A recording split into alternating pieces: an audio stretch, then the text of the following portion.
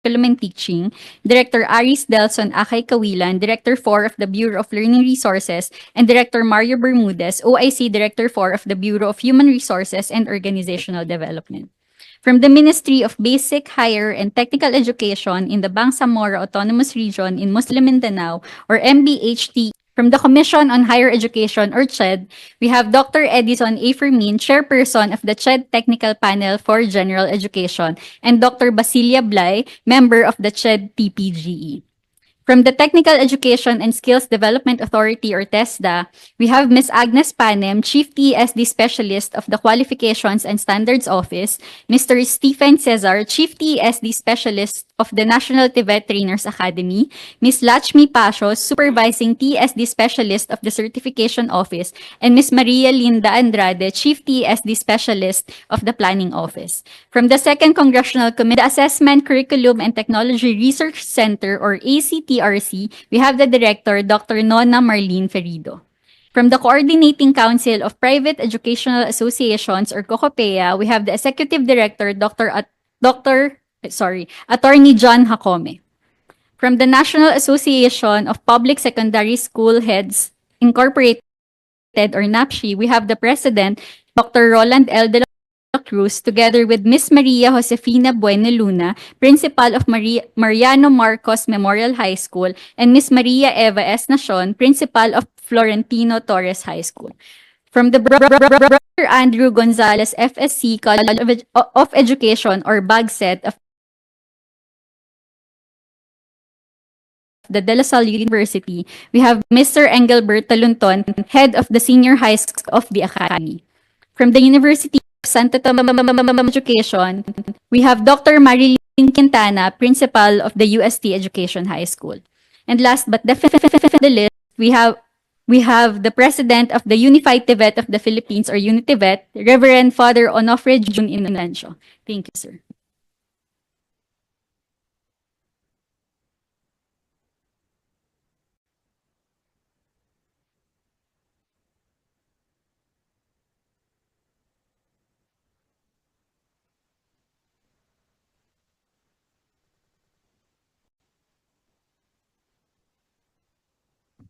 Thank you very much, Committee Secretary. Today, we called for this motu proprio hearing on the Department of Education's program that will strengthen the senior high school program, which will be piloted this coming school year 2025-2026. So, since we are in a recess, we decided to conduct a motu proprio hearing to focus on the department's plan to roll out a new senior high school curriculum called Strengthened Senior High School Program. And we want to be enlightened on the reforms that the Department of Education has embarked on. This for date also, what is the view of our constituents? So in the latest survey that we conducted, this is only last March of this year, the number of satisfied is about 32%, and the number of dissatisfied is about 42%. So in other words, there are more dissatisfied constituents to the K-12 program of the government. That's about a net dissatisfaction about 10%. And we also asked their views about the senior high school program of the government. So the senior high school program, that's the next slide. The senior high school program, about 33% are satisfied, about 40% are dissatisfied. So that's about a negative 7% dissatisfaction, net dissatisfaction rating. So in other words, our constituents are not satisfied with the K-12. Our constituents are also not satisfied with the senior high school program in particular. And this is something that we should take note because what we want is our parents and our constituents to be happy with the K-12 program. This is the nation's education program. This is the nation's basic education platform. And if our constituents are not happy with our basic education platform, particularly our parents, then they don't see any value to the nation's basic education program. This is something that we should learn and analyze very deeply. But of course, if you look at the 2025 numbers, seems like it's quite discouraging. But if you look at the trend over the years, we'll show you the trend over the years for K to 12. In 2019, wala namang problema. Everyone was happy about K to 12. No, 50% satisfied, 20%, 28% dissatisfied. But everything turned around after the pandemic. No, the dissatisfaction went up in 2022. Unfortunately, there was no survey during 2020 because it's a pandemic year. And we failed to also conduct in 2021 because everyone was still trying to grapple going back to normalcy. But everything, the satisfaction turned around and became dissatisfaction after the pandemic. And because of that, after the pandemic, the height of the dissatisfaction was in 2023, about 52%, and satisfied about 32%. The good news is it's going down. No? The gap between satisfaction and dissatisfaction is actually narrowing.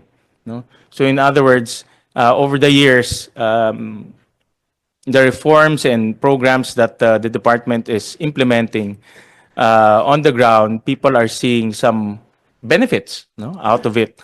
And that's why if you look at the dissatisfaction, which is the red one, and dissatisfaction is going down, the gap is narrowing. But the thing is, it's also going to the undecided or cannot say. So people are seeing some benefit, but they cannot say whether it's good or not. No. But the good thing is the dissatisfaction is going down. No? So in other words, we should continue the reforms that we are doing in order to eliminate dissatisfaction, and our constituents will see the beauty and the benefit of our basic education program in our country. The next slide is the senior high school.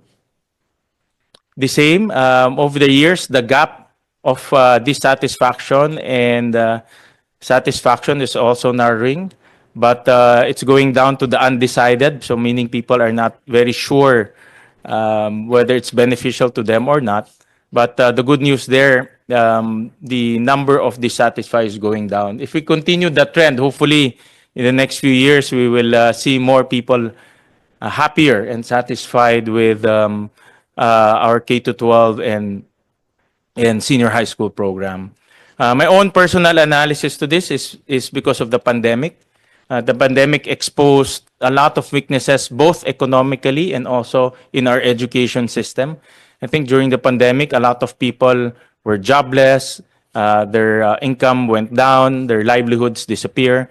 So because of those economic factors, the senior high school in particular became a burden rather than an asset for them. No? Because wala ka ng trabaho, because you were laid off because of the pandemic, your factories, your restaurants were all shut down and you were not earning. And then you still have to pay for 2 years of schooling in senior high school, which our constituents do not see any return to them. No? Wala silang nakikitang benefit, wala silang nakikitang return para sa mga pamilya nila. That's why I think there was a big change during the pandemic. It exposed our economic weakness that also cascaded to our education system. No? So in other words, we have to demonstrate to our constituents that the senior high school has value to them.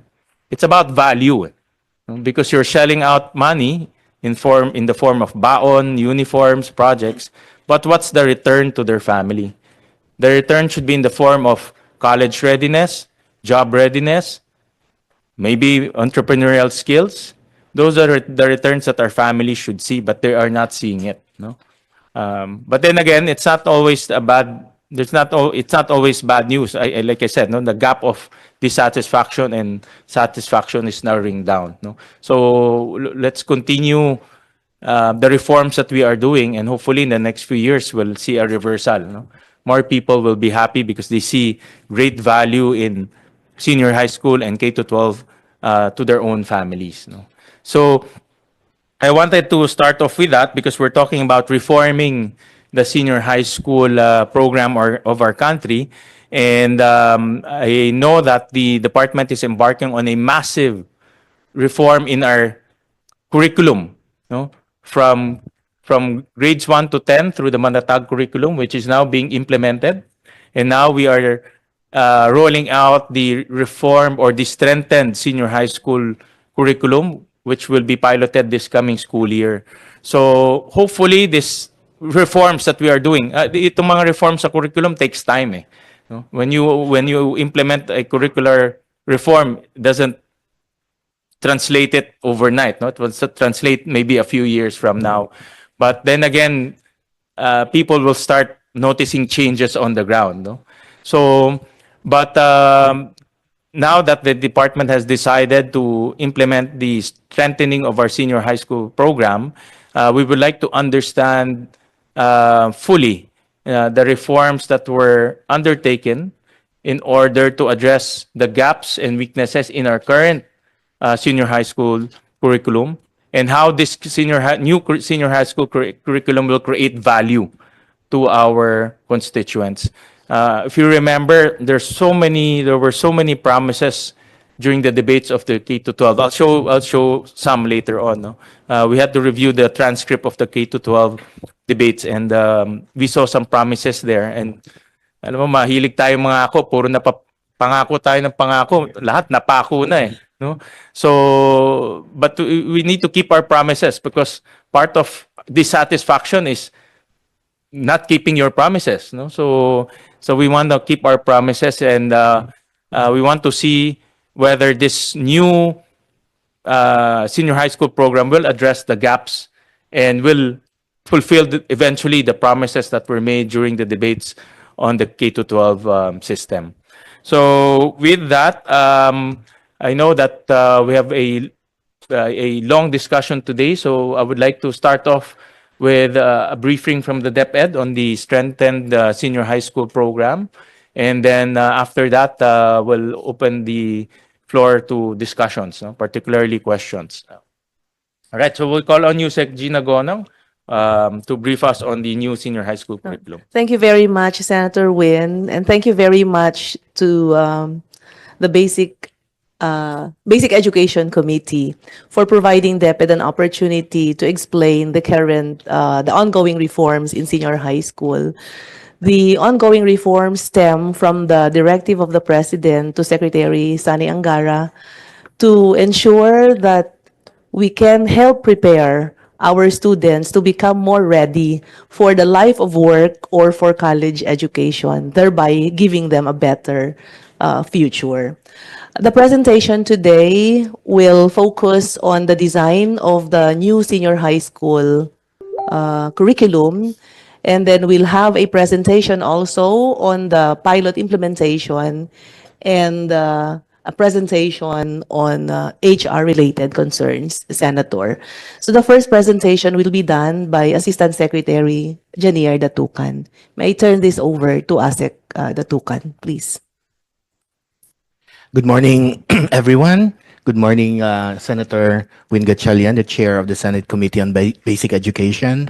We'd like to welcome also our friends here from EDCOM 2, the Senate of the Philippines, our colleagues and officials from DepEd, CHED, TESDA, resource persons from the academe, and our guests.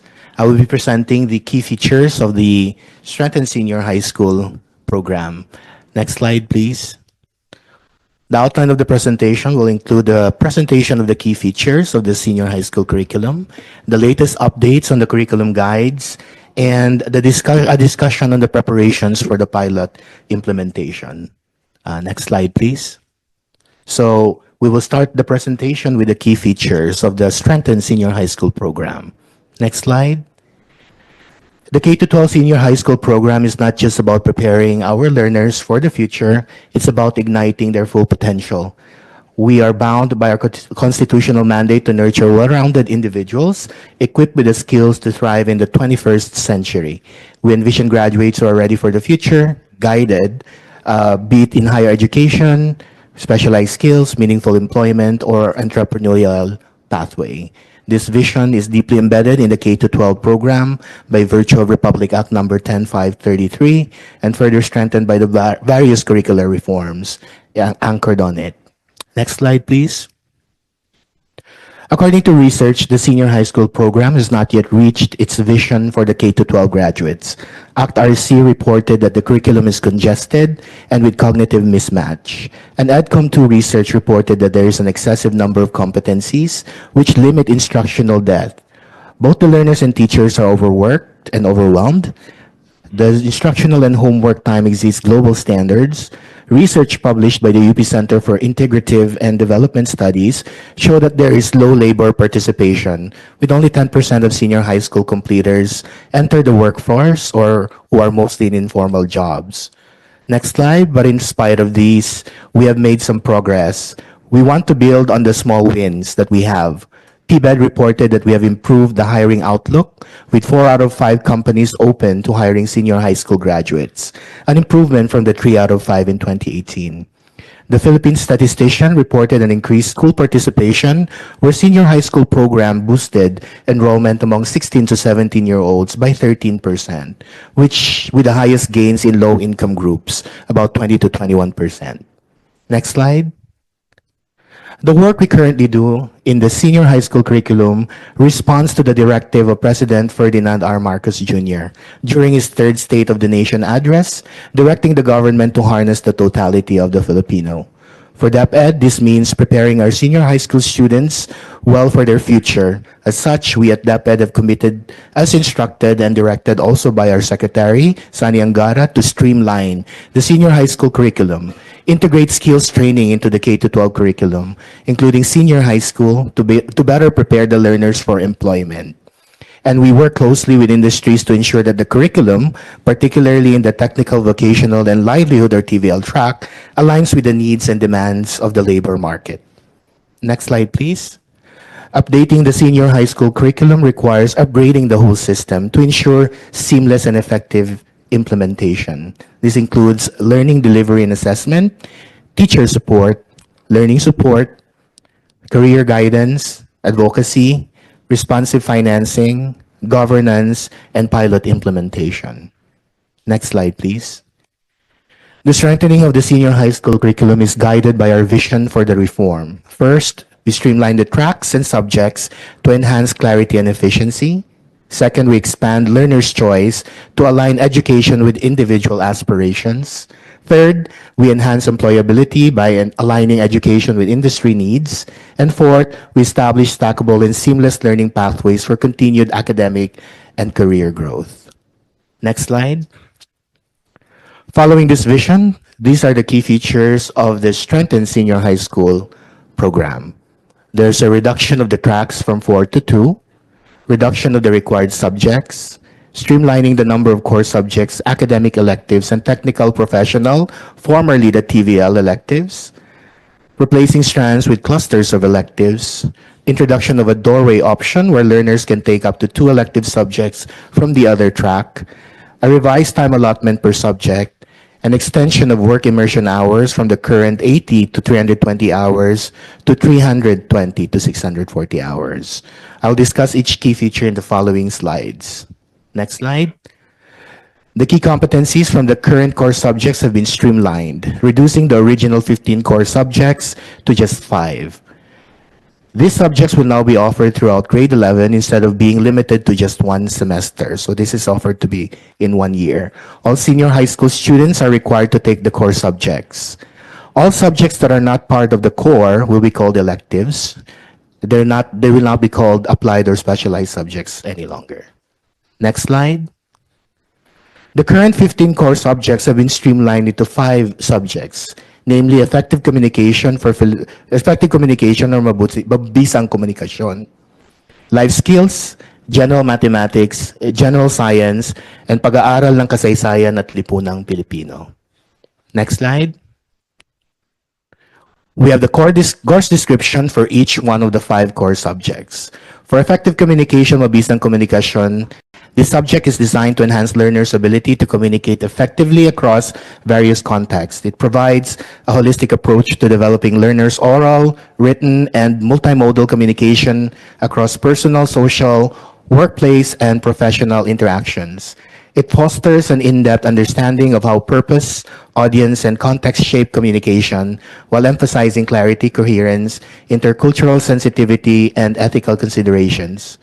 By the end of the course, learners shall be able to adapt communication strategies based on purpose, audience, and intercultural sensitivity, engage confidently in various communicative events, applying appropriate conventions, language, and structure, utilize digital tools and platforms responsibly to enhance communication effectiveness, and reflect on their communication strengths and areas for improvement, applying feedback to refine their skills for real-world application. Next slide. Nakatuon ang kursong ito sa paglinang ng mabisang komunikasyon sa Filipino bilang wikang pambansa gamit ang pasalita, pasulat, at multimodal na komunikasyon ayon sa layunin, tagapakinig at konteksto na may pagbibigay diin sa interkultural at mga etikal na konsiderasyon tungo sa aktibong pakikisangkot sa isyung panlipunan, pagpapatatag ng kultura at diwang makapilipino.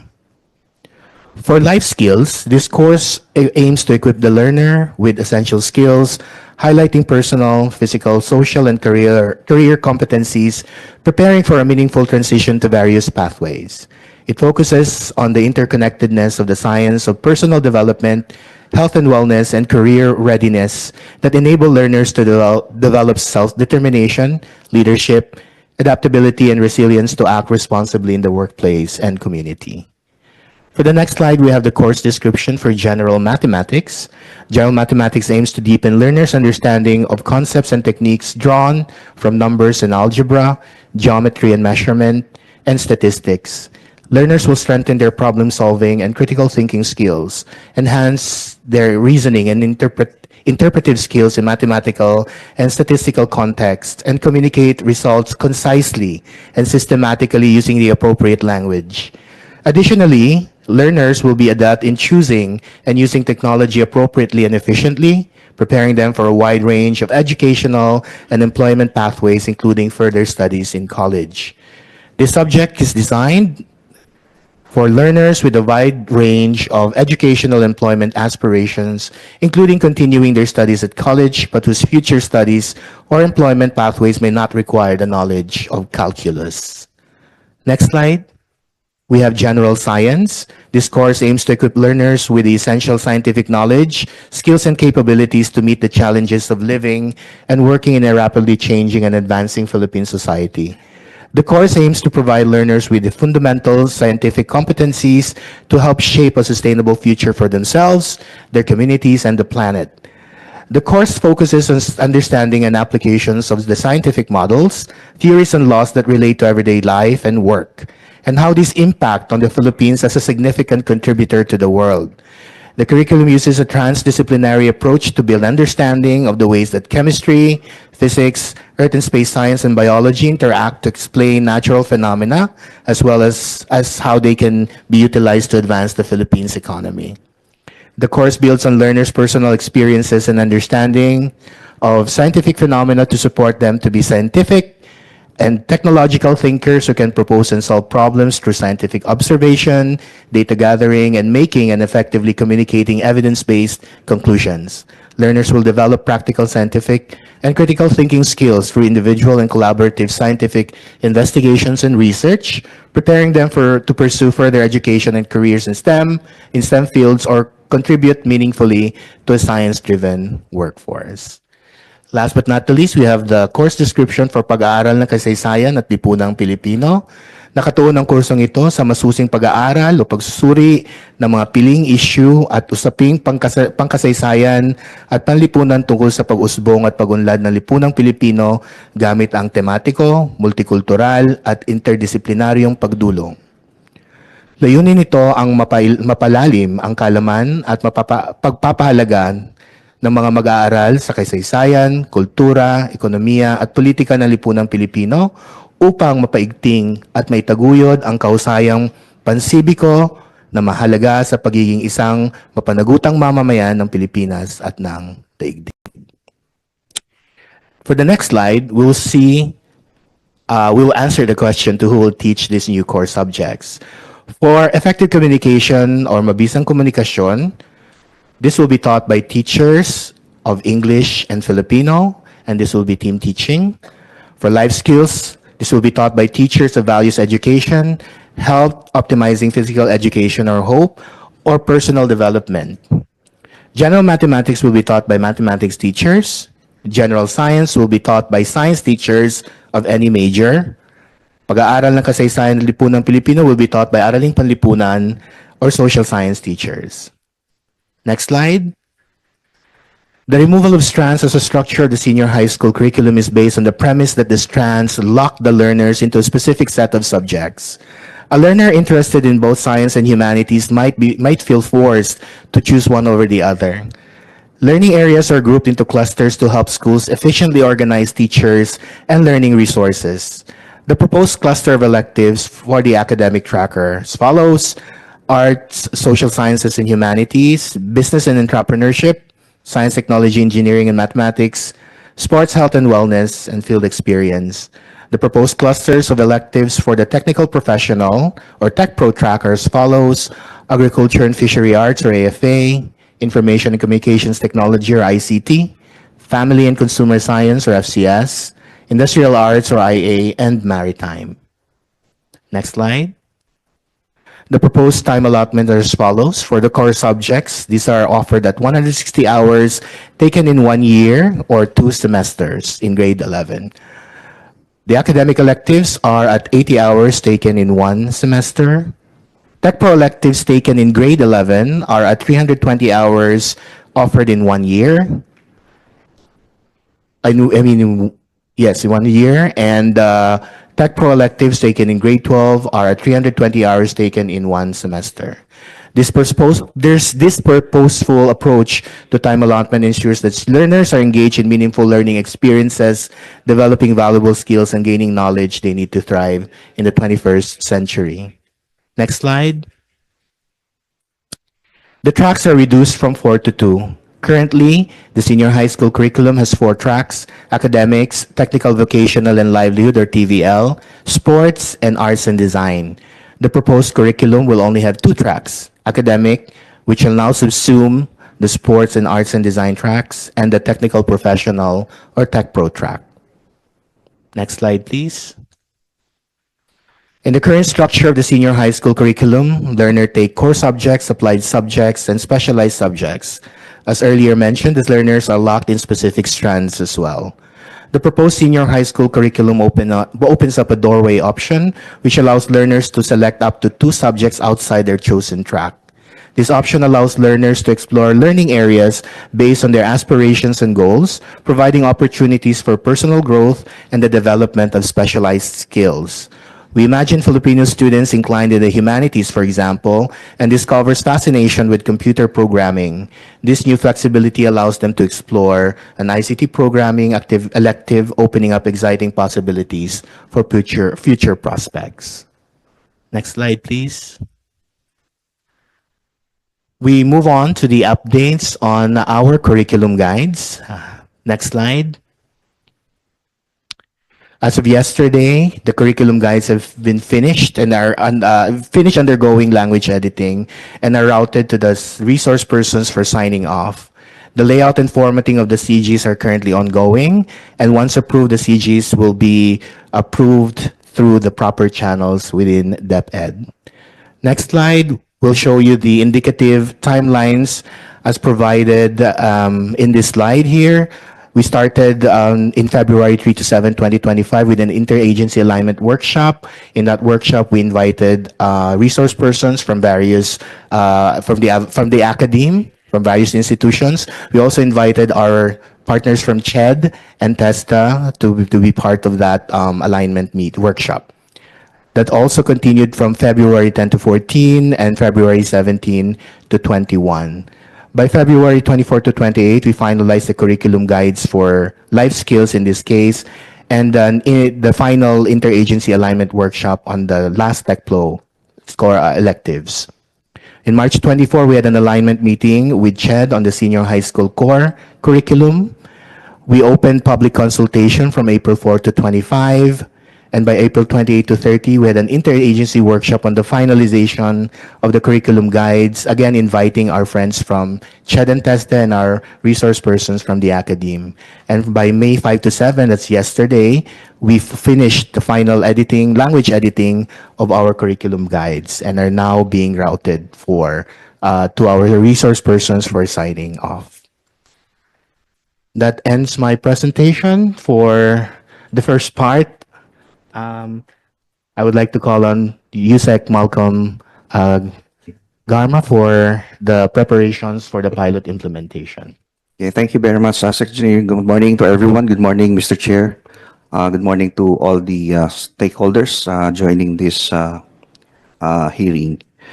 So, given all those preparation insofar as the curriculum reforms are concerned, so we decided to test out the implementability and the operability of the curriculum by way of doing our pilot implementation. May I emphasize, Mr. Chair, that this is not just a pilot implementation, but this is basically a pilot study. So we would like to learn more in terms of the reforms, the effectiveness of the reforms that we are introducing insofar as the strengthened senior high school is concerned. And by way of defining our pilot study, we are collaborating with PIDS so that we'll have a more concrete and more evidence-based evaluation on how we see the pilot implementation will be happening at least for this coming school year. Next slide, please. So we start with the selection of the pilot schools or the pilot school sample numbers or sample schools. Next slide. So, Mr. Chair, we subjected the selection of the sample schools by way of a nomination process. So, in April 4, we issued the joint memorandum subjecting our regions to do the selection process and the nomination process.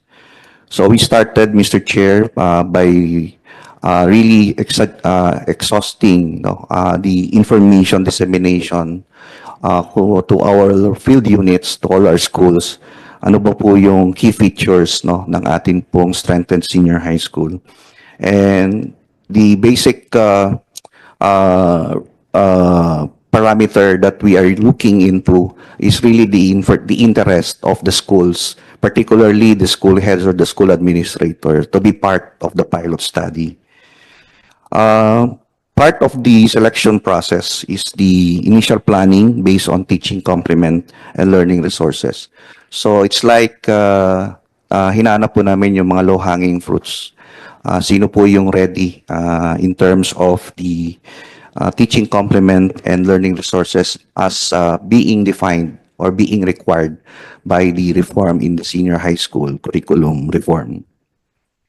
And then piece 3, we also factored in, Mr. Chair, the importance of career guidance counseling. So we introduced what we call as the Landas Toolkit. It's part of the DepEd memorandum. This is to give premium and emphasis on the choice of the learners and also in consultation with the parents, so as to also guide our schools who will be interested to be part of the pilot study kung ano po yung mga elective courses that they can offer at least for the first year of the pilot implementation. And then lastly, the selected or the selected schools in the region will now be endorsed to the central office as to be part of the pilot study. Next slide. So just to enlighten the committee on the piece 4 in terms of the selection, so we set a criteria or scoring criteria for our regions to be more guided in terms of how they select and nominate the schools. So this is the breakdown, Mr. Chair, of the criteria that we set.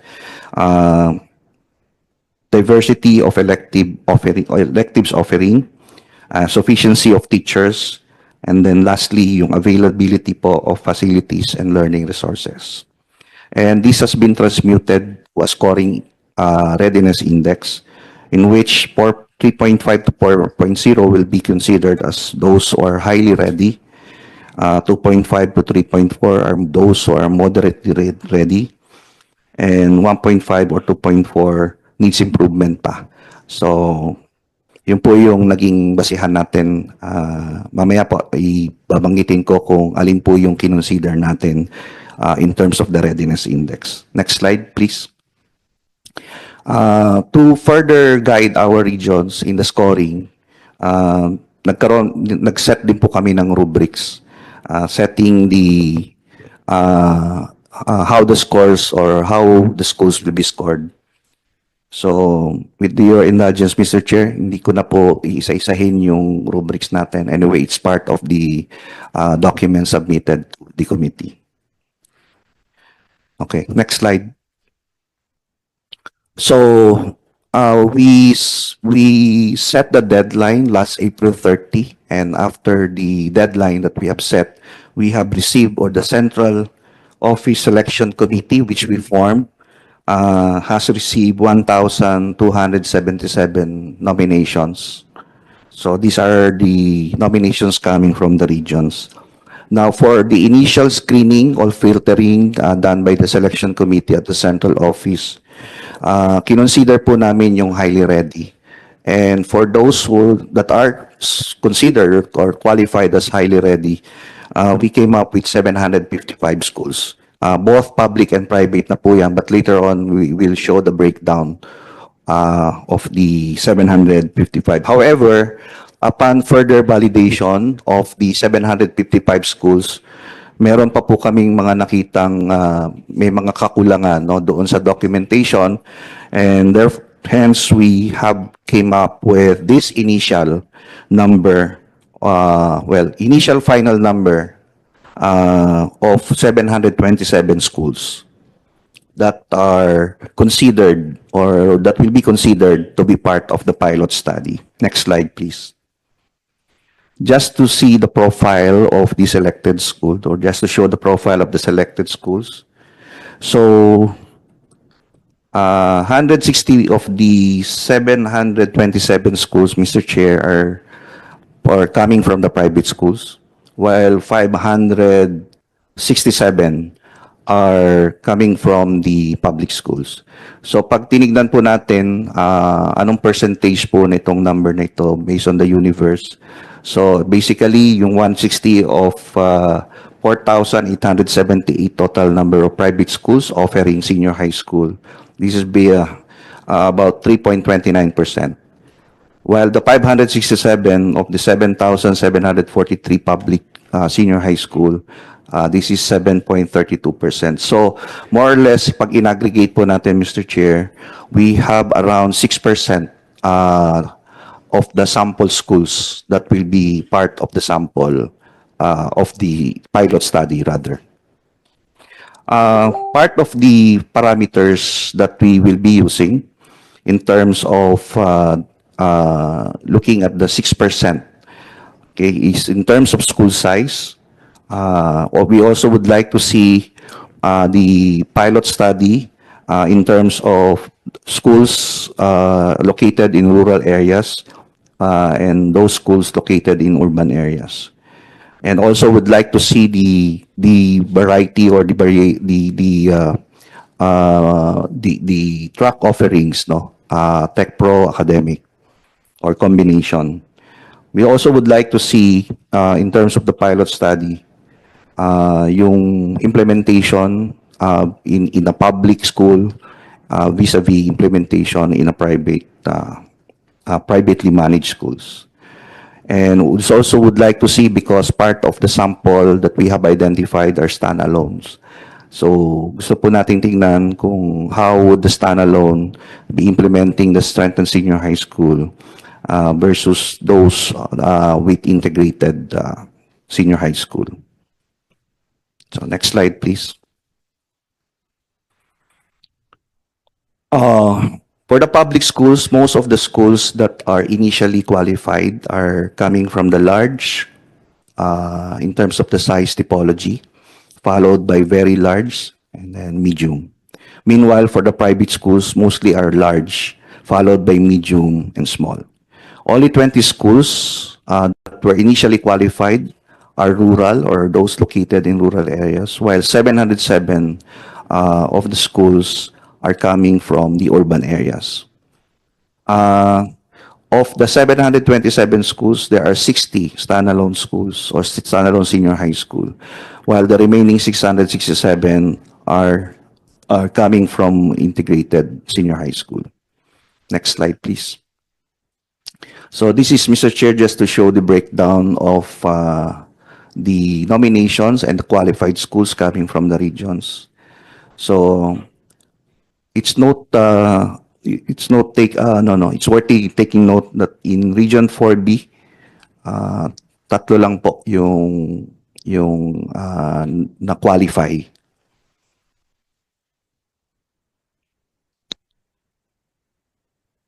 Okay. Hindi ko na po isa-isahin yung number per region.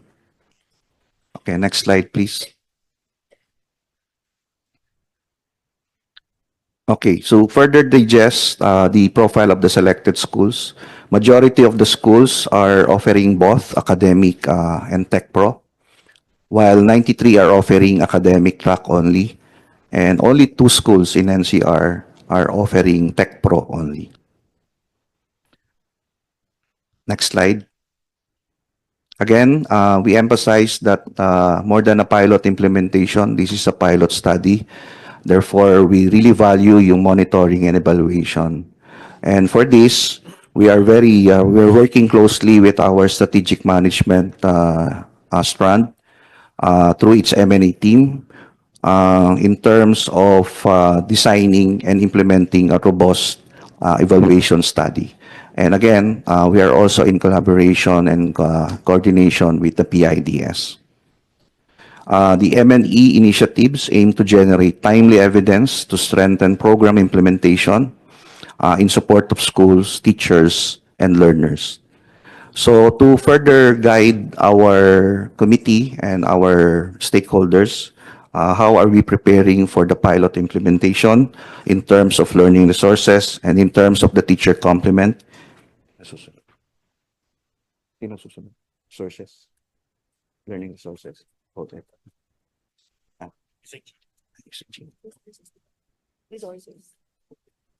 So we're turning over again to our BLR strand through the OUCT in terms of the preparation for the learning resources for the forthcoming pilot study implementation of the strengthened senior high school.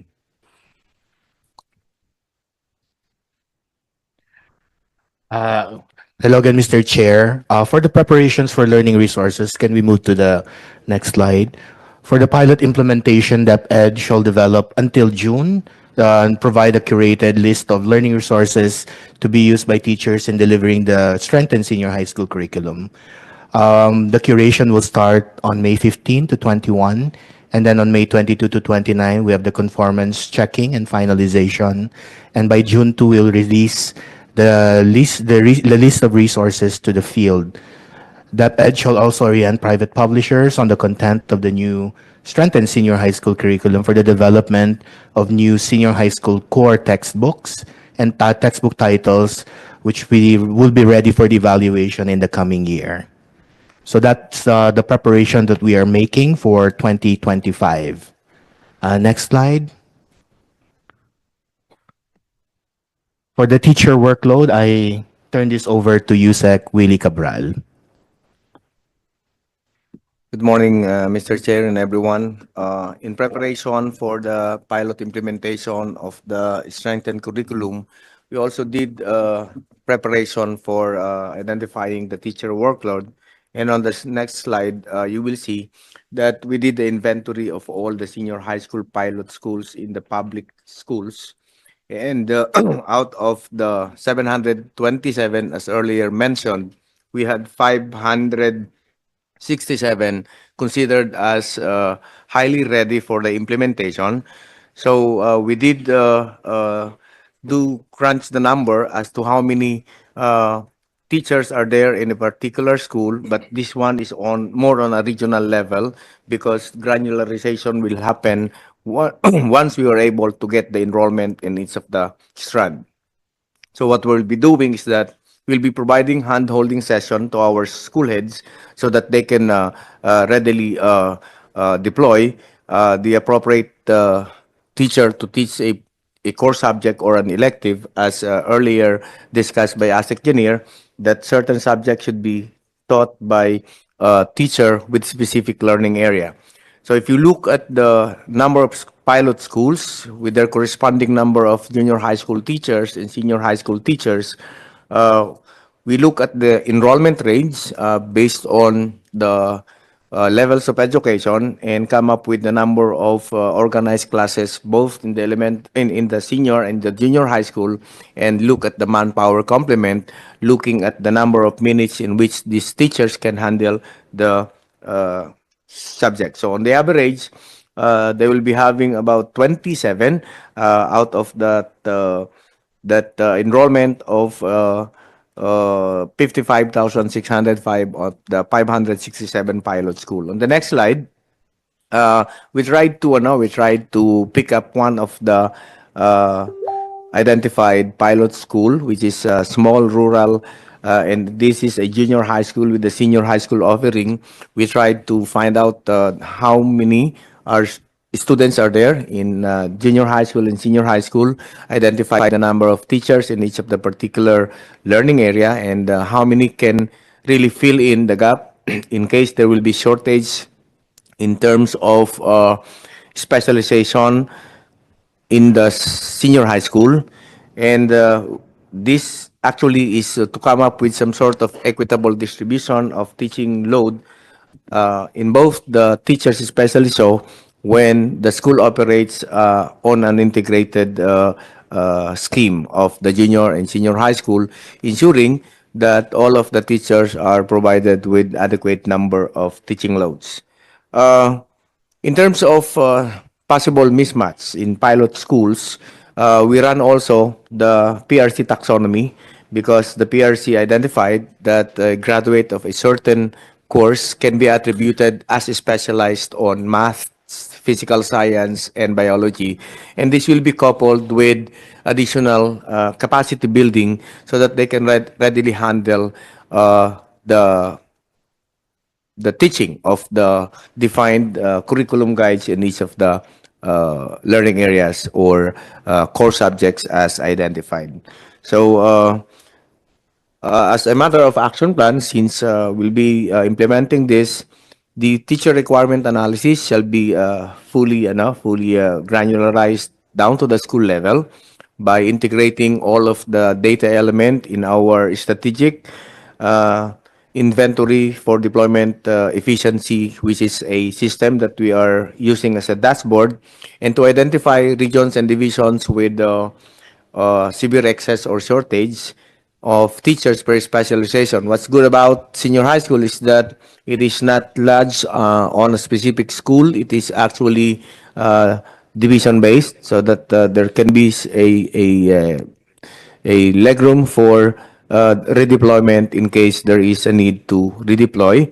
So the data collection is also being mobilized, and the teacher specialization inventory can also be shared to all of the stakeholders, internally, externally, and then the HR policy on specifying the mismatch in terms of workload, education and training and equivalency, and if in need, there will be some sort of transfer or detailed reassignment of teachers, which will happen before June.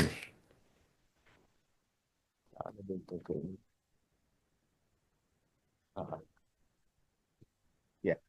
For the training on the strengthened senior high school program, which is we would like also to identify that there are several training to be conducted, particularly on the core subjects, and this will be happening May 25 to 28 of 2025 and May 28 to 31, and we have already identified the venue. But for the other Tech Pro components, we identified also the dates, but the venue are actually for determination still. For the school leaders, we would like also to ensure that our school leaders are well informed and are looped into the preparation so that they can better manage the implementation at the school level. So, of course, available budget is subject to the issuance of sub-allotment release order from the Basic Education Fund, and that is amounting to 157 million. And currently, ongoing po yung lahat ng ginagawa natin for all the training, and we are trying to maximize the time that we have given the window before the opening of classes. So I think that's all for the workload and the training. Thank you, Mr. Chair.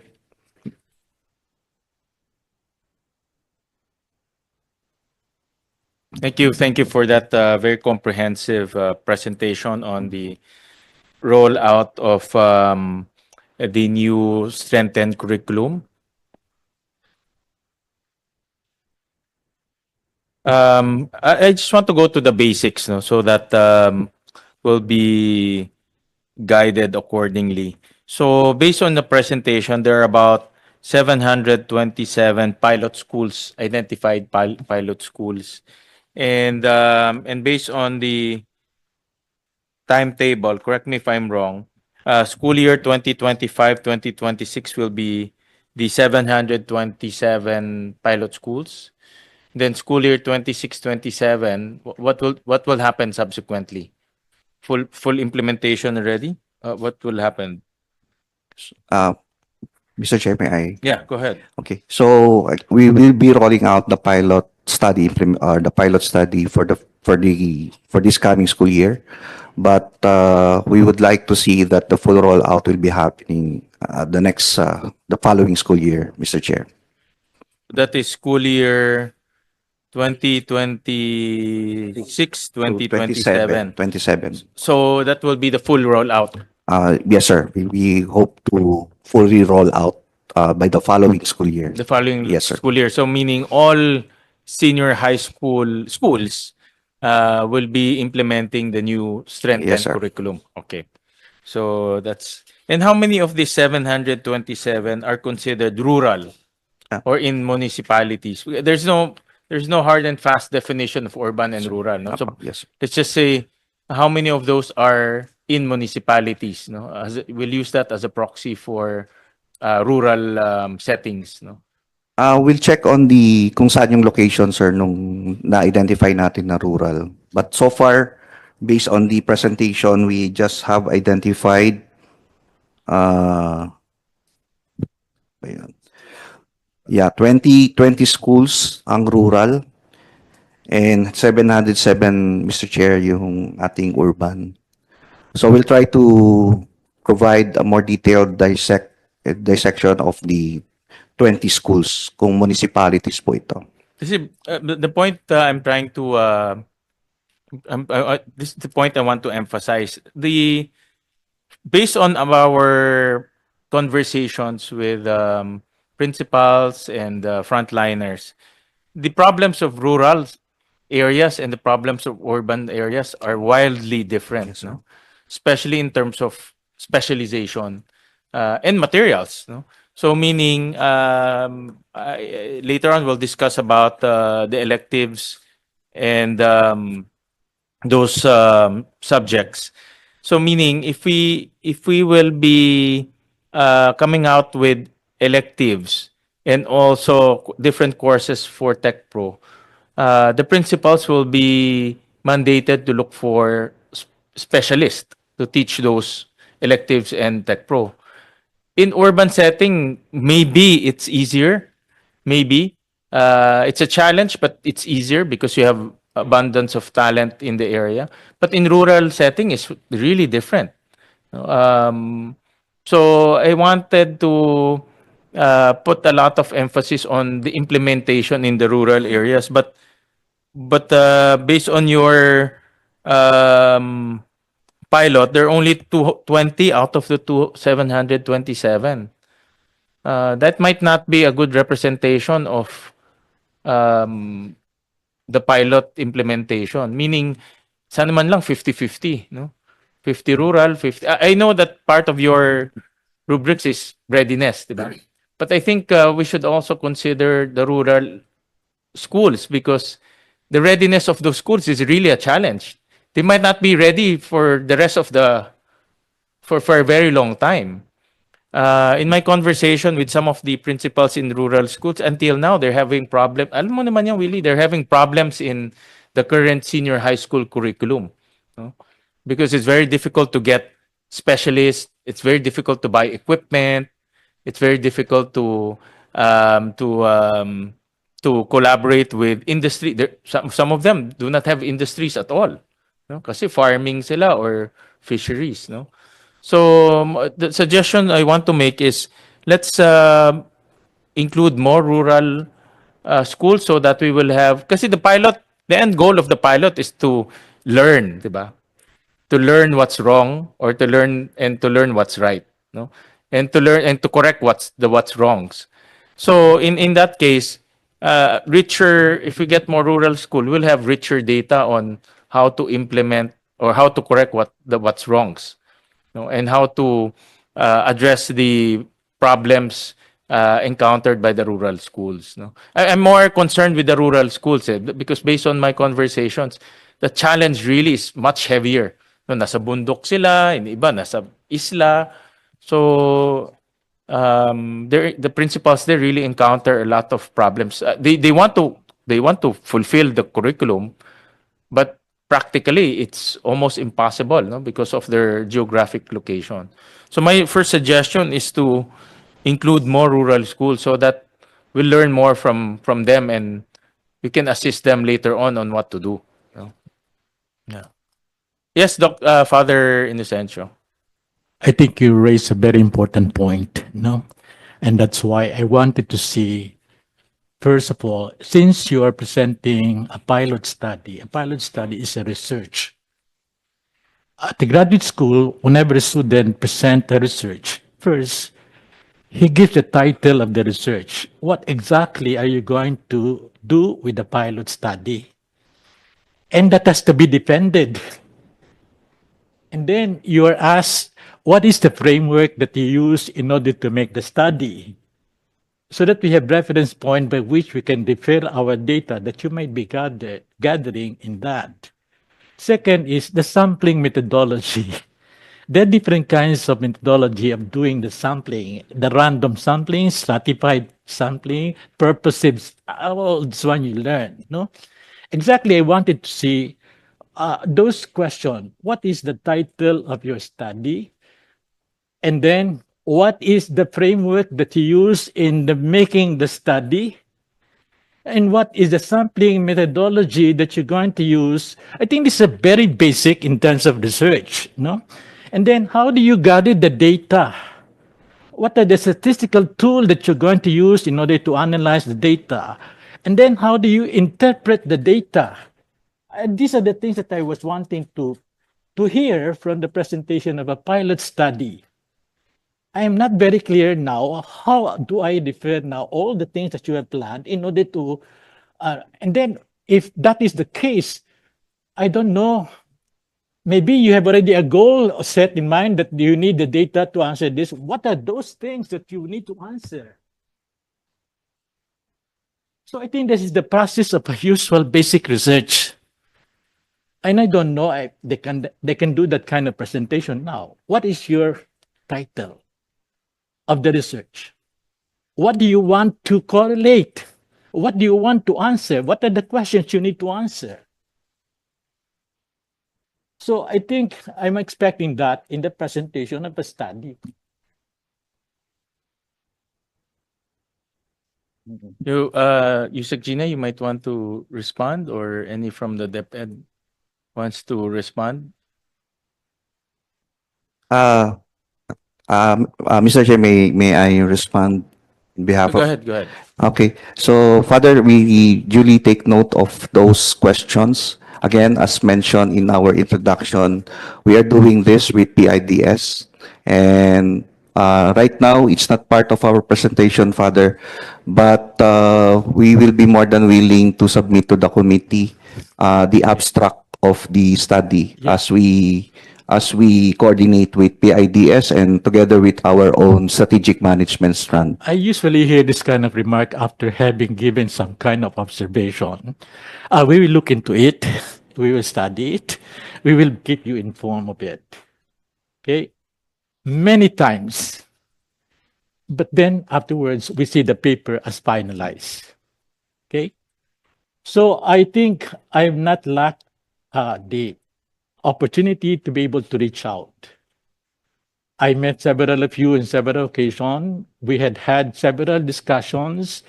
And then also our groups, the SEAF, the COCOPEA, discussed all this issue at length. And we have come up with some of the observation forwarded to the office for consideration.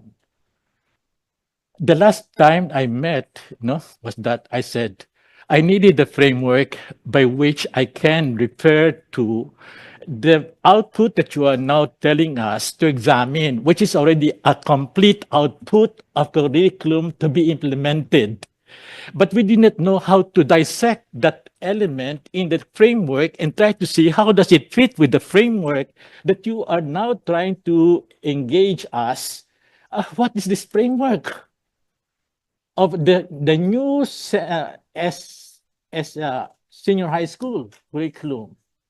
And then you begin changing some kind of concepts, Tech Pro. I don't understand Tech Pro. But I know career. Students are prepared for career after basic education. Either they go for a career where they examine more the science of it and explore the expansion of knowledge. That is the professional.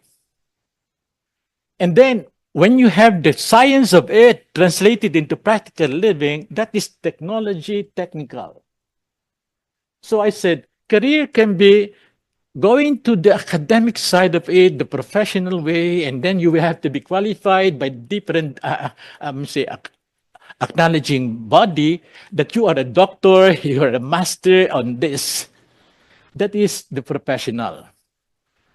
But the translation of all those enlightenment of knowledge, put that into practical living, that will be technology and therefore career technical. That will be the proper way to address that area. And that is the way it's now being referred to. So, to remove the bias of tech book, as in tertiary education, it's separated into higher education and lower education, which has been branded in the mind of our people that if you take tech book, you are lower. And therefore, the aspiration is that they want to be higher. Everybody wants to go to college with a degree. But we know that industry said you don't need a degree in order to gain a gainful employment, even higher than the engineers and all these ones. So I guess those things are supposed to be very clear for us. What do you mean by career? What do you mean by professional? What do you mean by technological? What do you mean by technical?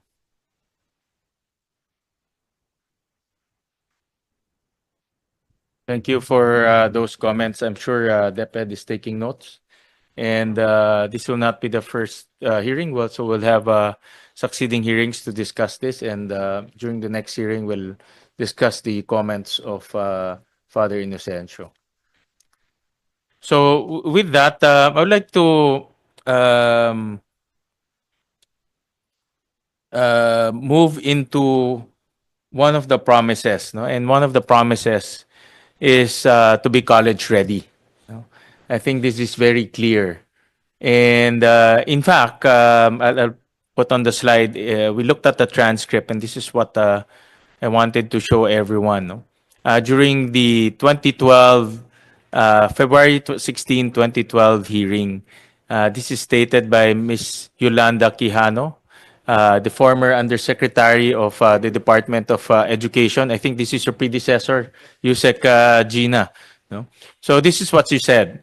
And let me just quote it. No, this is a cost-benefit analysis for household. Oops. This is done by a study conducted by Dr. Urbeta, and we are saying that the students who finish high school then work will have better income opportunities. But when students go to 2 years of college or post-secondary or senior high school, there will be a reduction in cost. The fact that the additional 2 years as a senior high school will really be handled by the government and it's for free. No? And those who complete college maybe will have a reduction of years. Yun yung sinasabi kong reduction of years. Offset by the additional 2 years. This is being discussed now. And there is a higher productivity, about 9% income premium. So the intention really before was a reduction in college. And that reduction will be taken up by the senior high school level. No? So this is one of the promises before. No? And in fact, personally, I intend to take this as a personal advocacy to really fulfill this promise. Because what we guaranteed our constituents is with the additional 2 years in college, with the additional, what we guaranteed to our constituents with the additional 2 years in senior high school, we will reduce the number of years in college. Dito nga, sinabi pa niya 2 years eh. No? Sinabi pa niya 2 years. No? So, but what happened in reality, we added 2 years in senior high school and maintained 4 years in college. That's why a lot of people are now resenting senior high school because that promise has not been fulfilled.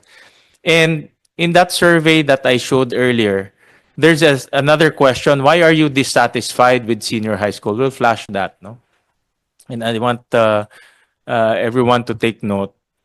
And if you look at the top 3 reasons why people are dissatisfied with senior high school. Number 1, parents have to shell out more money for transportation, food, for education, for their children. So it's value. No? Nagbabayad sila for food, transportation, pero they don't see value. It's all about value. Eh. What do you get in return? No? Number 2, a senior high school diploma is not enough to get a better job. So they still want to go to college. And then number 3, every family dreams of having a child graduate from college, not only from senior high school. No? So college is still the end goal because they know that senior high school is not enough. No? But then again, when they reach to college, 4 na taon pa rin.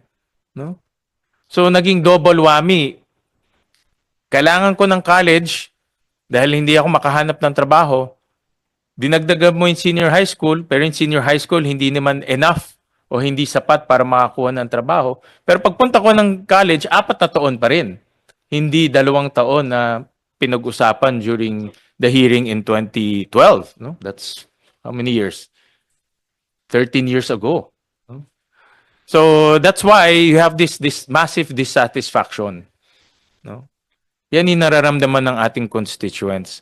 So, and that's what I want to focus my question right now, is this new senior high school curriculum, will this enable our, can you demonstrate to the committee, how will this new senior high school curriculum enable our students to become college ready?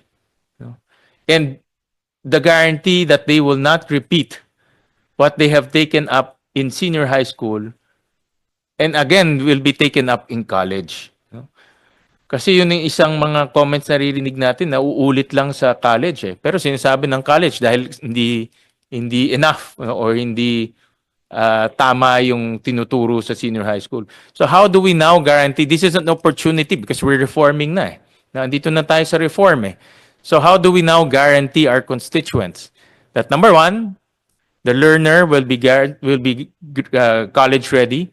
Number 2, the curriculum in college and the curriculum in senior high schools are aligned and it will not be repeated once they reach college. Thank you, Senator Win. I think our chaired friends will reinforce what I'll say today. Okay. CHED and DepEd over the past months, Sen, have been meeting. Okay, we mapped the general education curriculum with the senior high school curriculum to check on redundancies. Okay, to make sure that the foundational essential competencies are in senior high school and the ones that are foundational in GEC will no longer be in general education curriculum in college. So our agreement with JED, and they really sat down with us, Sen. We're focusing on essential competencies to prepare our students for college readiness or for apprenticeship in TESDA. And then CHED will focus on higher level cognitive skills where students are given more critical inquiry kind of skills, preparing them to specialize in their chosen careers. So even in the finalization, Center Win, of our curriculum guides, we sat together with CHED Technical Panel for general education curriculum. So for days, they sat with us. We reviewed together with our other resource persons from the academe. So I think Dr. Ed and I can confidently say at this point that there is a very good alignment between the DepEd senior high school curriculum and the general education curriculum. But then after this, maybe Dr. Fermin can talk about this later on. They will also need to revisit their general education curriculum. Okay? Para din siguro matugunan nila yung reduction naman ng years pagdating sa college. Senator Win. I'm very happy that Dr. Fermin is here so he can elaborate further and also attest to this very close collaboration between DepEd and CHED. But I'll flash on slide slide 12 of DepEd. And this addresses the common complaints of our principals. And dito si Principal de la Cruz, so later on we can ask his opinion as a frontliner kasi mga frontliner importante. At the end of the day, ang decision making point and implementation will be at the hands of the principals. So we need to also talk to our principals. I'll slide 12, please. Yan. With a reduction of the 15 current core subjects to 5, will this be sufficient to prepare our students to become college ready? And can you assure the committee na wala ng bridging program? Kasi before, meron tayong 15 na core subjects, pero nagkakaroon pa ng bridging program.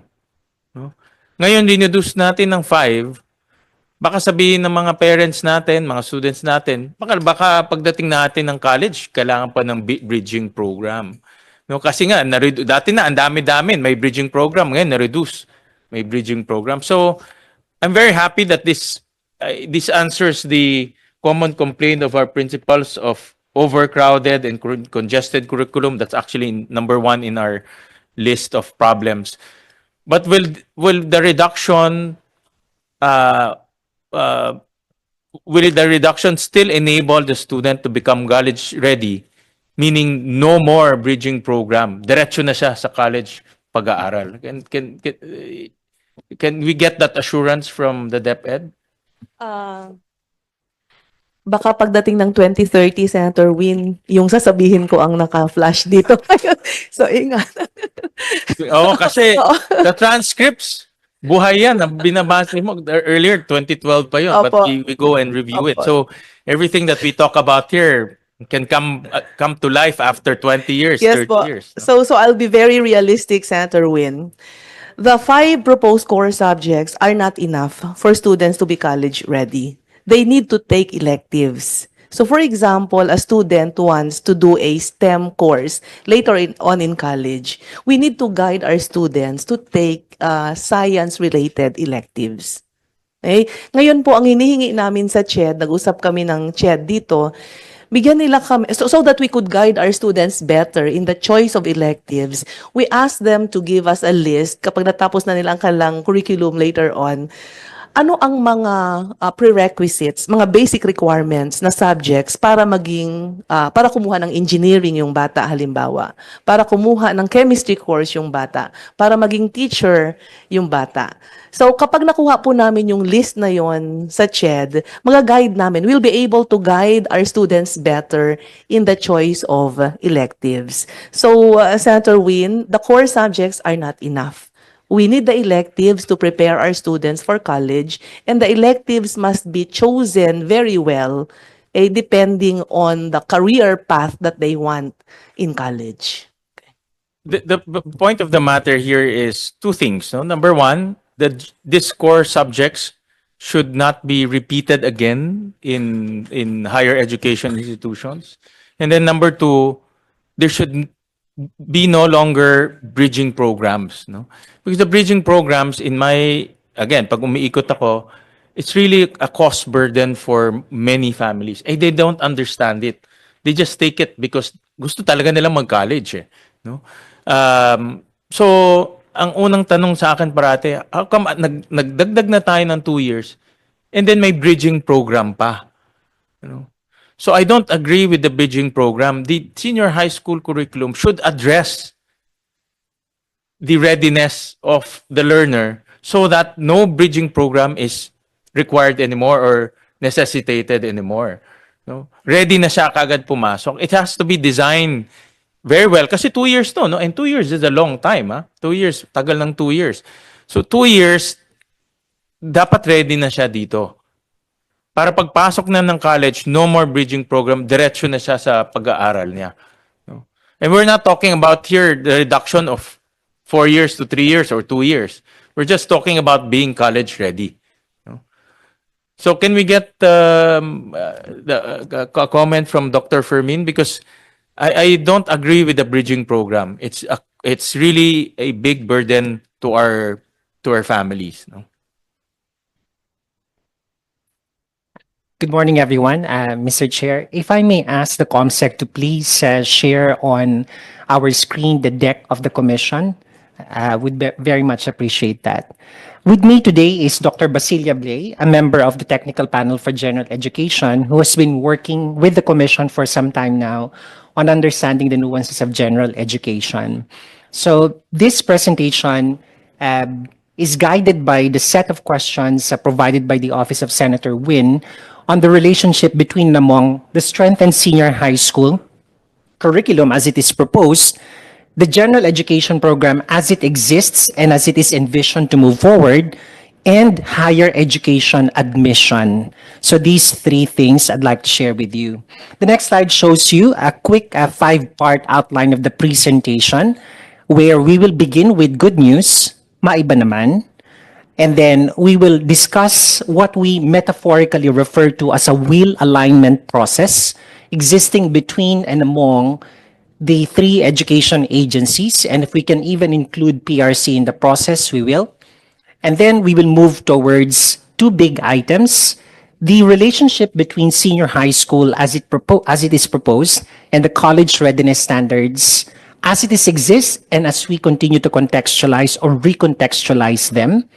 Then we move towards the senior high school elective system and their relationship with the higher education admission context, where bridging is going to be discussed shortly, Mr. Chair.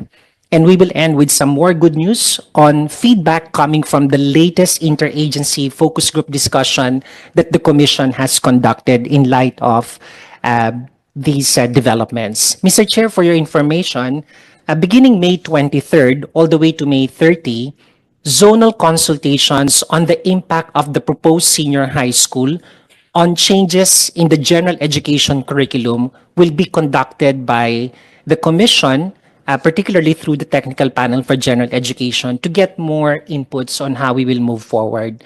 So if you look at the timeline, Mr. Chair, 25-26, we do a pilot. 26-27, it's a full-blown implementation. But in 26-27, the Commission is supposed to actually iron things out also to implement the possible new general education curriculum the following year, which is 27-28. I'm emphasizing this because this affords the Commission a good runway for transition. Rather than what happened years back when we had to accommodate the first graduates of senior high school and we don't have a clear articulation between and among agencies on what we can focus on. So I'd like to focus on the good news on the next slide. While ASIC, the Tukan mentioned that the interaction between and among stakeholders in the process started in Feb in your timeline, the fact of the matter is, Yusek Gonong and I were discussing as early as October 8. This is a long journey, to be honest. And this is the first time that prior to the review of the standards for GE, there was a set of meetings with the Department of Education, which feeds to the admission context of Philippine higher education. If you notice, Mr. Chair, a month after the meeting, on the initial design of how it's going to look like, the Office of Programs and Standards Development, the counterpart of the Office of the Undersecretary for Curriculum and Teaching, we met together along with the ADB specialists on the senior high school curriculum on how we can improve the design. So it was a deliberate, conscious effort to align. And few weeks or 2 weeks, shortly a week after that, I chaired the first General Education Summit with the Technical Panel for General Education, a number of the TP reps, and for the first time, the Bureau of Curriculum Development sat in the process of clarifying what might be the impact of the proposed changes in senior high school, particularly on GE. So it was a good series of conversations that led, next slide, to the BCD specialists and the TPGE specialists coming together to review the curriculum guides, particularly in the core curriculum of senior high school, which I will declare as very impactful on the nature of changes that will happen on general education. But in the subsequent stages, as you will notice on the next slide, the curriculum guide development workshops for core subjects led us really to refining and answering questions on alignment. And as those meetings are happening, all our specialists at SHED in the Technical Panel for General Education are moving at least 2 steps ahead because we are wanting to answer, as evidenced on the next slide, in the presence of other agencies, PRC, the quality assurance agencies, we are presenting to them what DepEd and SHED had in mind to change or reform the context given the realities that we are dealing with. And fortunately, on March 17, next slide please, acting on EDCOM 2's recommendations forwarded about senior high school, 5 items were discussed by the Commission and Bank led by Chairperson De Vera. And Mr. Chair, I'd like to tell you and the public that there were 5 items that the Commission really wanted us to focus on. The first is to ensure the alignment of senior high school core courses with the college readiness standards. Number 2 is to study the possibility of downloading GE courses into senior high school. The third, as you have mentioned, is to study the elimination, the term really used was elimination, of the bridging programs in college.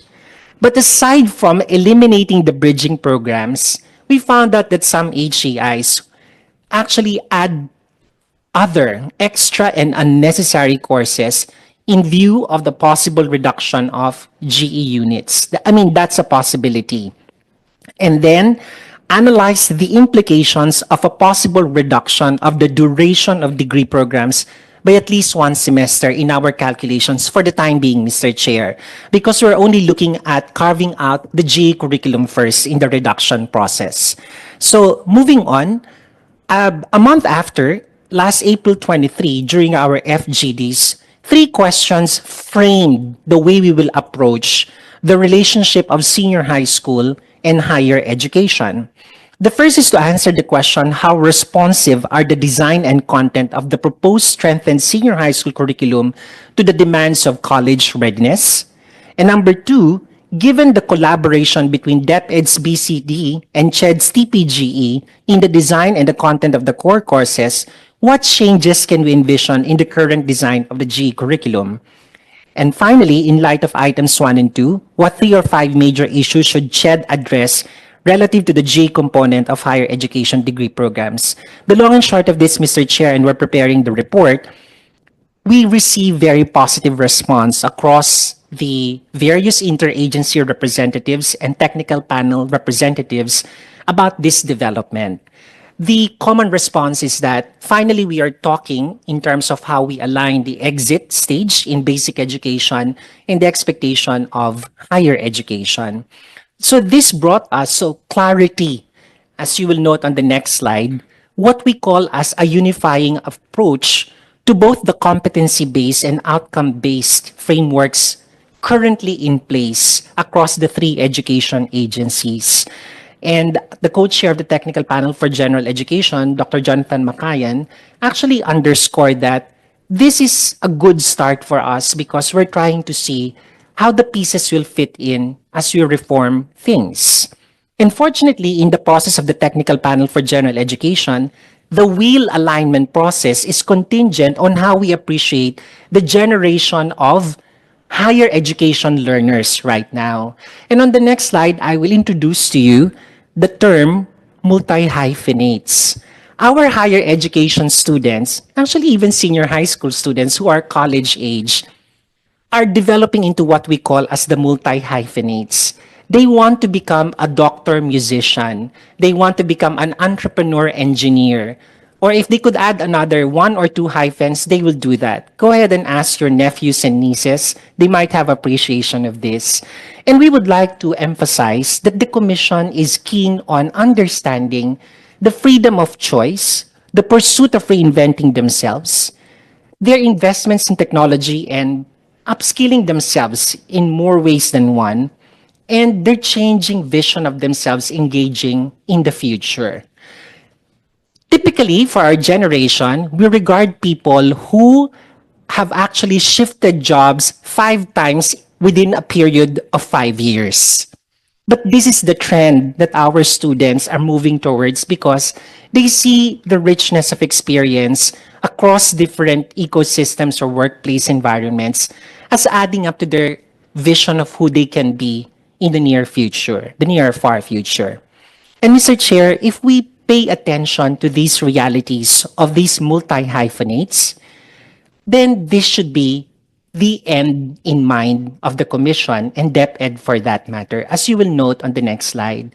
In the National Development Plan, you'd notice that CHED has already been mandated to actually look at 7 priorities that require a different type of competencies that higher education learners need to possess. They will be engaging in transnational knowledge, co-creation of knowledge, and so on and so forth. The qualification system will shift, but in the Philippines, we are governed by, next slide, PQF level 6. This is at the very least what we want to see among graduates of higher education institutions. Now, when we articulate the PQF as our guiding document, Mr. Chair, we at the Technical Panel for General Education said that originally, the first 2 years of college, which or the students who are in senior high school are students in the first 2 years in college. So it's but natural that we actually work towards seeing what's happening in senior high school so we understand better what's going to happen in the framework of structuring degree programs in higher education. And on the next slide, we'll show you how we envision the transition. So we were describing how senior high school students will exit vis-a-vis the documents turned into us by DepEd, and how we will now reframe GE, Prof Ed, and majorship, which are the 3 dimensions of a degree program in higher education. So if you notice, Mr. Chair, as we move towards majorship, that's exactly what level 6 in PQF wants us to focus on. To have Filipinos who create solutions, services, and systems that address personal, communal, and global issues and needs. These are still big words, but we need to have a system that will drive our learners towards the achievement of these attributes.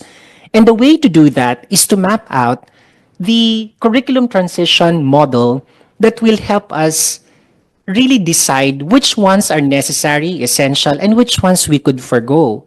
And we pick up from the model of the senior high school curriculum as shown on the next slide, how that's going to happen. You know, it's difficult for you to gain an appreciation how competent and confident you are in doing something when you're actually attending to too many things. You cannot say you are concentrating on a set of essential skills, competencies, when there are 15 subjects to begin with. Core pa lang po yun. So we welcome the idea. Let's focus on 5 proposed core subjects. And the agreements that have been made since October have been very fruitful as far as our exercise is concerned. Of course, we're still at a nebulous stage on how the elective system is going to operate, but we welcome the further iteration. Because if you follow the lifestyle of the and disposition of the multi-hyphenates, this is what they would want to see, that I am not confined in just one strand because I want to experiment on as many things as possible. So what matters at this point is that we ask whether we are responding to the declared college readiness standards. Mr. Chair, on the next slide, we're showing you essential details of resolution number 298-2011. So this is more than a decade already. These are the college readiness standards. If you sit down and pay attention to the details of the CRS, these are really enduring characteristics of people engaging in higher education disciplines. But what we would like to focus on, as shown on the next slide, are the real articulations of who are the K-12 graduates that we want to accommodate in the higher education context. If you look back at curriculum development documents of the Ministry of the then Ministry of Education, now the DepEd, and then we have TESDA.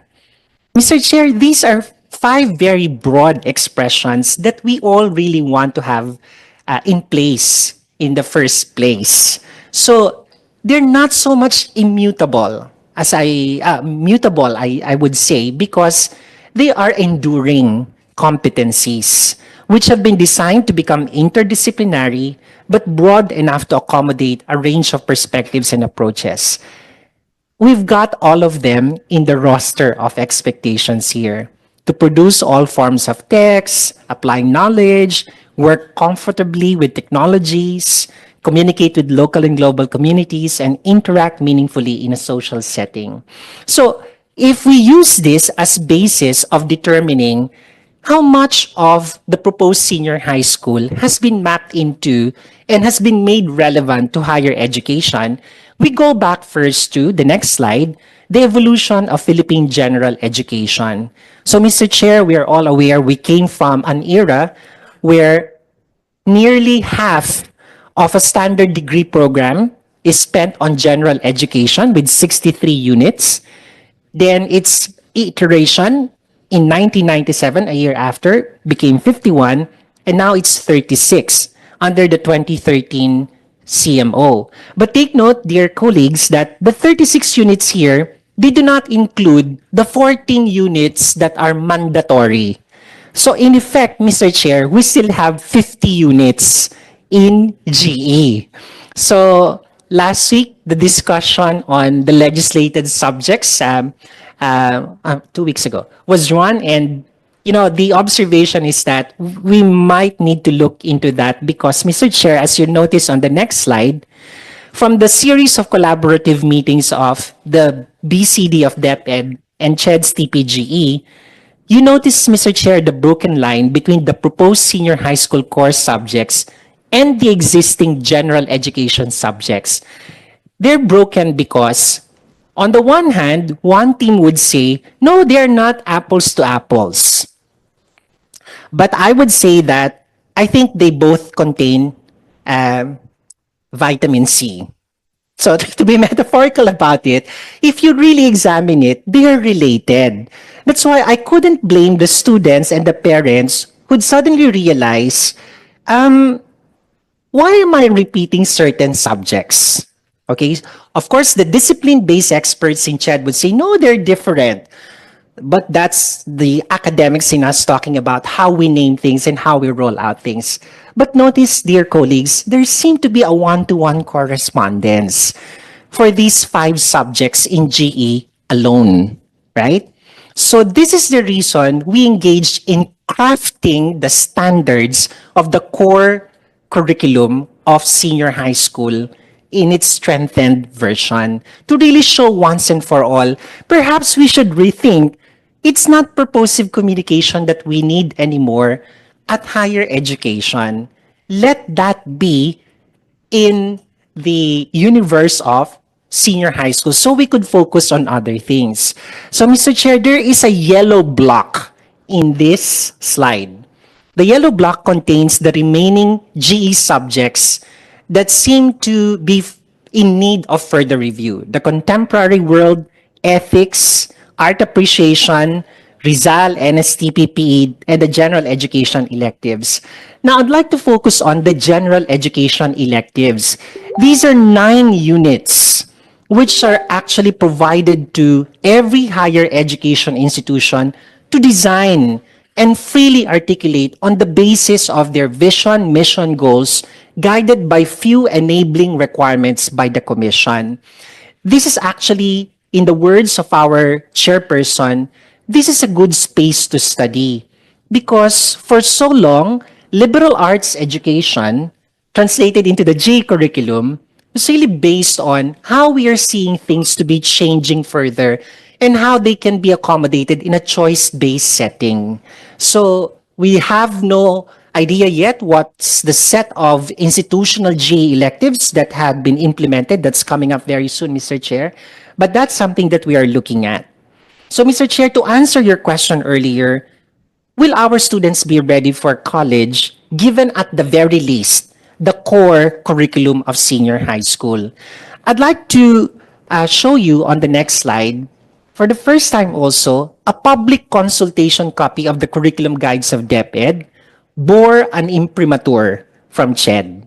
So if you notice, Mr. Chair, during the launch of the public consultation, you will see there in fine print, this curriculum guide contains inputs from the Technical Panel for General Education of the Commission on Higher Education to herald the fact that the 2 agencies are talking about what it means to really have a graduate of the senior high school curriculum vis-a-vis the expectations of higher education. And I will give you one of the recurring issues that they are not ready for mathematics. Let me ask my colleague, Dr. Basilia Blay, to tell you what was the process that underlined the relationship of the senior high school general mathematics curriculum and our expectations insofar as the college readiness standards are concerned. Dr. Blay?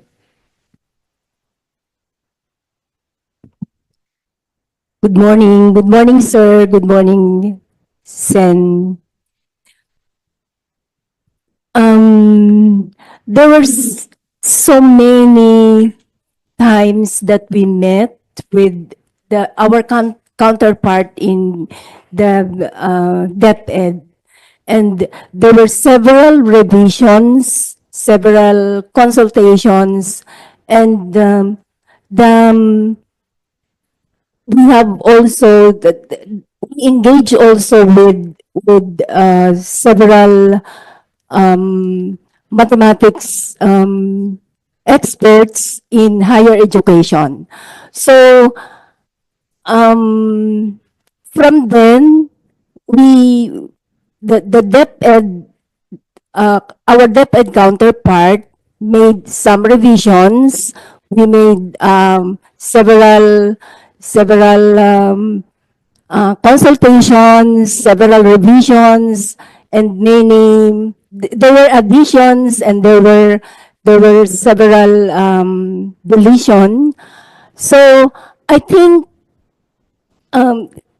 sabi nga ni Doc Ed, it's not actually apple to apple, but they are parallel. They are parallel. So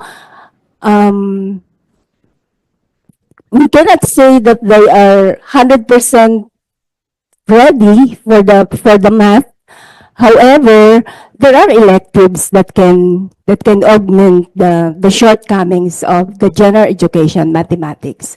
So with that, we are confident in the math area, in the math that our students will be ready to take up more mathematics courses in college. So that's it.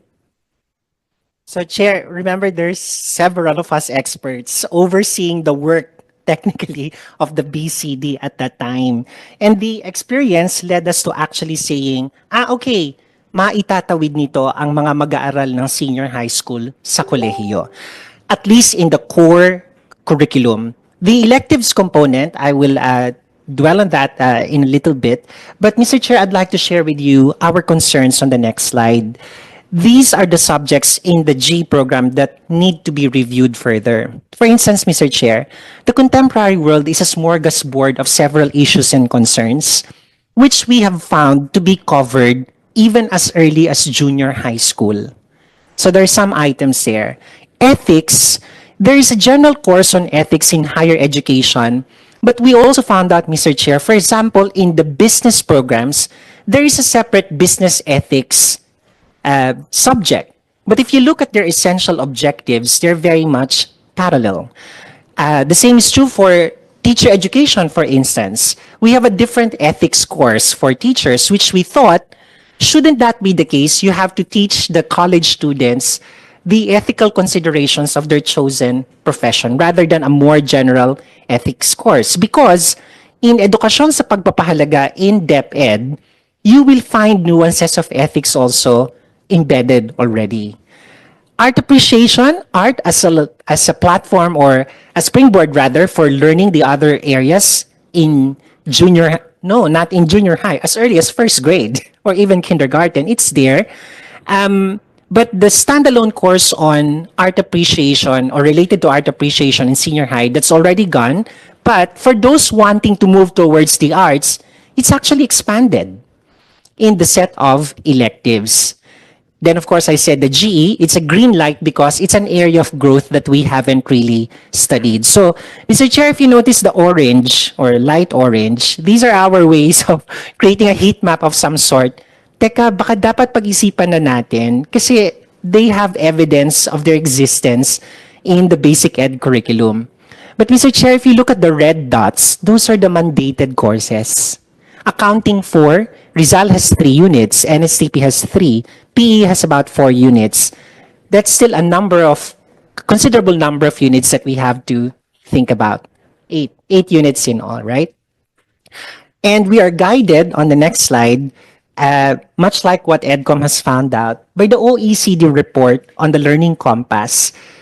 At higher education, we also need to be concerned with overload, gaps, content, inequity, and implementation, which we found out, Mr. Chair, as the same issues that were originally addressed, next slide, by 3 ASEAN member states. These are Malaysia, Singapore, and Thailand, who actually shifted their higher education ecosystem to a minimum of 3 years in terms of duration and a maximum of 5 or 6, particularly for those degree programs covered by international accords, which is understandable. We have them in the Philippines also. But moving towards a shorter duration of time in college, where their secondary program ends or their basic education program ending at about 11 or 12 years, there's something that probably they're doing right because their economies are advancing quite fast. So given this, we also heeded the call and observation. In fact, even prior to the discussion by EDCOM 2, as shown on the next slide, there's one degree program, Mr. Chair, who's actually seen that it's possible to reduce further the duration of the degree program. This is the degree program in tourism management and hospitality management. If you notice, Mr. Chair, if they're coming from the ABM track in senior high school, they have lesser number of units. The question is, why was it only these 2 programs who moved towards the recognition of the credentials in senior high school. The reason? Because the articulation between GE, Prof Ed, and majorship back in the implementation of K to 12 as it was designed was absent. So we have high hopes that the current context affords us the opportunity to rethink and see how the model that was created by, for instance, BSTM and BSHM may be replicated. And the reason why I'm saying this, Mr. Chair, is that on the next slide, if you look at the senior high school elective system as it is proposed right now, we have just not finished our work here, but Mr. Chair, we are wanting to identify, for example, in the arts, social sciences, and humanities strand, or electives cluster rather, sorry, I'm transitioning to the terms. Mr. Chair, there is a higher education course that is related to citizenship and civic engagement. Creative industries. Creative writing is an actual course with 4 variations in a standard creative writing program in college. So if DepEd is mindful already that these can actually be part of the electives program in senior high school, then we can free up higher education degree programs to actually account for the more industry-related or industry-demanded skills, competencies, knowledge sets that we cannot do so much of right now because of the constraints in the design of a degree program as they exist. So if you look at STEM, for instance, Mr. Chair, if you look at some of the existing engineering programs, you will find some of these courses in their curricula. But DepEd is offering that those people who have competencies in STEM, take them early on so that you could advance a little more when you enter higher education. So the issue here, Mr. Chair, is that we need to fine-tune the senior high school credit recognition process because some of the elective courses have equivalents or related courses in the existing PSGs. Now, if we do this, Mr. Chair, the next question to answer will be, what can we do to optimize them for admission and program placement? What do I mean by this? Imagine a STEM student who was able to take, Yusek Gina, how many electives should they take? About 5? Average of 5. Average of 5. If you've taken already, of the 5, assuming that you already explored also the other areas, how do we call them? The doorway option. Let's say you have taken 3 of the STEM courses. Shouldn't those 3 STEM courses matter in your application for admission to a STEM-related degree program? And therefore, if you earn that credit, don't take the subjects related to those subjects anymore. And hence, you will be measured as, okay, you're clear to enter STEM. Of course, it's easier said than done, because that will require an upbeat, more enhanced admission, a set of admission protocols. That's where I will bring this short presentation to its conclusion. On the next slide, Mr. Chair, 2 questions are now important to us because we will be meeting all the technical panels soon. Because this means that we are already in agreement at the level of the technical panel for general education. Now that GE is likely going to change, hopefully for the better, we need to really underscore how Prof Ed and specialization will naturally evolve. Will this mean a reduction, an enrichment? How is it going to look like? Vis-a-vis the regional and global trends in terms of the design of higher education curricula. I remember in one Philippine mission to the United Kingdom, there was an articulation that we graduate our lawyers very late because there's just too many things that we take at pre-law and then law proper and so on and so forth. Of course, I commented that, well, we should go back to basic ed as well because we could have provided a more efficient way to make those early credentials recognizable. And then what are the considerations in recognizing the credentials from the strengthened senior high school within the qualification and admission context of each degree program or a cluster of degree programs? So for the information of the public, a PSG or a Program Standards and Guidelines in CHED will have a separate articulation of admission, defining admission criteria, what needs to be taken, and so on and so forth. However, if we actually place that admission criteria specific to a degree program, there's some room of interpretation or misinterpretation or over-interpretation that might happen. This is precisely what happened to the earlier graduates of senior high school.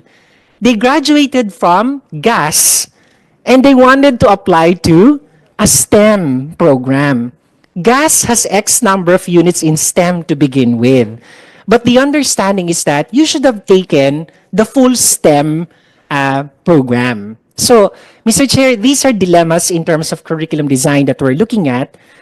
But there are two interesting insights that we would like to put forward coming from the April 23 Interagency FGD.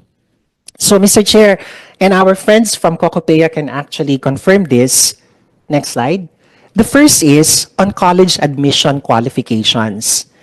We were told that a more stable issuance is needed to really determine what are the minimum qualifications for admission to a degree program.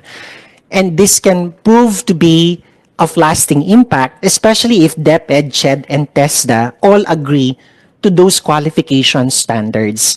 Mr. Chair, this could mean X number of subjects in this strand can actually lead you towards this entry-level qualification or admission to X number of degree programs in college. X number of NCs can help you transition towards this degree program or a combination, which is the spirit of the strengthened senior high school. But in anticipation of the changes that will take place, Mr. Chair, we now have a problem much like earlier. What happens when displacements take place, right? Particularly those who are in the private education sector. Mr. Chair, there is a proposal to think of a junior college department, particularly in spaces within HEIs with senior high school offerings. There's going to be a reduction in the number of senior high school faculty, for sure. They will be repurposed, sorry for the term. But in private HEIs, what happens if they have that integrated system? You see, in CHED, you're required to have a master's degree before you can teach any higher education course. But the trainees in senior high school of DepEd also have the content and content-related qualifications to teach some of what we will or what exists right now as GE courses. So what I'm trying to say, what we're trying to say here, Mr. Chair, is maybe one way to cushion the impact of those changes is to create this space where we do not ask about a higher qualification yet from the faculty, but use that space to actually move towards. But if you have the essential qualifications initially articulated by DepEd, then you should be able to teach in both senior high school and GE. So I'll stop here, Mr. Chair. These are initial insights coming from the Commission. And I'd like to take this opportunity that nagpapasalamat po kami dahil sa unang pagkakataon, nag-uusap yung mga ahensya, saan tayo pupunta. I think that's a huge milestone to celebrate. Thank you, Mr. Chair. Maraming salamat after 13 years. Nag-uusap rin kayo. Siguro kung nag-uusap kayo 13 years ago, baka wala na tayong problema ngayon. But it's really, no, kidding aside, it's really a milestone. And I saw the number of days and also corroborated by briefing earlier that there were really intense collaboration between DepEd, CHED, and also TESDA. I've been monitoring the interaction between Secretary Angara and Secretary Benitez. And we'll talk about the Tech Pro later on. But I just want to just ask a few questions to CHED through Dr. Fermin. On your slide 20, no?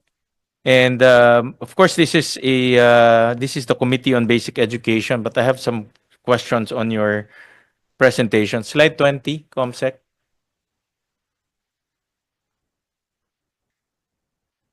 On the CHED presentation. This one. This is 9 units, I understand. Bakit pa tayo nagtuturo ng PE sa college? Diba, bakit ba nagtuturo ng 8 units o 8 units? Bakit ba tayo nagtuturo ng PE sa college? I remember when I was studying in the US, wala na kaming PE. After how many ang PE in basic, how many every year yan meron, di ba? And every sem, no? In senior. So may PE ka for 10 years. Pagpasok mo ng college, PE na naman. Diba? It's really about time to be honest about it, eliminate and push this down to basic education. So that when you leave basic education, you just focus on your concentration, on your specialization. Like art appreciation, why do you have to teach that in college? That should be in basic education if we really want to teach students art appreciation. I think we have art appreciation in basic education. Yeah. Rizal, lahat naman tayo in basic education, we taught Rizal at an early age. Not even in college, but also in elementary school, no? In grade 9, no? So, but I understand some of these are legislated. So we really need to review, and we will ask the help of EDCOM and CHED to review these subjects. If we can amend the law, if those other subjects are not in the form of law, then I'm urging CHED to review this already and eliminate as possible. Top of mind is PE. No, I don't think PE is a requirement for higher education learning. No? So the rest, maybe we can review it. But the concept here, if we can push this down to basic education, because basic education should be universal. No? Everyone should learn all of these subjects. So if we can push some of this to basic education, then that will be the best case. At least when they now transfer to higher education, they're focused on their specialization, research, more intense discussion on their subject. No? So again, I'd like to, I'm urging the CHED to review these subjects. Before I call EDCOM, just one more thing. No? On slide 7 of the CHED presentation. And this actually encapsulates the comments that we get from our parents and our stakeholders, no? Particularly the bridging program, particularly the downloading of the GE courses. So, in short, Dr. Fermin, and I thank you for the effort in spearheading the collaboration between DepEd and CHED. But can we, based on the new curriculum, can we assure our parents that the bridging program will no longer be necessary in college? No? Because that bridging program is, ito kasi nasa isip ng mga parents natin, nagdagdag na tayo ng 2 years, may bridging program pa pagdating ng college. No? And the bridging program is not free. No? In most cases, they have to pay for the bridging program. So can we assure our parents that with this new curriculum, we will no longer need the bridging program because they will be ready to enter college? Mr. Chair, I will respond to that in the shortest way possible. Yes, it should work that way. But we will need that joint order, Mr. Chair, to articulate what the minimum qualification really is so that universities may be guided, oh, wala namang sinabi dyan na magbe-bridging kayo whatsoever. Then let us lay that down very clearly. But Mr. Chair, one thing that I'm seeing is that the part of the academic freedom enjoyed by HEIs is to enforce some mechanisms that make their admission and retention policies move towards excellence. You know, they will impose higher criteria for admission. They like, I think that's fine, but the HEIs will also have to mature in understanding at entry level, and you have the minimum qualifications. Will you prevent that potential human capital contribution from moving forward by imposing a number of other bridging or enrichment courses rather than taking it upon yourself as the institution to really make sure you polish that student given whatever updates you will do in the prof ed and the specialization courses, because otherwise we will repeat the same mistakes, Mr. Chair. So that's where we are coming from. Thank you. I want to take this opportunity to make sure that this new curriculum, the strengthened senior high school curriculum, will address the bridging program issue. No, and that's why because we're already reforming the curriculum, so that by reforming it, we're now assuring the public that this bridging program will no longer be needed because we have already reformed the curriculum. We don't want a scenario wherein we reform the curriculum, but the end goal is the same. May bridging program pa rin, no? So that's one of the things that I want to flag DepEd, that to work together with CHED to make sure that the minimum qualifications for college, for being college ready, is met with our senior high school. The other question, Dr. Fermin, is number 2. No?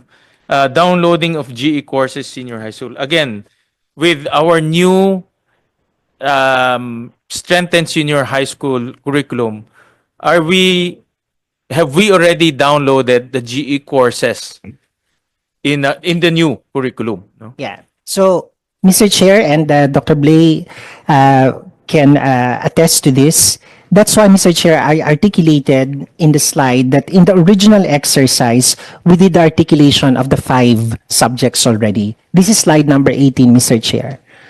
So, the initial direction is that if you notice those 5G courses, they have semblance and similar directions as the proposed senior high school core. The secret, Mr. Chair, is the people who the people who are delivering and designing those 5G courses sat with their counterparts in senior high school to really once and for all answer the question, oh, why are you teaching that in college? Meron pala sa senior high school, and so on and so forth. So that one we could guarantee, Mr. Chair. I don't know if the other technical experts in higher education listening to me will disagree, but let's call it like that. Sa totoo lang, may relasyon po sila. Huwag nating ikubli yung relasyon. Thank you. Thank you. Well, that's good news, and I think a lot of our parents will be very happy. This is actually showing our students that they are now enjoying general education subjects at the senior high school level. So naibaba na natin. This is actually a clear illustration na naibaba na natin. And the promises are now being fulfilled. No? Pero parang awa nyo na yung PE, tanggalin nyo na yung PE. It's really parang mind-boggling that it's there. No? So, yeah. You see Gina and then see Dr. Key. Very quickly lang po, hindi lang na-update ni Doc Fermin yung mga titles natin ngayon. Kailangan lang po i-update ng CHED yung mga titles natin dito sa history at saka doon sa life skills po. Pero yun po, ganun na po talaga ang alignment ngayon. Just updating of the names. Thank you po. Yeah, Dr. E. Thank you, Mr. Chair. Just to add to the discussion about PE, last week we had a very fruitful discussion on legislated subjects and activities in basic and higher education. Panimula pa lang po yun, Mr. Chair, kasi hindi pa exhaustive yung pag-aaral na nagawa natin. But we'll flash the number of subjects that are required for basic and higher ed to integrate. So what we found so far po is 21 subjects, 21 laws have been passed to integrate specific subjects or topics into the curriculum. The blue is required for basic and higher education, the red is for basic education only, and the yellow is for higher education only.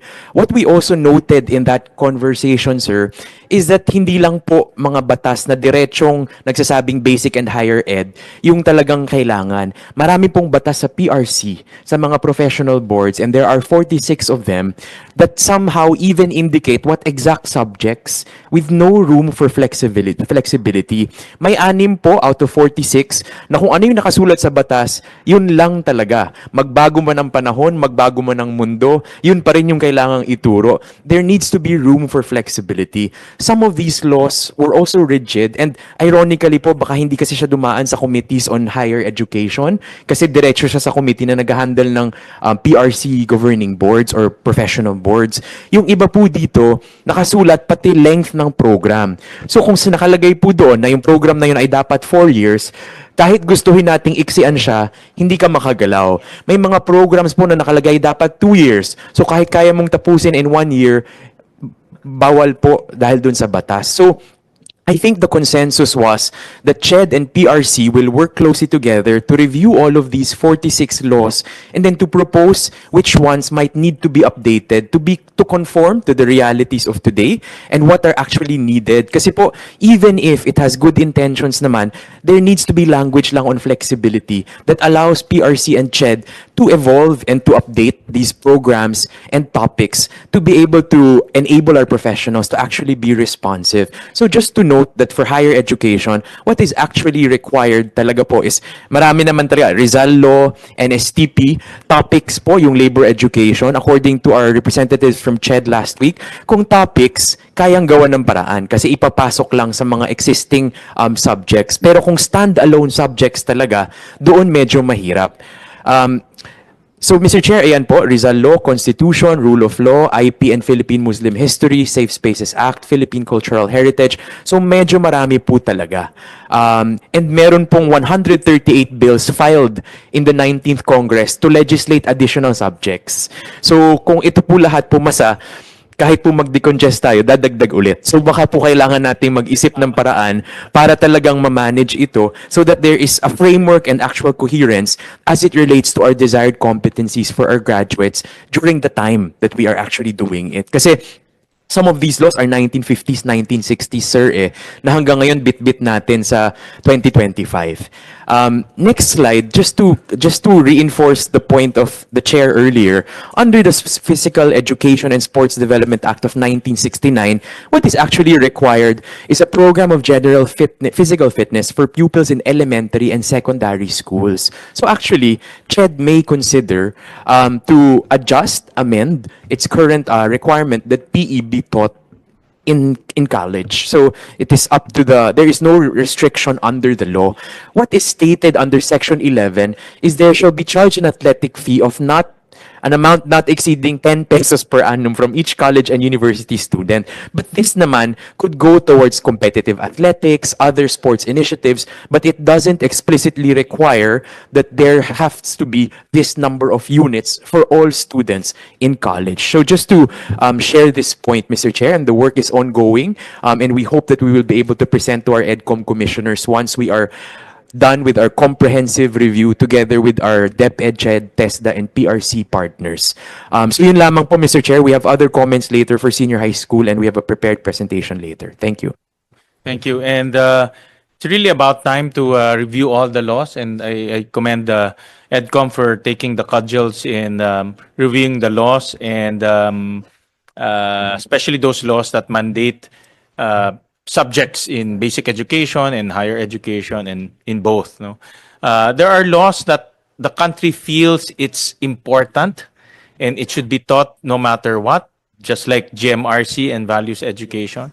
But because times have changed and curriculum delivery is also evolving, some of the subjects can be adjusted. No, for example, nga, yung Constitution or Rizal Law or itong physical education and sport development, maybe it can be adjusted, no, so that it will be attuned to the times. No, so we'll request EDCOM to brief us on this on a later date. No? With that, we'll now pursue. We'll call on EDCOM, no, to give their comments on the new senior high school curriculum. Thank you, Mr. Chair. Could we request the Secretariat to please put in the slides? Mr. Chair, what we tried to do was to analyze all of the comments, studies, findings that we have found on senior high school as it relates to the challenges, and then how it is juxtaposed against the post reforms of DepEd, and then just ending with several questions for clarification as to how we will actually implement it. Next slide. Next slide, please. Mr. Chair, this summarizes the three clusters of challenges, as you also alluded to earlier.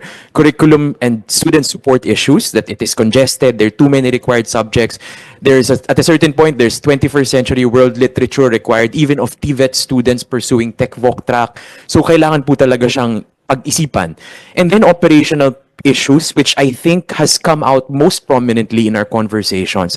The lack of textbooks, the lack of supplies, the lack of laboratory material equipment, the lack of TVET equipment in some, or actually a good number of SHS TVL programs. Also, the unavailability of tracks and strands in specific localities, the difficulty in establishing industry partnerships. Ito po, maigting yung comment ng mga nasa maliliit na mga lugar, ng mga munisipyo at mga maliliit na schools, to the point of our chair that rural schools really have difficulty kasi pag may requirement na work immersion pero wala naman pwedeng puntahan sa kanilang komunidad, paano po mafulfill yung requirement na yon? So baka nga po kailangan pag-aralan sa pilot, paano to pwedeng i-implement, or baka dapat iba yung requirement for those with limited access to such opportunities. And then system readiness and implementation gaps. Also the issues at the exits, which was already thoroughly discussed earlier, including certification and assessment, actual employability, and then the bridging programs. Next slide.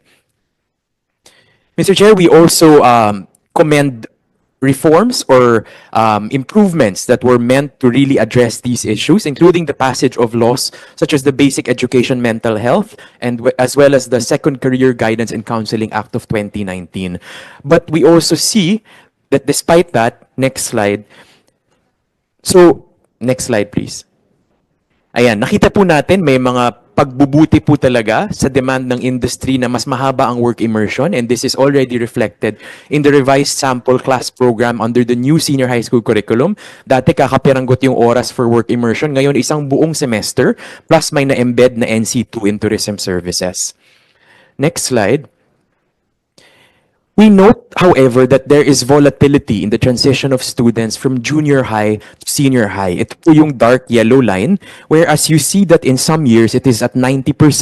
May mga taon umaakyat siya ng 100%, pero bumababa ulit. So siguro po pag-uunawa kung bakit paiba-iba yung bilang ng mga estudyante or yung proportion ng mga estudyante na nagtatapos ng grade 10 na sumasampa ng grade 11. At ano yung dahilan sa likod nito? Is it supply? Is it electives? Is it options for them? Is it difficulty in financing? Is it voucher program challenges? Is it quality? So kailangan pong unawain kasi hindi stable at talagang paiba-iba since its initial implementation. Next slide. Ito po alam nating lahat, karamihan talaga nasa academic, at 33% nasa tech voc, pero kahit yung mga nasa tech voc, karamihan tumutuloy sa college. Next slide.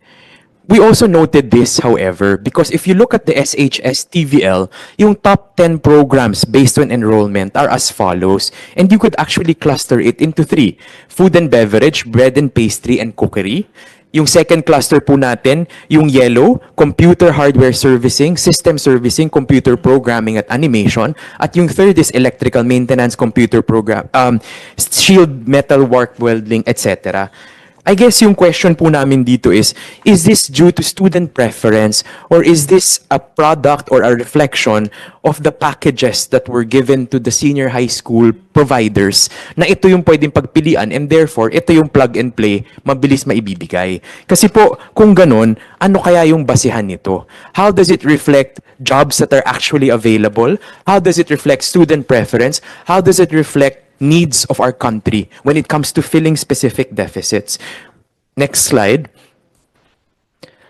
Pagdating naman po sa labor market outcomes ng graduates, mixed picture pa po siya at it continuously evolves. Nakita po natin yung labor force participation noong 2020, nasa 23.3%. Noong 2024, yung result naman 38.6%. But it shows that there is good employability, more or less, 78, 79% employability for those that do decide to join the workforce. Pero what is the quality of employment is the question. They may be employed, but it seems that a good number of them are obviously employed in elementary occupations. Whether or not we could do better than that is something we will need to confront. Most SHS graduates enter the labor force, of which 28.2% is in the informal sector and 20% are unpaid family workers. So, ang ibig sabihin po nito, yung sa 39% na pumasok ng trabaho, actually kalahati sa kanila nasa informal, casual, or hindi bayad ng kanilang mga pamilya. So, kailangan din nating harapin po ito. Next slide. This is also what we are trying to show, Mr. Chair. In a lot of our consultations on the ground, ang napapansin po namin, marami ang junior high schools nagtatapos sa public.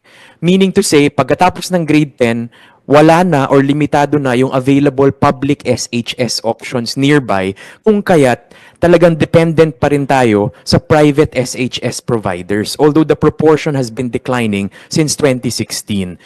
So, nakikita po natin ngayon, 44% ng student enrollment sa senior high school ay nasa private institutions. Next slide. Tinry po naming pagbanggain year on year mula 2018-2019. The blue bar depicts grade 10 public enrollment, whereas the red bar that is dark is the grade 11 public enrollment. Meaning to say, napakarami po talagang nagtatapos sa public grade 10, junior high school, na hindi kayang i-accommodate ng public options niya. Ngayon yung tanong po namin dito, okay naman po yung complementarity natin. In fact, nakatulong talaga yung private sector sa pag-i-implement. Pero ang dalawang issue po dito is, accessible kaya lahat ng options for senior high kasi meron ba tayong pag-aaral pagdating sa top-up fees? Kasi what if may provider ka nga na private, pero kung lahat sila nagsisingil ng mataas na top-up fee at walang limitation yon, saan sila tutungo? Makikita rin po natin, sir, na meron talagang agwat sa grade 10 completer at grade 11 starter. So meaning to say, there's a good chunk, a significant chunk that really is unable to proceed when you stack up both public and private provision. Next slide. Ito po yung pinropose ng DepEd and we also just mapped it out here, but they also indicated which type of teachers may teach these subjects. Next slide. Ito po pinresent na rin namin before, pero uulitin lang po namin at talagang kinonform na namin siya sa current core subjects. Yung life skills po, malamang sa malamang kung pagbabasihan natin yung S-Form 7 ng grade 11 and 12 teachers ngayon, 85.11% of them will be teaching a subject that they did not train for. Kasama sa 13.9% na kukonting blue ang MAPE teachers. Ibig sabihin, PE major, music major, siya yung pagtuturuin natin ng life skills. Yung life skills po, tulad ng nabanggit ni Asik Janir kanina, equips the learners with essential skills in personal, physical, social, and career competencies to develop self-determination, leadership, adaptability, and resilience. We're not saying that they couldn't, but that we really need to take a hard look at the available manpower that we have and what type of professional development programs might truly enable them to teach those subjects. Sa general science po in senior high school, kahit pagsamahin po natin si physical science, general science, biology, chemistry teachers, 17.9% lang din po sila, or 17.09. 82% are still going to teach subjects that they don't have a background for. So, hindi lang po siya kasing laking problema sa math. But everywhere in these 5 courses, talagang halos or more than half will be teaching subjects that they did not study for. And this is really a big challenge because as we all know, napakahalaga po ng ginagampanan ng mga guro. Maganda man ang disenyo ng produkto at ng curriculum, kung yung magtuturo po hindi makatanggap ng sapat na suporta para maituro ito ng mahusay, talaga pong magkakaproblema rin po tayo sa kalidad ng pagkatuto. Next slide. We have clarifications on electives. So actually, we echo the questions of our chair when it comes to the electives. Kasi po ang tanong po natin dito, what assumptions guided the choice of electives of subjects and of clusters. Kasi po makikita natin under academic track, accountancy, business, and management. HUMS, STEM, ay yun yung ngayon. Yung bago po, arts, social sciences, humanities, business, entrepreneurship, etc., which is flashed here. What we tried to do was to look at some of the PSGs of CHED, of the most popular programs. Kunyari po sa nursing, ito po yung finlash ko. Pasensya na, pinicturean ko lang kanina tapos nilagay sa slide. Ang mga subjects po na ititake nila, fundamentals of nursing practice, nutrition and diet therapy, nursing informatics, nursing research, care of the older person, nursing research. Yung question ko po, how has the electives taken into consideration the actual programs that they will be taking in college and what is it meant to do? If we're saying that the electives will prepare them better for college, assuming, for example, that I was going to pursue nursing and I took STEM, I'm wondering what thinking in empowerment technologies, pre-calculus, chemistry 3 to 4 really relates to the professions that they are going to pursue. Alam naman po natin ano yung pinaka in-demand na courses sa college. Public ad, teacher education, criminology, nursing, etc., etc. Paano kaya natin hinambing yung mga available professions and PSGs versus the available electives? And do they all carry the same weight? Should it be clustered this way? Is this the choice of electives that will really prepare our graduates? All that to say that implementing this number of electives might be difficult because students will have varied choices and directions in life. We are thinking, hindi kaya mas mainam pa na hanapin natin yung pinaka-generic competencies na mahalaga na malaman nila at matutunan regardless of what college program they will pursue. For example, intermediate and advanced digital skills, research skills or quantitative skills. Yung mga ganong questions or leadership, project management, which you somehow need as you progress in your life and in your career. Pag-iisipan lang po siguro, and this is just a question that we want to pose to understand the choice of electives, the number of electives, and clusters. Next slide. Ito rin po yung, just to reinforce the point of our chair earlier, karamihan po sa standalone senior high school, 70% are small. When it is small, we are meaning to say about 400 students based on DepEd definition. Kung mas kukonti po sa 440 yung estudyante, realistically, may bilang na po ba tayo kung ilan ang actual viable number of electives that DepEd could make available in a small school versus a large school versus a very large school? Because kung ganito yan, baka pag nasa small school ka, limitado yun. And the choices become then very critical. Kung ang pinili ng isang school is i-offer lahat ng STEM at small school siya, hindi niya kakayanin sigurong lumawak pa sa iba't ibang mga electives. Kakayanin ba niya in terms of manpower, in terms of number of students? I think we need to simulate that and figure that out to the point of our chair earlier. Kasi if we are modeling very large options, they might have the luxury of having all of the options. Pero sa small, can we maintain and assure that our students will really have genuine student choice? Next slide. This is a typology sampling in senior high school in Region 6. As you will see, Mr. Chair, only in Iloilo City will you have schools that are really large. All the other municipalities, majority, 70 to 80% are actually small. So we might need to truly figure out our design in a way that is differentiated depending on the size and the location of our senior high school programs.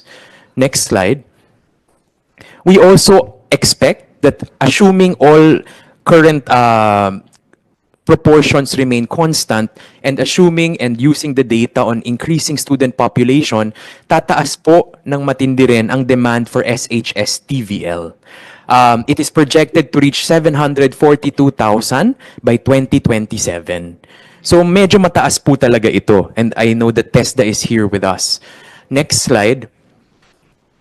Pero again, based on our question po kanina, yung choice natin ng Tech Pro clusters and NCs, what went into thinking about and making these decisions? Kasi po, for example, how does it consider available jobs or actual demand? Like, alam po natin maraming barangay healthcare workers na kailangan. Alam natin maraming ECCD, daycare workers na kailangan. Alam po natin na may demand pagdating sa iba't ibang fields katulad ng welding. So how is that considered by the choice of these offerings or these clusterings? How will these resolve deficits in the workforce? And tiningnan ko nga po kanina, baka naman actually pwede talaga siyang i-take pati ng magka-college. Kasi po, for example, may health services NC2 na kung iisipin mo, baka mas appropriate pa sa mag-nursing kaysa mag-take siya ng calculus at ng iba't ibang STEM programs. So baka po pwede nating pag-isipan siya more holistically. Anyway, we're talking about Philippine Credit Transfer System. We're talking about how you could actually do seamless transfers between TVET and higher ed. Might we also just consider that some of the NCs may give them actually better training, better preparation for the college programs they wish to take and have those credited already too. Next slide. If we then demand or ask that TESDA and DepEd allow our students to take higher level qualifications, NC3 or 4, mukha pong hirap na hirap tayo dito. Kung lahat po ng SHS TVL natin by 2027, ang gugustuhin po natin NC3 or NC4, TESDA's current capacity will only accommodate 6% of that.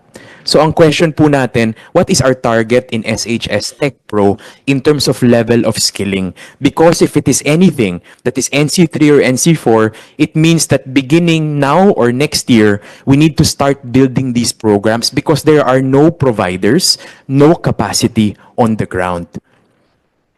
Next slide. Pagdating po sa construction, for example, and we know that PCA is very active and continuously needs manpower, talaga pong 2-3 lang ang nag-o-offer ng NC3. The same could be said of garments, heating, ventilation, air conditioning, and refrigeration. At marami po tayo nasisiraan ng ref at aircon ngayong summer. Kailangan po natin ng mas marami nito. Next slide.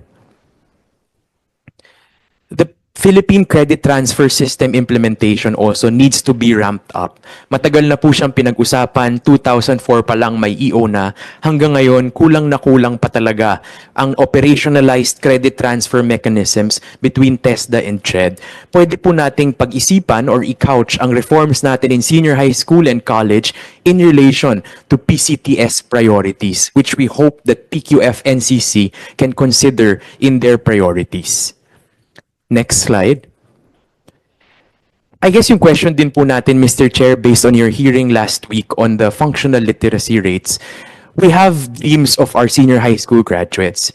We want them to be ready for college. We want them to be ready for work. We have core courses that are comprehensive and really demand in-depth or critical thinking.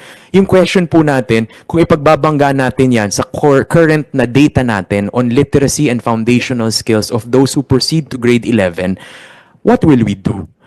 Ano ba ang data ng grade 10 completers natin ngayon at pagsampa nila ng grade 11 kasi hindi naman nila automatically magigain ang foundational skills or functional literacy pag akyat ng grade 11. How will interventions be embedded? Because we could not think in a tabula rasa way. We could not think of an ideal scenario. We need to accept where we are and meet our learners there. If, for example, 30% of our students from grade 10 don't have foundational skills or functional literacy, and they proceed to grade 11 with the 5 core courses, what will we do? How will they imbibe that? How will they learn that?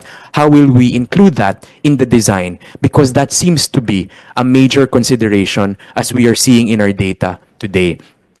Kita din po natin sa grade 2024, grade 12 NAT results, most of our learners demonstrated low proficiency level in all learning areas. How are we considering these results, all of this data, in the current design of senior high school? Next slide. And finally, Mr. Chair, guidance counseling and also NCAI. I think, Mr. Chair, in the workshop by EDCOM on this, and you were the one who asked this question, and just to share it again with the body, yung top occupation interests po ng ating mga graduates, gratefully, in the past years, spiritual vocation based on NCAI. Kung ito po ang pagbabasihan ng mga resulta ng pagpipilian nila sa senior high school, should we adjust to this or should we adjust our tools? And our question is, how will the Landas toolkit also conform to this, or how will that move alongside the change in the NCAI and whatever tools are available on the ground? Because if there seems to be some disconnect or dissonance between actual student interest and programs that are available, then paano po kaya yun? Kasi hindi nagtutugma ang datos na nakikita natin at ang ating pinagsisimulang mga programa. Next slide. So, Mr. Chair, just to highlight our 7 main questions for DepEd, also to just reinforce the questions of our chair. First is, how does DepEd plan to address poor mastery of foundational competencies of students as they complete grade 10? Will there be assessments towards grade 11? Will there be an intervention before they reach grade 11? Will there be a revised program design in grade 11 for these type of students? Second, how were the electives determined? What were the assumptions behind the number of electives and the choice of subjects? Third, what is the educational background of the teachers holding SHS plantilla positions but handling subjects not related to their specialization? Kasi pagdating pa natin sa electives, isa pa po yung pag-aaralan natin. How were TVET NCs and clusters selected? Is there an inventory also of capital outlay investments made by DepEd already? Kasi po, kung na-procure na natin lahat ng mga ovens at lahat ng mga pangluto, paano po kaya yon kung ang demand natin nasa nursing aid, dental assistant, etc., etc.? Paano po kaya natin siya pwede pang ipivot? Fifth, what are DepEd's plans for career guidance and how will the Landas toolkit go side by side with the current NCAI or the future NCAI? Concretely, how will the revised curriculum for SHS not result in redundancy of subjects, as already underscored by our chair? And then finally, what are DepEd's plans in relation to senior high school recognition and quality assurance? Just to stress that we have been working on provisional permits, many of our private providers of senior high, since 2016. Thank you, Mr. Chair. Thank you for that, ED Carol. We're doing working lunch, so please feel free to have your lunch while we discuss this topic. We'll go to the slide before. Yan. Matutuwa si Father Inocencio dito. Number 1, spiritual vocation. Maraming gusto magpare. Oh. But it is actually quite out of curiosity and interest. This is quite interesting. This is spiritual vocation. Yeah, but this is what they gathered from their NCAE, no, the guidance counselor test. No? Okay. Okay, Father, go ahead. I think the question raised by Mark has been very good input for the questions that the study has to answer. I think he has identified so many things of critical issues that needs to be answered with the pilot study. And that's why I think it's very important. What are the questions you want to answer in your study when you do the pilot? And I want to reiterate that, no? Because without that proper guidance, you don't know what data you're going to collect and what means we are going to gather the data and how do you interpret the data. Those are basic things that has to be ironed out. And he has raised so many questions already and many considerations given in this discussion. So I don't know what is your framework now of making that kind of study. There, you raise a good point. In our experience dealing with DepEd in general, I'm not pointing to a specific administration. Like for example, the discussion on mother tongue. There was also a pilot test, during that time. I think this was 2012, 2013. But we also requested for the output of that pilot. Because you do a pilot because you want to test the implementation, you study the pros and cons, and you address the downside.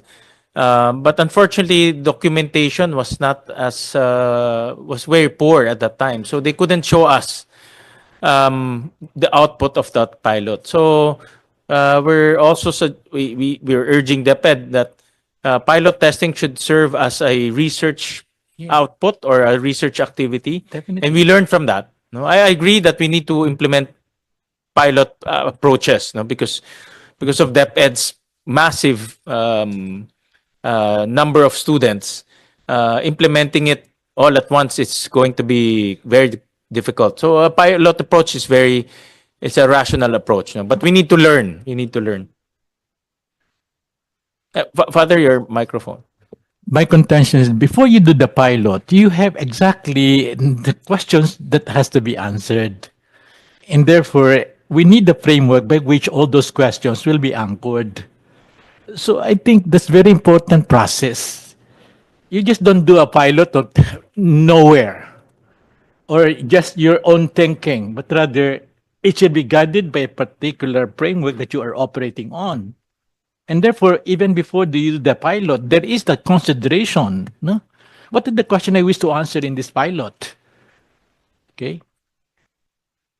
And what is the framework that I'm going to use in order to do the pilot?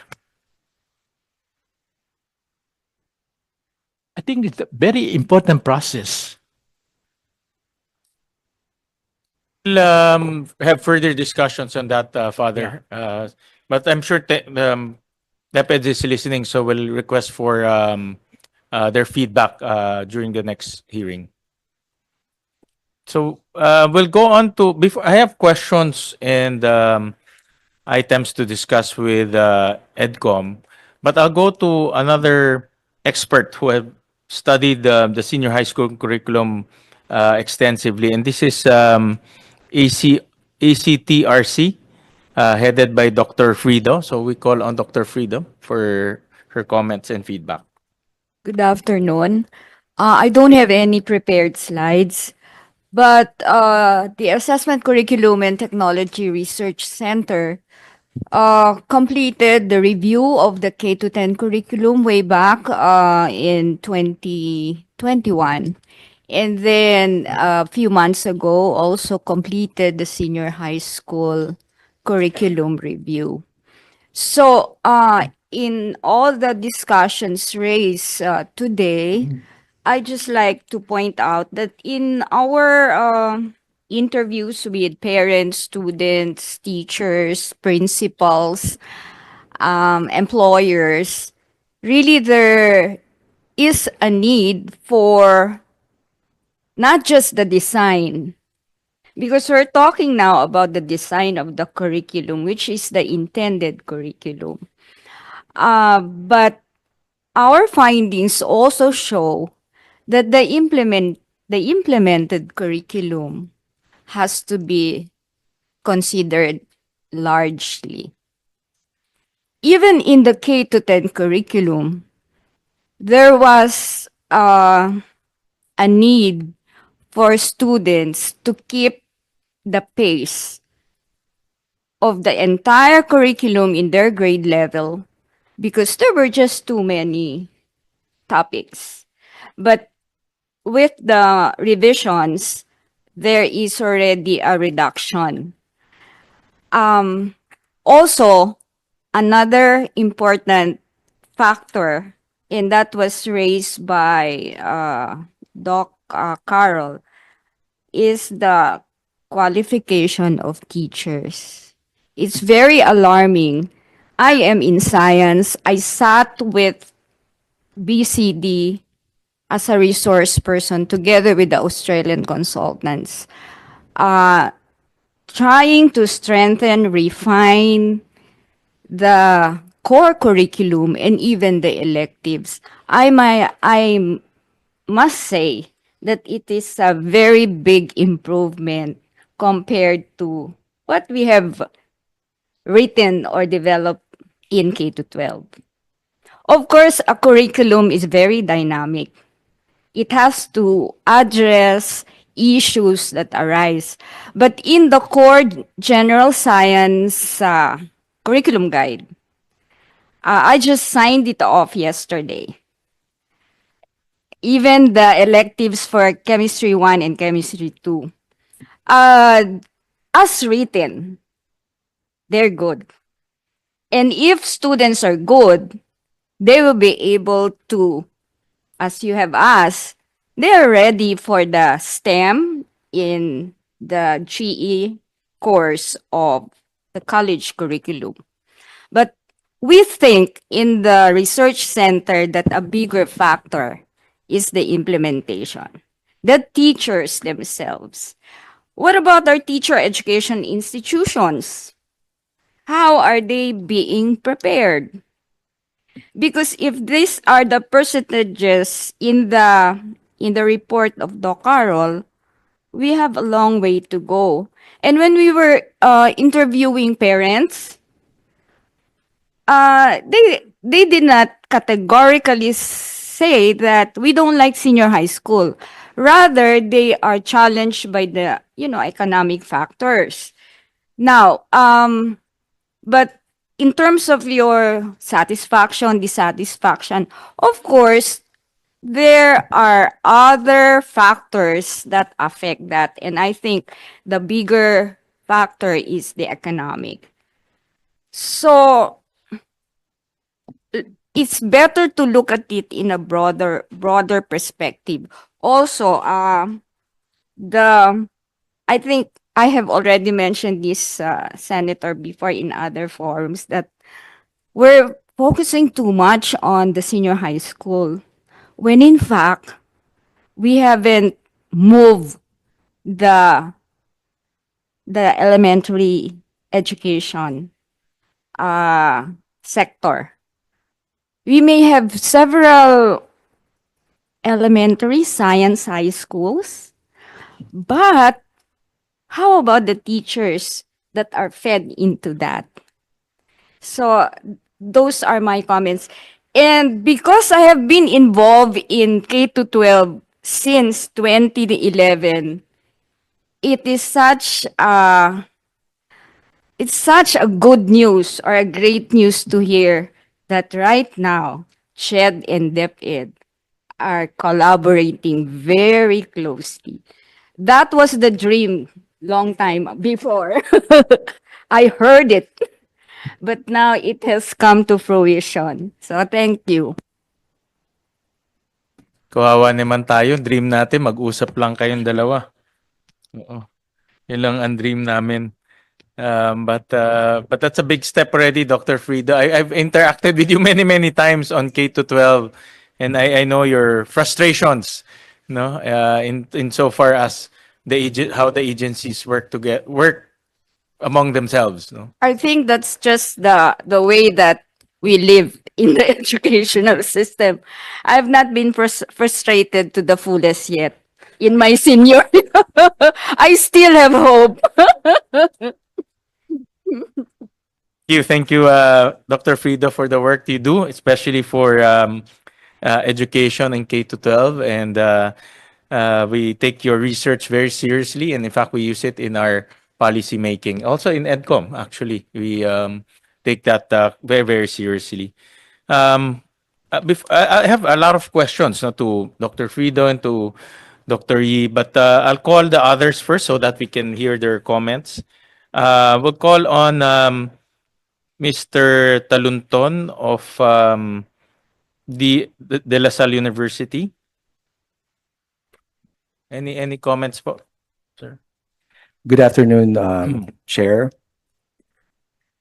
Well, it's saddening that that only this time that CHED, DepEd, and TVET are meeting, but it's a good progress, as we say, because those have always been our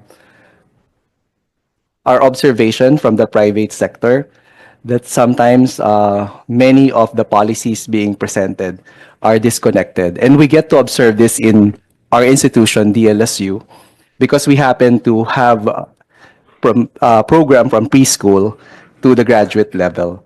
So, and given the resources that they're available in the institution, we are fortunate to be able to provide support to our teachers. And we saw that in our experience, when you provide this support resources, especially to the teachers, the curriculum that is intended to be executed could be very successful. Because in our experience, that's how we saw the senior high school.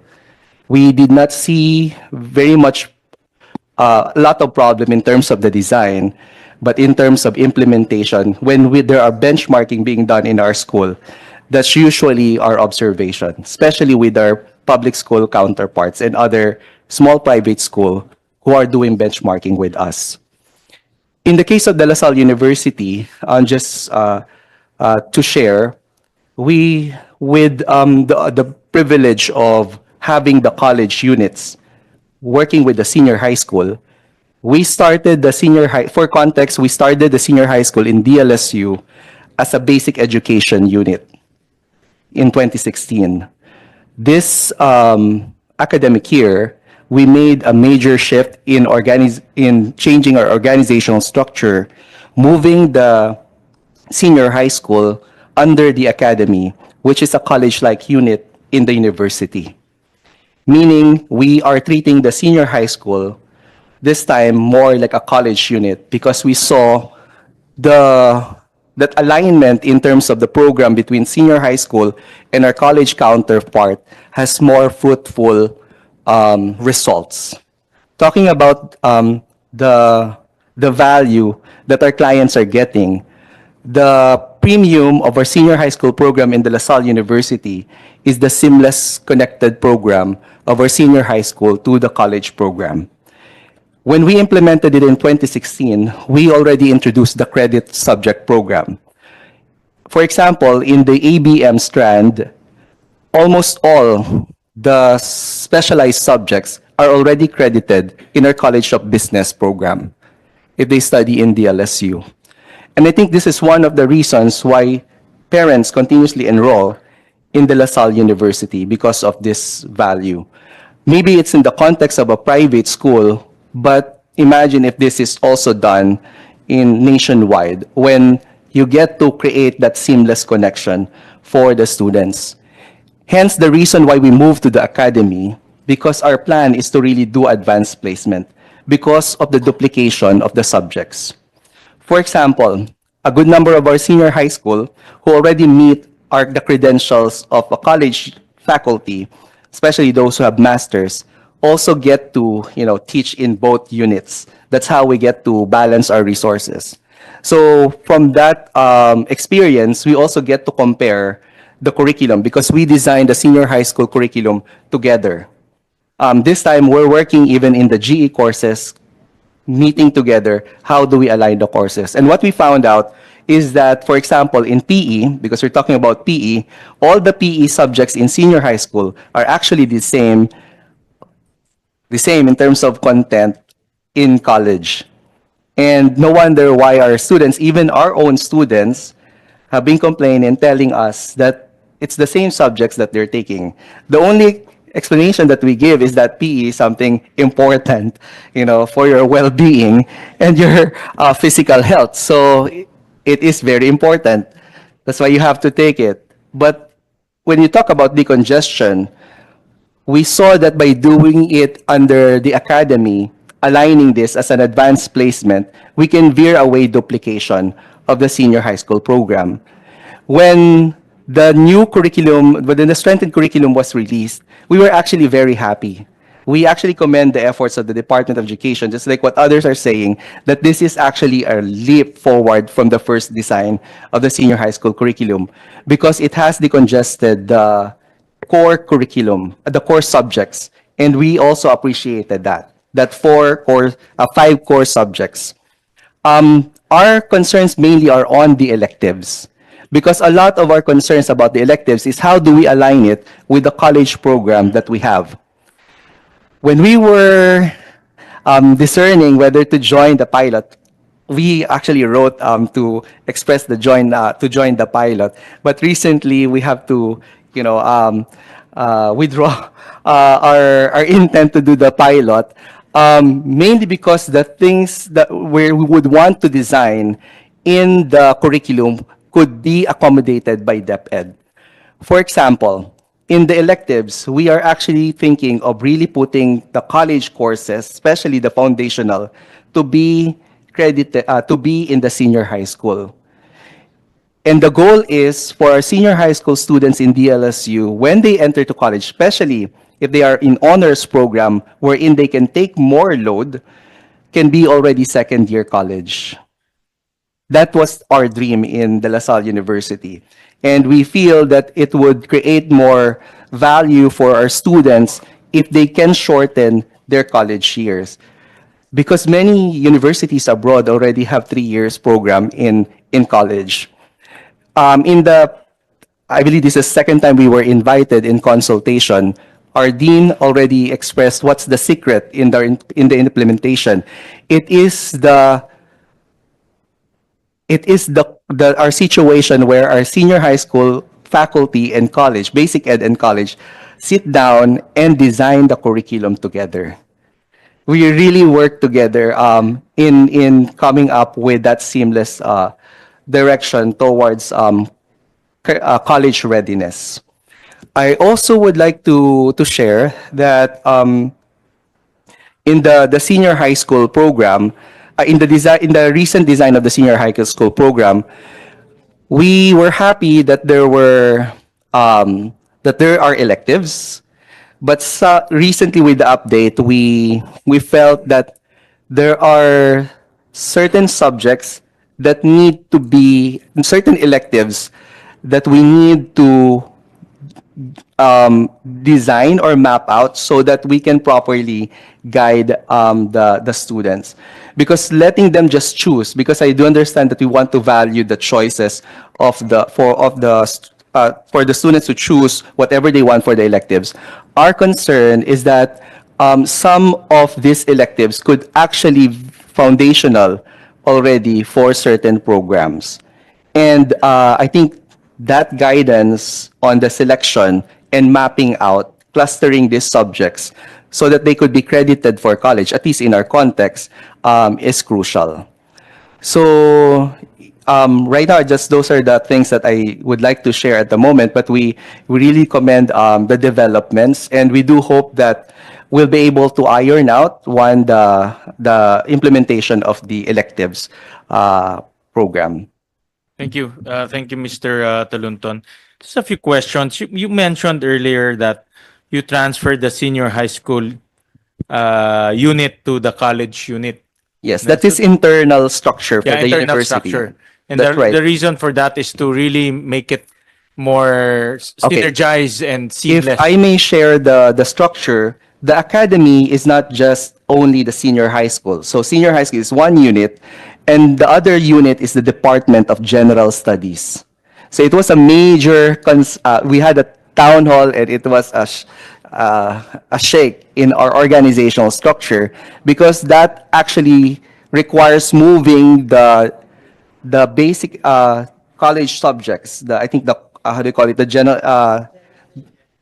the GE subjects, or we call it also the LaSalle. We also offer other subjects like LaSallian core curriculum taken by all to under the Department of General Studies, so that we will, and by creating that kind of structure, we will be able to seamlessly manage and manage the alignment of the senior high school subjects and the GE and the LaSallian core curriculum subjects. So that's one of the approaches that we did. And you said earlier that it's quite successful. Can you give us an example of? It is on its, we haven't had completed the first year. We just had it last September, Chair.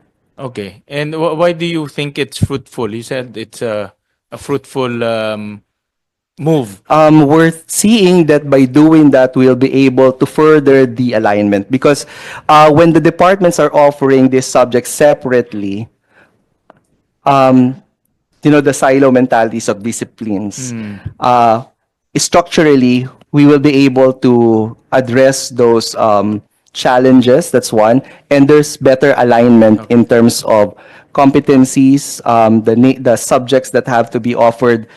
And one thing that we're also thinking at the moment, but we haven't implemented this, we realized that within the colleges, let's say the College of Business, there are actually different foundational subjects that are offered for the different courses and departments under a certain college. So we were actually thinking of coming up with a common foundations, for example, for all computer science programs, so that we can also bring this to the level of the senior high school. So that when a student moves to, let's say, College of Computer Science, regardless of the program, those foundational could easily be credited, if that would be the case. But those are just the initial plan design. That's why we don't know if we fit those designs could easily fit in already with the current piloting design of DepEd. I think that's one of our reasons. Does LaSalle have a tech voc track? We do not have the technical vocational track, Chair. So you only offer academic track Only the academic track. in the hopes that they will transfer to the LaSalle University. That's true, Chair. Okay. Because we also found out, Yusek Gina, this is from COCOPEA, no? From DepEd, that for private school, 58% of our private schools do not offer tech voc. No? Almost half of the private schools do not offer tech voc. So I think the thought process here also is investing in tech voc. Kasi tech voc, offering the academic track and the tech voc track takes two investments. That's Diba? correct. Since majority of the students are thinking of going to college anyways, so most of the private schools probably decided just stick with academic because you're just investing in one track. No? Yes. Tech voc is more expensive than academic because of the equipment and specialization. No? So that's something to consider as well. Because I'll show a slide. Meron number of people going to college. CSB. Because, and Carol showed this earlier that 70% of our students are pursuing college degrees. We'll show in a PIDS study 2019, it's 76%, 74% of students who took the academic track will pursue college, and then 76% in TVL track will pursue college. But there's a later study, this is a tracer study by DepEd, that, where's the next one? That 82% of senior high schools actually went to college, no? Based on the tracer study. So in other words, if you are a private school and this is the number, you might as well invest in academic because they all end up in college anyways. No? Even the ones who are taking TVL. No, I think that's the same thought process that went to LaSalle. I would like to confirm that, Chair, because when we initially thought of bringing to the idea of offering technical vocational to the university, one is that our clients' option and preference is not really towards tech voc, it's really college education. And secondly, we cannot deny the fact of the impression that majority Filipinos really don't see technical vocational as a profession or a lucrative career path. All right, thank you for that those comments. We also have a resource person from UST, Dr. Quintana. Good afternoon, Senator Gatchalian, and to the members of the Committee on Basic Education. When I received the letter from our dean, I was asked to prepare a position paper. And I think the position paper that I will share with you this morning is something that will answer some of the questions raised a while ago. So the title of my position paper is a proposal for laboratory school as a pilot testing site of the strengthened senior high school program. Because I am here as a representative from the College of Education, and at the same time, I am the principal of the laboratory school of the College of Education, which is the training ground of teachers, future teachers of basic education. So let me start with my introduction. One of the major development in the Philippine educational reform, of course, is the introduction of the senior high school program in our country. But nevertheless, this needs refinement and changes as time passes by in order to maintain its relevance in preparing Filipino youth in a competitive and globalized 21st century environment. With the plan of strengthened senior high school program of the Department of Education, or DepEd, this school year 2025-2026, it is essential to address important concerns, and moreover, it is necessary to focus on improving foundational aspects of teachers' preparation because effective educators serve as the backbone of an engaging classroom. Thus, by incorporating real-world experiences and immediate feedback measures that can be provided by laboratory schools who are training future teachers, this position paper encourages the use of pre-service teachers preparation program, particularly in the laboratory schools as pilot testing site for strengthened senior high school program. Next slide, please. A teacher laboratory school is an innovative educational environment where pre-service teachers can apply theoretical knowledge while experiencing practical teaching. These schools act as training grounds where aspiring teachers can work with mentor teachers, try out numerous instructional principles, and get candid, constructive criticism on their methods. The goal is to enhance the quality of teacher education by providing an authentic, supportive setting that fosters growth and development in teaching skills, the curriculum that they deliver. Now, this form of integration could enhance teachers' readiness, which will eventually impact senior high school students' academic performance that will have an implication in the strengthened curriculum. Next slide, please. The primary objective of designing laboratory school as pilot sites are threefold. First, curriculum refinement, creating structured feedback system, and lastly, aligning of training programs. Just like what Mr. Talonton mentioned a while ago, it is really important that we talk also in the university. And annually, what we did is to sit down with the junior high school teachers and administrators, senior high school teachers, administrators, and those who are teaching in college, for us to be able to identify the gaps that we have to address. Now, first, curriculum refinement. Practical exposure of pre-service teachers using the strengthened senior high school program will definitely highlight the strengths and weaknesses present in this new curriculum. Pre-service teachers will be able to develop ways to establish learning environment that is suitable to the teacher training program standards through determining areas where students struggle and gaps in the way the curriculum is delivered.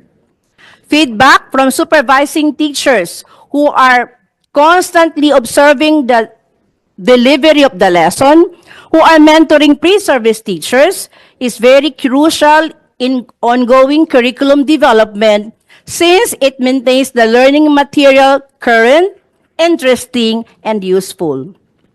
Now, in the study of Wilson 2017, it is emphasized that active engagement of pre-service teachers in the real classroom environment leads to meaningful enhancement in curriculum design. A valuable real-time insight into what students need is additionally generated on ongoing feedback exchange between young educators and their seasoned mentors, which enables prompt and vital modification to teaching strategies. Now, pre-service teachers, on the other hand, gain from practical experience in this way, and it will also make the curriculum more engaging. Second, the main objective is to create methodological framework, in assessing the effectiveness of the strengthened senior high school curriculum. How can we do this? through regular assessments in the laboratory school that will enable the pre-service teachers to adjust strategies and curriculum in real time while taking classroom dynamics into consideration. In other words, direct interaction between the students is made possible by the pre-service teachers' engagement in the laboratory school as they implement the curriculum. More importantly, feedback from the supervising teachers who are closely observing and monitoring them could provide valuable perspective and recommendations regarding the efficacy of the method of instruction or the strengthened high school curriculum as a whole. Recent studies stress that the immediate and continual feedback system helps schools foster an innovative and improved-oriented curriculum. Pre-service teachers benefit from this feedback system. Thus, the strengthened senior high school curriculum would keep evolving to be responsive to the standards of instruction. Finally, considering laboratory schools in this pilot program will keep our training of future high school teachers grounded in the actual day-to-day life of teaching and learning. Remember, those who are being molded and mentored in the tertiary education, taking up BSE, right, are also teaching in the senior high school program. So this will help prepare teachers who are responsive to the distinct needs of the senior high school students and the challenges of the strengthened high school curriculum. According to Teacher Education Accreditation Council 2020, effective teacher preparation program must adapt to pedagogical advancements and educational demands. Thus, turning laboratory schools into pilot testing grounds offers a powerful pathway to elevate the teacher preparation by immersing future educators in current and innovative real-world experiences. In effect, students will also feel engaged and empowered in their classroom. Thus, we can say that the quality of educators will determine the success of the strengthened senior high school program it produces. By enhancing the preparation of our teachers through hands-on experience and feedback system from evaluation, this can ensure that our future educators will be competent and capable of encouraging the next generation of learners. This will directly translate to transformative results to students, and they will achieve more academically, think more critically, connect more deeply with what they are learning, and be better prepared for the next steps and develop the skills that they need. So finally, in conclusion, I recommend that the Department of Education consider this proposal given how it can significantly contribute to the strengthening of the pre-service teachers in conjunction with the assessment of the effectiveness of the Department of Education strengthened senior high school program that will be implemented this school year 2025-2026.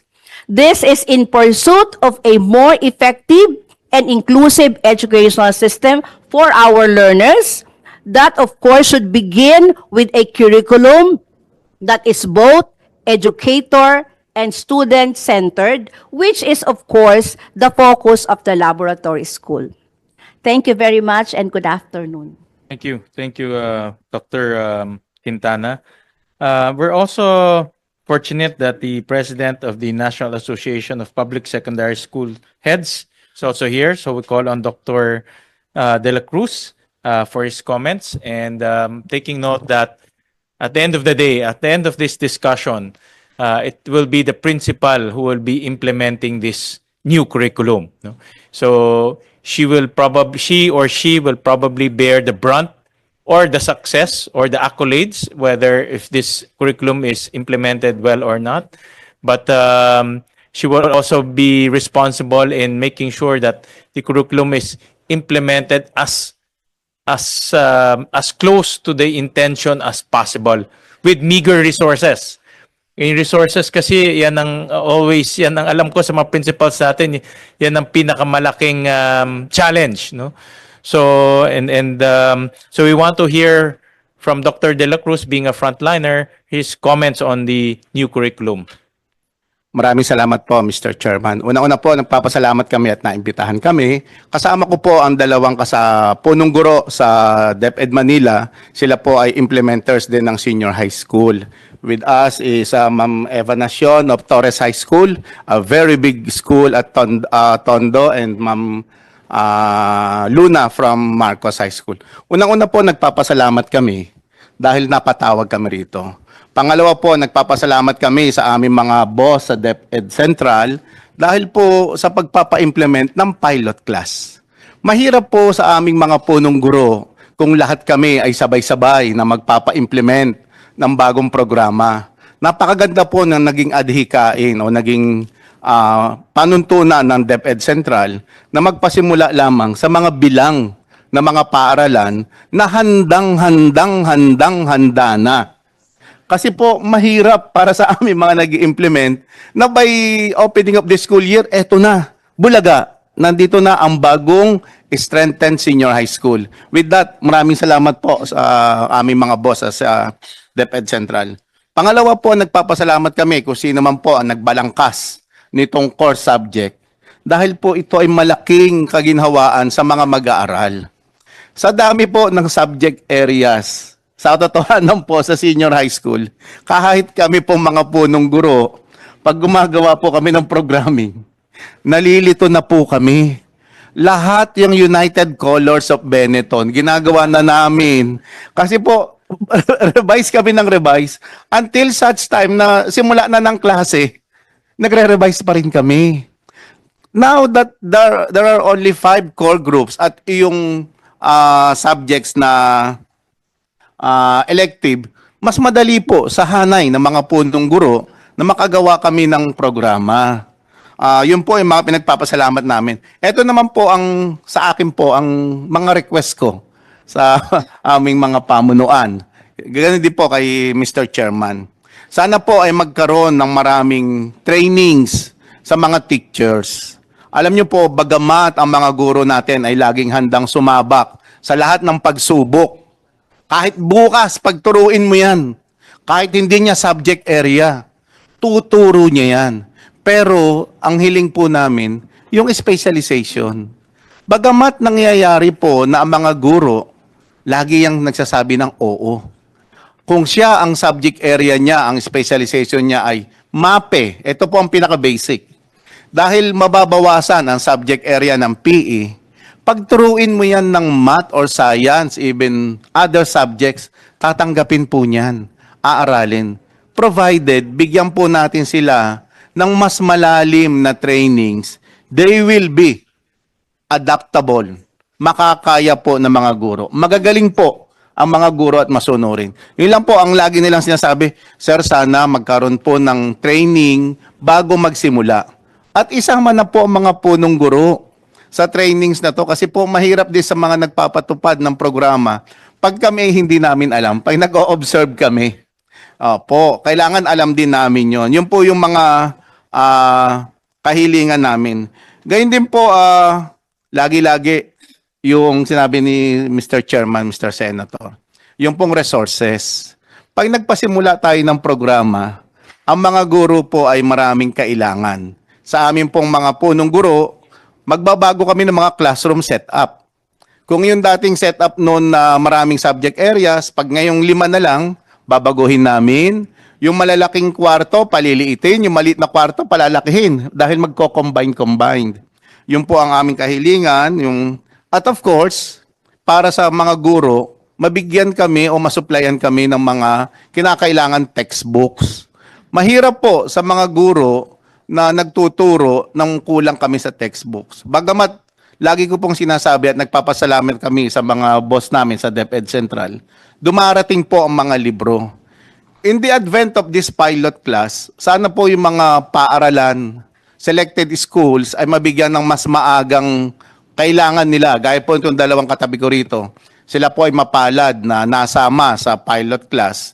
Sana po ay mas maaga na maparating yung mga libro para sa kanilang mga guro. At ito po yung huli, ang akin pong kinatatakutan. Dahil po lumiit o kumonti yung mga subject area, ang worry po ng mga teachers namin ay yung ma-excess sila.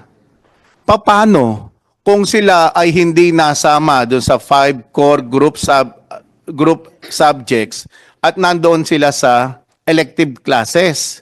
Kung sa elective classes, hindi pa rin sila napili ng mga mag-aaral, saan po ilalagay ng mga punong guro yon? Sana po magkaroon ng mas magandang preparasyon sa mga guro na, na hindi mapipili sa 5 core subjects at saka sa elective subjects.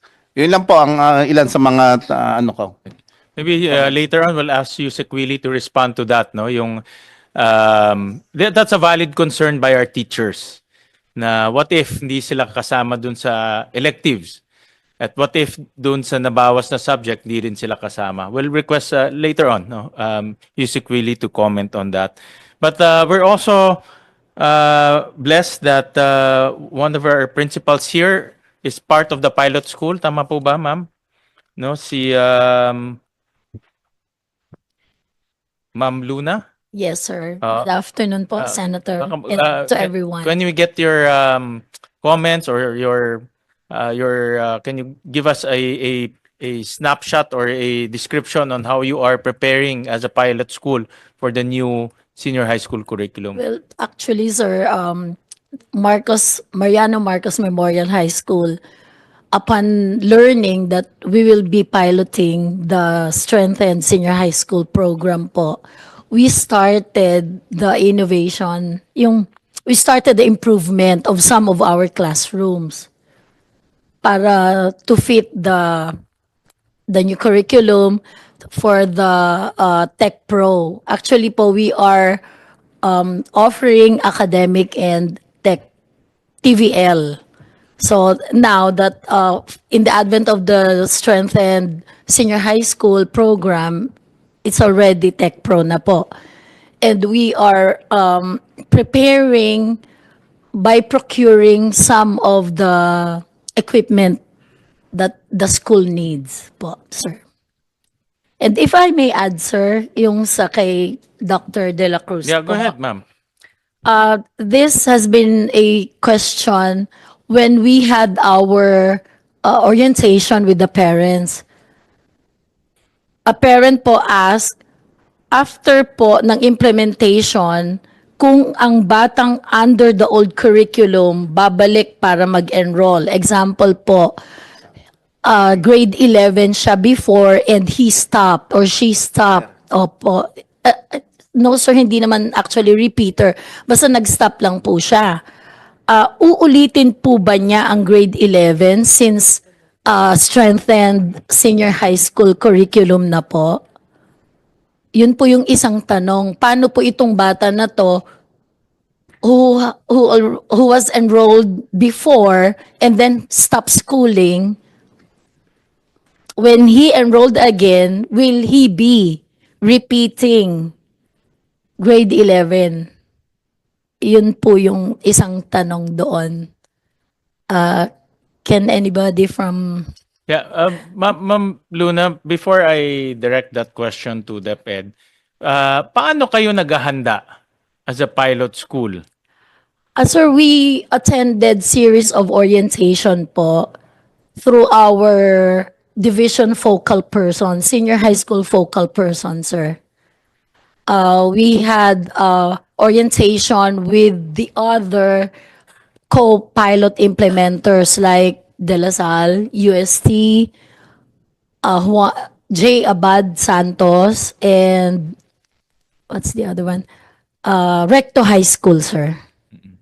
We have had series of orientation programs, and then we were given yung slides and the guidelines po for us to prepare.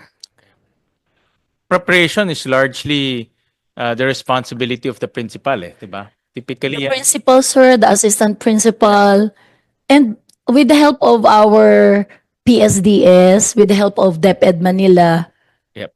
we were able to, little by little, we are taking baby steps, sir. Yeah.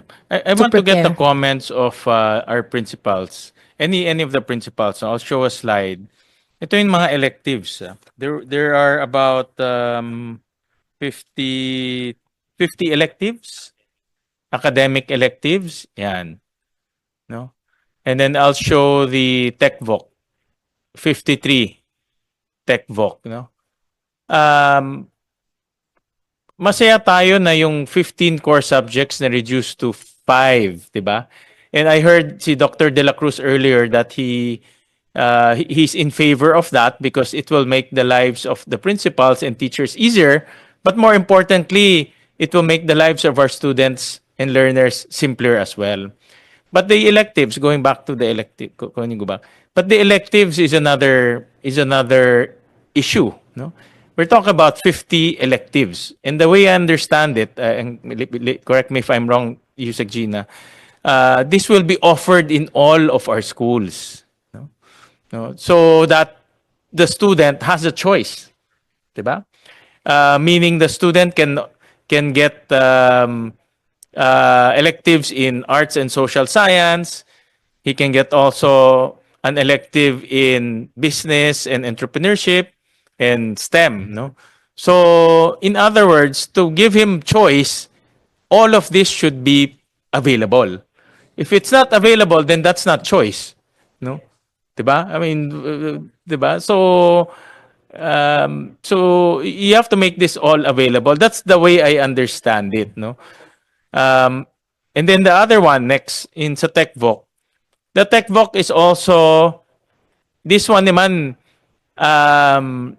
the way I understand it, these are the 53 TechVoc or Tech Pro courses that a school can offer, but the principal now has the responsibility to consult, diba? Consult your students, consult the parents, consult the industry on which course is in demand in your locality. No? So there's a process. But of course, pag sinabi nila, let's say, ang gusto ko ay ito nakita ko dito, gusto ko ay animation or computer programming, then the principal should also make sure that that course is available. And you have people who will, or you have teachers who will teach that. So my question is, tama nga ho, nabawasan yung core subject, but looking at the electives and the Tech Pro clusters, mai-implement ba yan ng ating mga principals? Considering that yung specialization is a challenge now? No. Anyone from our principals? Kasi at the end of the day, like last week, kausap ko yung mga principals namin. One of yung mga comments nila in our current curriculum right now is the issue of specialization. No, napakahirap kumuha ng specialization or specialized teachers who will teach. Even at the present curriculum right now, nahirapan sila. Mas nahirapan sila sa TechVoc. No, kasi gusto nga ng bata, let's say, illustration, pero hindi naman sila makakuha ng tao magtuturo ng illustration. So, they're forced now to come up with courses that they think that they can get specialized teachers. No? So, before I recognize Father, let me just ask that question to our principals, and then I'll recognize Father. Good afternoon, Senator Gatchalian, and good afternoon to everyone. Actually, that is one of our challenges, no, if we're going to start with this strengthened senior high school program.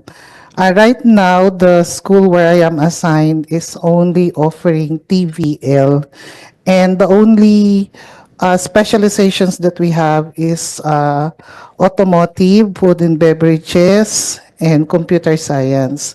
So it's the reality that once a student will enroll in the school this coming school year or probably next year, if they're looking for an elective in which they have to take animation or illustration. So we don't have that. So they have to be contented only on what specializations or tech pro that we have in the school. Ito po, itong mga electives na ito, kaya ba i-offer ng mga schools natin ito? Kaya ba i-offer ng mga principals natin itong mga electives? These are 50 electives. As long as we have the teachers and resources, of course, we can offer this. Oo. So, but based on this, for example, kayo po mag-implement, kaya niyo ho to? Walang, based on your current capability right now? To only the specializations that we have, so we can offer it. But looking into that, there are 53 electives, of course not. Hindi mahirap po, no? Because of the specialization. Yes, Okay. and we don't have the facilities. We don't have all the facilities for this. Okay. Yeah, Father, go ahead. I think you hit the nail at the head. Because when you operationalize this kind of implementation of electives, even us in Don Bosco will not be able to offer the electives of 50 to be able to address the electives. And it's a logistically nightmare for a very small school to operationalize this kind of presentation of electives. And I don't know how will be the success of this kind of program when even the electives are fragmented, and I don't know how this elective can fit into the requirement of the core of the TechBook program, because the program in TechBook, in order to be recognized as a program, you need basic competencies, you need common competencies, and the core competencies. The core competencies itself, when you do the kind of separation of this kind of subject and only address it through elective, I don't know how it will catch up with the requirement of competency standards that has to be satisfied by a particular qualification. A nightmare.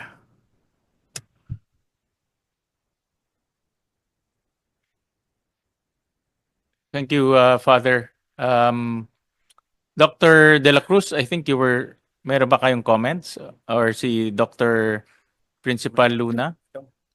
Senator, apart from what Ma'am Nation mentioned a while ago, I think the teachers will be prepared through the trainings that Dr. De La Cruz had said earlier.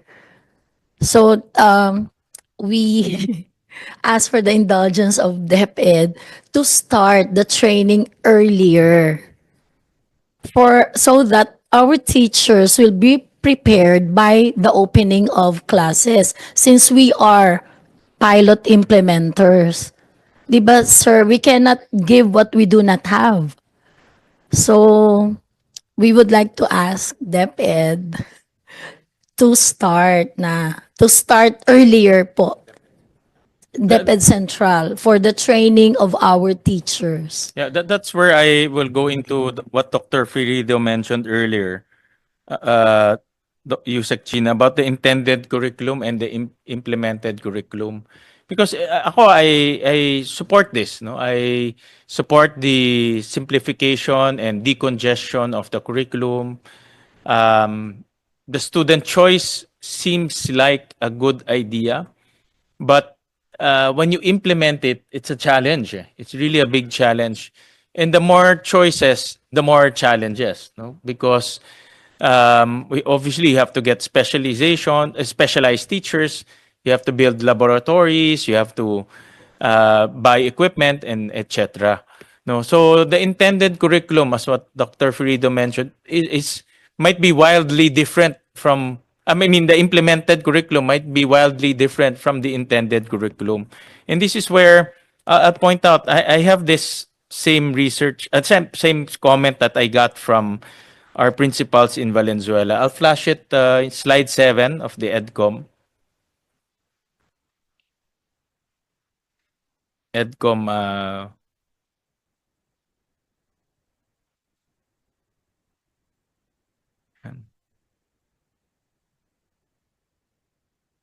Slide 7, ComSec. Yeah. Like for example, in this case, food and beverage services, bread and pastry production, cookery. No, these are the top choices. And I found out sa Valenzuela ganyan din eh. No, in home economics cluster is the top. We found out that it's the top because it's easy to offer. The principals for the principals, this is easier to offer because the investment, they can buy equipment from anywhere. They can get teachers who can teach these three home economic subjects compared to, let's say, computer programming because you have to buy computers, you have to buy specialists. So, ito yung ino-offer sa mga estudyante. Pero hindi ibig sabihin ito yung gusto ng estudyante. No? Ito lang talaga yung kayang i-offer ng school. Ito lang yung kayang i-offer ng principal because limitado rin yung power ng principal o limitado yung pondo ng principal to buy equipment. So my question to DepEd is, aren't we going into the same problem with the electives and also with the Tech Pro? Because the Tech Pro and the electives, again, it's good on paper, good in intentions. I like the student choice direction. The doorway policy seems like, or the doorway option seems like a good policy. However, when you implement it, is a different scenario. So, learning from from this current curriculum, aren't we going into the same problems again? Okay. Before I answer that question, Sen, I just would like to clarify that our most recent number of electives for academic track is 36 and for Tech Pro is 42. Okay? I'd like to correct the assumption that all schools will offer all the electives. Those are just a menu of electives. We will need to teach the school heads how to plan for their elective offerings. Okay? So there are things that need to be considered in the offering of electives. One, of course, student choice, and that would mean student ability and student aspiration. Okay? We can get that from our NCAE, right? Our interviews with students and how teachers understand the ability and the aspirations of our students. But that one also is not enough. Okay? The planning should also include industry demands. Okay?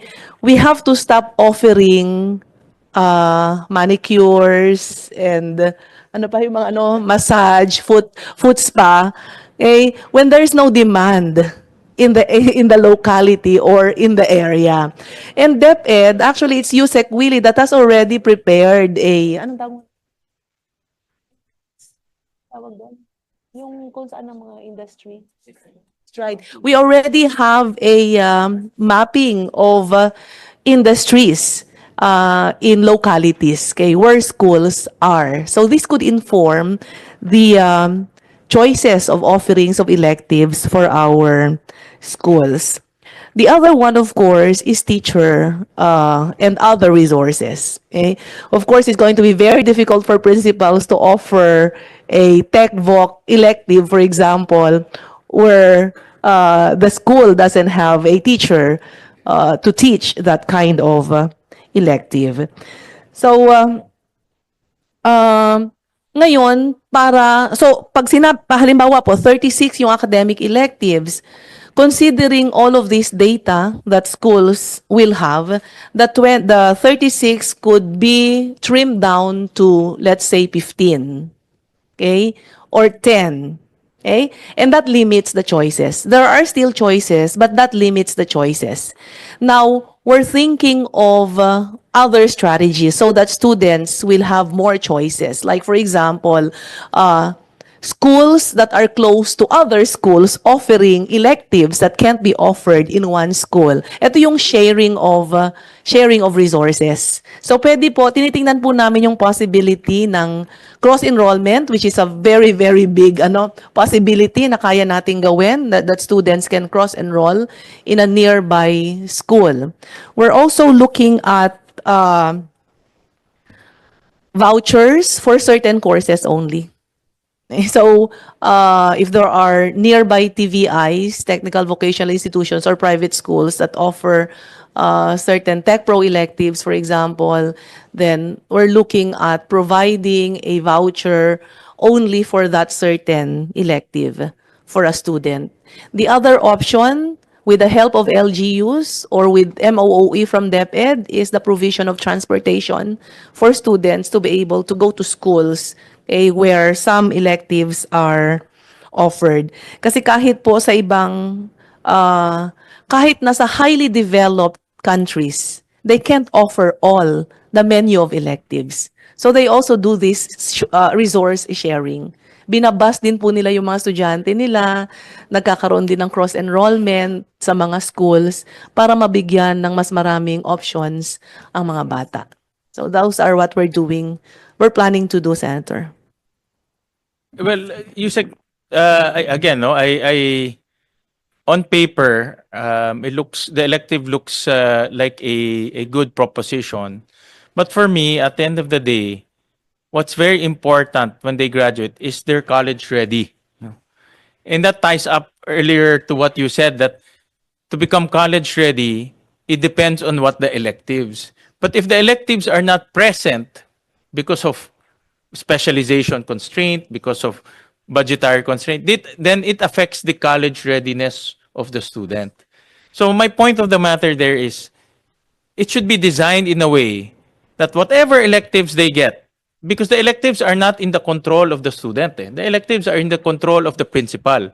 And the principal is under the control of resources and specialization, no?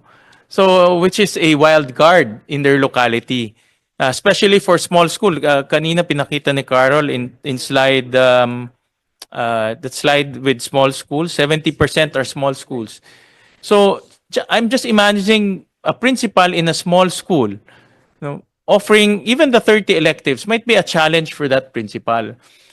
I just want to be sure that at the end of the day, they have to be college ready. You know? And I don't want a scenario wherein HEIs will say, ay, hindi pa lang college ready kasi electives kulang or maling electives kinuha or electives nila ay hindi tama. No? And then, papasok na naman tayo dun sa bridging program. And then, again, the problems will probably be the same as what we are experiencing now. So that's where I'm coming from. No? The intention and the implementation is wildly different. To learn from the common mistake of the current curriculum right now. No? So, yeah, go ahead, Disek. We think that the core subjects would be able to cover most of the college readiness, but it wouldn't be enough, especially for, let's say, highly technical college degrees, just like engineering. So, ang susunod na level po na gagawin namin dito sa electives, we're offering schools a list of the most important electives that could cover many of the courses in college. Yung mga, halimbawa, walang mga licensure examinations, yung mga ganong degrees. Kasi iba-iba iba yung college readiness ng isang engineer, college readiness ng isang maglolo, isang magdodoktor. Pero may mga courses naman na kayang i-cover ng fewer electives na yun ang ibibigay namin sa schools. And that's an exercise that we're doing tomorrow to prepare the most. Hindi ko kasi alam kung tama yung terminology, but for now, the most important electives that could cut across different degrees in college. Mr. Chair, just to further the points that you made earlier, for example, we're looking at the 70% of small schools. The average student body there is less than 440. Assuming you have 40 students for 10 sections and 5 sections each for grades 11 and 12, and assuming that for grade 11, they will be focused on the core courses, meaning 5 sections of electives, who will undertake electives, realistically, how much resources will DepEd allocate to ensure available electives for these 5 sections for 70% of the small schools? Will you, as you said earlier, out of the 40, ano ba yun, 36? Out of the 36, ilan po yung realistically pwedeng i-offer at magbayad, mag-hire ng faculty, mag-allocate ng resources to make sure na kaya nating gawin yun for a school with only 5 sections of grade 12? Hindi ba? Kasi pag yun yung isipin natin, tapos titingnan natin yung 36, kung meron pong gustong mag-nurse, may gustong mag-criminology, may gustong mag-literature, may gustong mag-communication, what mix might cross-cut the different needs of these students? Kaya nga po, nung inaaral namin yung 36 units, tapos kung paano ba siya pwedeng paghati-hatiin, parang bumabalik kami sa conceptual framework niya. Para saan siya? Kasi kung may core courses tayo that are supposed to make them college ready, are the electives meant to allow them to explore different skills, different competencies based on their interests? Is it supposed to prepare them better for specific courses? Kasi magkaiba po yun. At kung yung latter yun, kung titingnan natin yung mga PSGs ng CHED, parang hindi rin po ganoong kalinaw kung paano niya ihahanda yung bata ng mas mabuti sa mga kursong alam natin na pinakapopular. Kasi pag tinignan nga po natin yung teacher education, business ad, public ad, nursing, criminology, which are the top maybe 70% of all college students, hindi ko po makita necessarily yung relationship. For example, kung ako pong mag-nursing, tulad na ng binanggit ko kanina, yung aralin po nila is nutrition, pharmacology, research, community health. How will you enrich my knowledge at senior high school with courses like Earth and Space Science, database management? Parang saan talaga yung correspondence? What is the intention? What is the expected outcomes that determine the number and also the clusters based on what we know students pursue in college? Yun po yung question. And what is realistic based on that 70% are small schools, 5 sections at grade 12? Thank you. Yusek, you might want to... Sir, that's an area that we really need to work very, very closely with CHED. Just like what I said earlier, we need to sit down so that we know the prerequisites in college. So what we've done is to offer a menu of electives for students, considering the choices of our students, okay, and considering our human resource, our teachers, because they've been teaching most of these subjects in the past. Okay? It doesn't mean that we're ending our electives with the number that we have right now, because there are emerging industries, okay, and there are other possible electives that could be addressed in the senior high school before students go to college. But the next thing that needs to be done is to really map out what are the prerequisites before a student can take a nursing course, a medicine course, an engineering course. Okay? Just the basic prerequisites, so that when we provide guidance to our students, okay, these are the courses that they're going to offer, and these are the courses that they will take, and these are the courses that will be offered in school. So, ganun po yung, there will be a lot of iterations on this. Kaya nga hindi namin siya kayang gawin kaagad ngayong pilot, o ngayong school year. That's why we need to pilot, we need to iterate, we need to keep reiterating, the process, the electives, career guidance, planning for school heads. And it's not a simple process. Dr. Fermin, you want to chime in? Just a quick note. Now that we're talking about, is it really an electives cluster system that we need to place in 12th grade? Now I'm beginning to think. Because, Mr. Chair, the thing is, I said earlier, we are noticing some of the very specialized courses in 12th grade appear to be like or behaving similarly as the specialization or prof ed courses in college. But kids, being kids, are still likely going to not be able to finalize what they will pursue, right? And therefore, there's likelihood that they will apply for admission, but their heart is not into it, right? So maybe part of our ongoing conversations, Yusek, Gina, is for us to consider the concept of a transversal course. So I was looking up what transversal courses are, much like the definition of transversal or core skills, critical thinking, innovation. This time, the transversal courses are ones that are transferable. Definitely, despite your future specialization, you will use it. I will mention some. And there are some specific universities overseas doing it. For example, the International Institute of Management, for them, you just need the following courses to proceed to advanced skills in management of business-related courses. You could take contract formulation. That is a very basic set of skills, right? Or obligations and contracts, if you may want to call it. That's the language in business administration.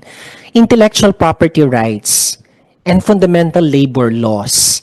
So see, they are not really courses, but if I go to any business-related course, they will matter. If I go to nursing, they will also matter. If I go to social science, I think they will also matter. And then for CHED to decide if this set of transversal elective courses, a combination of these will be adequate for them to enter and apply to any discipline of their choice, because that will simplify it. Rather than us imposing X number of subjects from STEM will land you a spot in the BS Electrical Engineering program, which is hilaw at this point. So something, Mr. Chair, that I want to articulate, because there seems to be literature, extant literature, on how we can better configure those electives. So that if you use Landas, if you use Stride, you'd also easily make a decision as a principal, ito pala yung mga industriya, baka dapat project management, automation skills or whatever, ito lang dapat ang electives na i-offer ko. Initial thoughts, Mr. Chair. I thank you for that comment, and led me to think that I think lahat naman tayo dumaan ng 10-year basic education, di ba? And dumaan tayo ng 4-year higher education, di ba? Remember those days when you graduate the 4th-year high school, your electives actually come during first-year college and second-year college. I remember when actually my first year, I wanted to take economics. The school required me to take certain subjects that are electives but will be important to my economics course. In other words, that decision comes during your first year college. First and second year, di ba? I think we all agree. Ibinaba natin yun ngayon to senior high school eh. Now we're asking the senior high school student to choose those electives that will help them in their course when they go to college. The problem, before kasi, para tayong UST, that choice is in one college. Ang binaba natin yun, but basic education and higher education are separate entities now. No? They're now separate entities. So, without these two talking very, very closely, the student will be penalized for choosing the wrong electives. And that's what we are trying to avoid. Kasi dati, when in the old system, di ba, Dr. Firmin, in 4 years, you will not be penalized because you're going into the same college. Eh. Sasabihin niya, pag kumuha ka ng, let's say, economics, pag hindi mo kinuha calculus, hindi ka pwedeng pumasok na economics. So you're herded to that direction. But you're in one school. Ngayon, binaba kasi natin yun eh. The penalty now is in the student eh. No, that's the complication, no? That's a complication we're trying to address. So, in my opinion, if there is a way, no, conceptually, Yusek Gina, please study this, that the core subjects is already an assurance to become college ready, and then bonus na lang lahat yung electives and in TechVoc. bonus na lang sa kanila na hindi siya maapektuhan when it comes to college readiness. Study that possibility. That's possibility. Ang ginagawa natin kasi the electives becomes a mandatory to become college ready. But paano kung nagkamali siya doon sa electives? Kasi like ako from economics nag-transfer ako to finance, no? It happens kasi na pagdating sa senior high school, iba inisip niya. Pagdating na ng college, iba na naman iisipin niya. Pero penalized na siya doon. No, penalized na siya doon. So, I'm trying to remove that penalty. I'm trying to remove that penalty by making sure that the curriculum is designed in a way that when you take these core subjects, college ready ka na. Bonus na lang si elective. Added knowledge na lang yan sa'yo. Bonus na lang si TechVoc, knowledge na lang yan sa'yo. Study that concept. Because it will now save a lot of complication to our principals. Diba? So, principals, kasi yung principals pressured na i-offer yung gusto ng bata. Pero kung wala talagang magtuturo, no? Lalo na yung mga maliliit na school, yun wala siyang choice kung i-offer niya lang kung anong pwede niyang i-offer. No? Pero hindi naman yun yung kailangan ng college. So yun yung problema natin. That's why maganda yung sinabi ng UST that they transferred their senior high school to college. In fact, they're treating it as a preparatory college para seamless.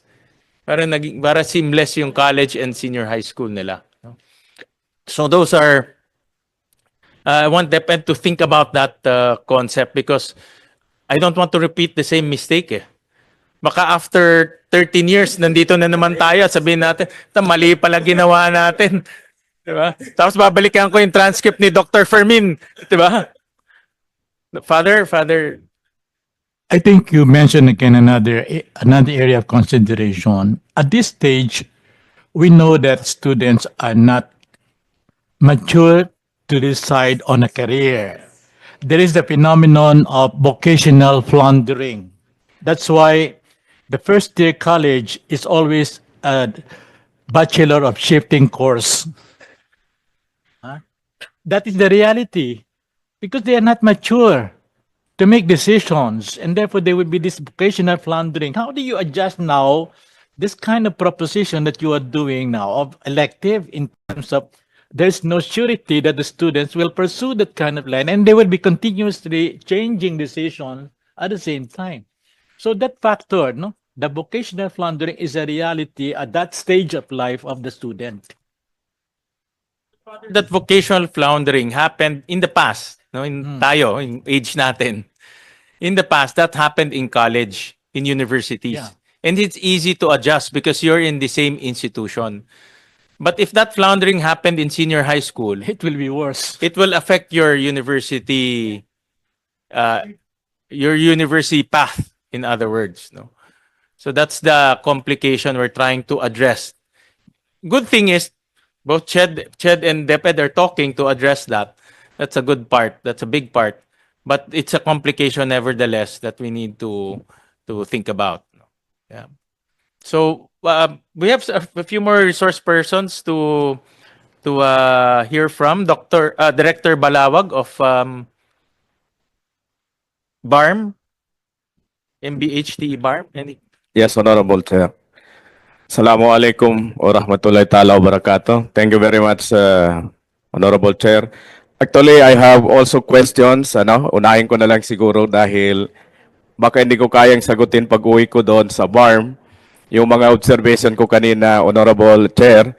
Una, in all presentations, except for the presentation of the EDCOM, I have not seen BARMM as part of those who were involved in survey, doon sa implementation, as well as doon sa mga findings ng senior high school. I just want to know, hindi ko rin alam who is in better position to answer what will be the stand or situation of the BARMM pertaining to the implementation. Kasi meron din kami mga senior high school in the Bangsamoro Autonomous Region in Muslim Mindanao.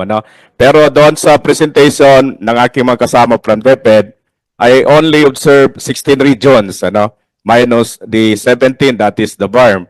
But in the presentation of the EDCOM, doon sa regions offering NC2, NC3, NC4, na at least nasali yung BARMM, ano. So before the answer to that one, Honorable Chair, meron din akong dalang position paper of the MBHT or the Ministry of Basic Higher and Technical Education of the BARMM pertaining to what we are discussing, ano. And if you will allow me to read this one. To the Honorable Chair of the Senate Committee on Basic Education, of course, as Honorable Senator Win Gatchalian, the DepEd officials and other stakeholders of our education, Assalamualaikum warahmatullahi ta'ala wabarakatuh.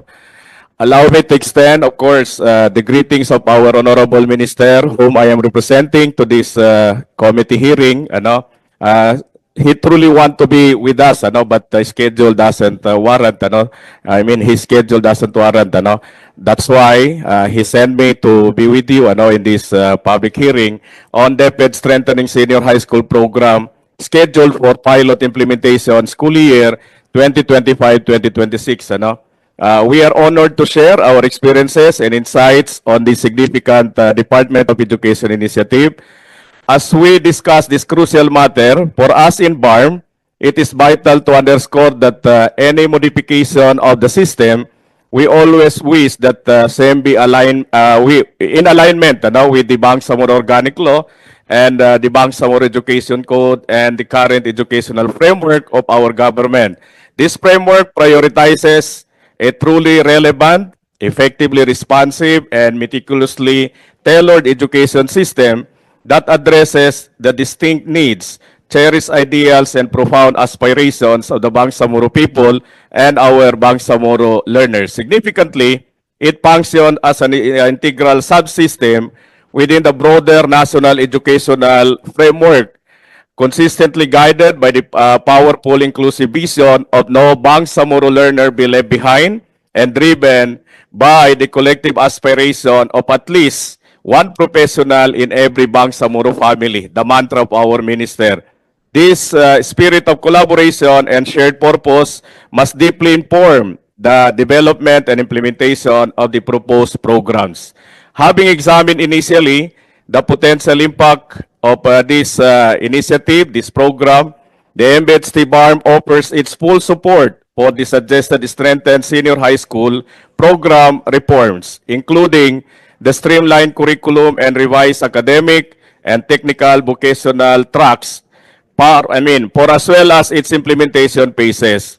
We firmly believe that these reforms hold considerable promise in positively resonating with our region's unique cultural, social, and economic context, thus ensuring that no Bangsamoro is left behind in the pursuit of quality and empowering education. Furthermore, we envision the seamless and meaningful integration of the 7 core attributes, defining a well-rounded and empowered learner. Our educational endeavors seek to cultivate individuals who are deeply righteous, holistically healthy, responsible environmental stewards, inherently resilient, sharp, critical thinkers, and problem solver, intrinsically motivated lifelong learners, and ultimately fully empowered learners ready to contribute to their communities and beyond. These fundamental attributes are not mere aspirations, rather they are integral pillars that must strategically underpin the strengthened curriculum. Notably, within BARMM, as provided in the Bangsamoro Organic Law, the MBHT proudly unifies the trifocalized education system, effectively encompassing basic education, the technical education and skills development, and the higher education, as well as the Madras education program, making it 4-in-1 under a cohesive and strategically aligned ministry. Moreover, our ministry, through the dedicated efforts of the basic education and its senior high school program, has established a very strong collaboration with the technical education skills development, on which we are moving towards the possibility of looking into all our senior high school programs will be monitored and supervised by the two subsector of the Ministry of Basic, Higher, and Technical Education. So with this, we strongly recommend for the implementation of this one. We are in full support, but the only question is what will be the possible involvement of the BARMM, where in the previous presentations we observed that BARMM was not included among those who were selected for implementation, as well as those findings insofar as this is strengthened senior high school program of the Department of Education is concerned. This is a very, timely that we must be heard on the plight of the people in the BARMM. We all know that in the recent illiteracy findings, number one is Tawi-Tawi, and that Tawi-Tawi is part of the Bangsamoro Autonomous Region in Muslim Mindanao. Thank you very much, Mr. Chair. Good afternoon and wassalam. Well, rest assured that the BARMM is part of our education system. Under the law, it will have to comply with the national curriculum. And then BARMM can also add to that national curriculum and contextualize to the national curriculum. No? So in the implementation of this strengthened senior high school curriculum, BARMM is also part of that. Unfortunately, there's no pilot school in BARMM. Yeah, Yusek Malcolm, go ahead. We're already scheduling a meeting with the BARMM officials, sir, to discuss with them the possible inclusion of BARMM in our pilot study implementation.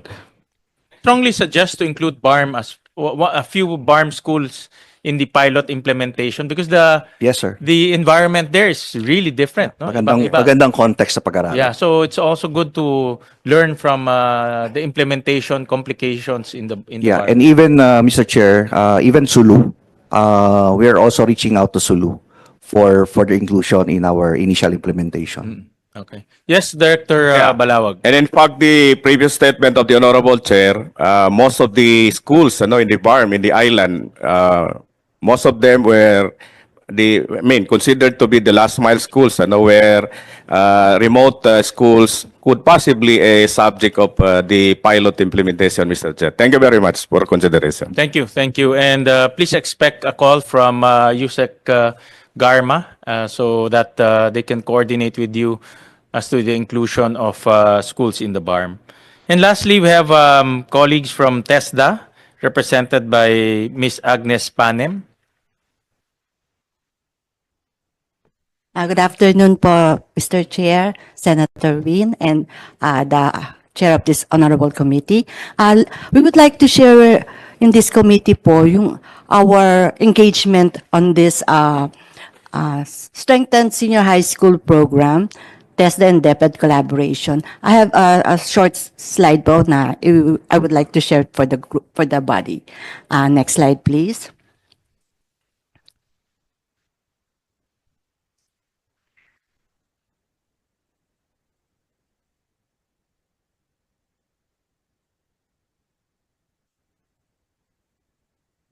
Okay, so we were able to be engaged in two workshops with the DepEd. The first one was the interagency alignment workshop on core subjects and Tech Pro electives curriculum guides last February. This workshop aimed to gather valuable inputs and address key concerns related to the strengthened senior high school program with specific focus on improving the draft curriculum. So mostly our group were engaged on curriculum guide review. So dun po naka-center yung aming engagement with DepEd. And then another workshop was only recently, last April 28 to 30, wherein we were able to try to finalize po yung senior high school curriculum guides. Ayan po. Next slide, please. So, from the two workshops, we were able to come up with TESDA's consolidated comments on the proposed senior high school technical professional track curriculum guides. Next slide, please. The first, actually, 6 lang naman po ito. So, the first one is integrate knowledge, skills, and attitude in training delivery. In our pursuit of excellence po, education and training must adopt a holistic framework for competency development that seamlessly integrate theoretical knowledge, practical skills and the right attitude into our curriculum. This comprehensive competency-based approach not only foster immediate workforce readiness, but also ensure that our learners acquire the robust industry-specific competencies essential for the term success, for the long-term success. So, napansin po namin na may mga kailangan pong i-integrate pa dun sa curriculum guide. Next slide, please. Ito po yung gusto naming maipakita. Ayan po. So, sa atin po kasing training regulation, nakalagay na po doon yung required knowledge and skills. We believe na yung ating mga curriculum guides sa Tech Pro ay naibase po dito sa ating mga existing qualifications sa TESDA. At nakalagay na po doon yung mga required knowledge na somehow missing po doon sa ating curriculum guides. No? Kaya sinasuggest po sana namin na ma-consider po ng ating mga counterparts na developers ito pong mga nire-request po natin. Okay, next slide. Number 2, reformulate the learning competencies into a skill-based format. We all know na sa TESDA po ay talagang skill yung ating hinahanap. So, ang nais po namin na ma-enhance po yung formulation ng mga learning competencies po na nailagay po dun sa ating curriculum guide. Karamihan po kasi we have noticed na marami pong activities na more on discuss. For all we know na sa TVET po, although we discuss, we learn about fundamental principles and skills. Pagkatapos po nun, ready na kagad for another learning activity that would progress into acquiring talaga kung ano yung competency na hinahanap natin. So, ito po yung isa pang request po namin with our counterparts na sana i-consider yung reformulation ng mga learning competencies na nakalagay po dun sa Tech Pro subjects. According na lang po dun sana sa TR natin para po pagka na-hit po ng ating mga learners yung actual competencies na yun, ay talaga pong masasabi natin na talagang competent po sila. Next slide, please. Yan po. So, yan po yung sample lamang po ng mga sinasabi ko na kinakailangan po natin ma-align po sa ating learning competencies po. Next slide.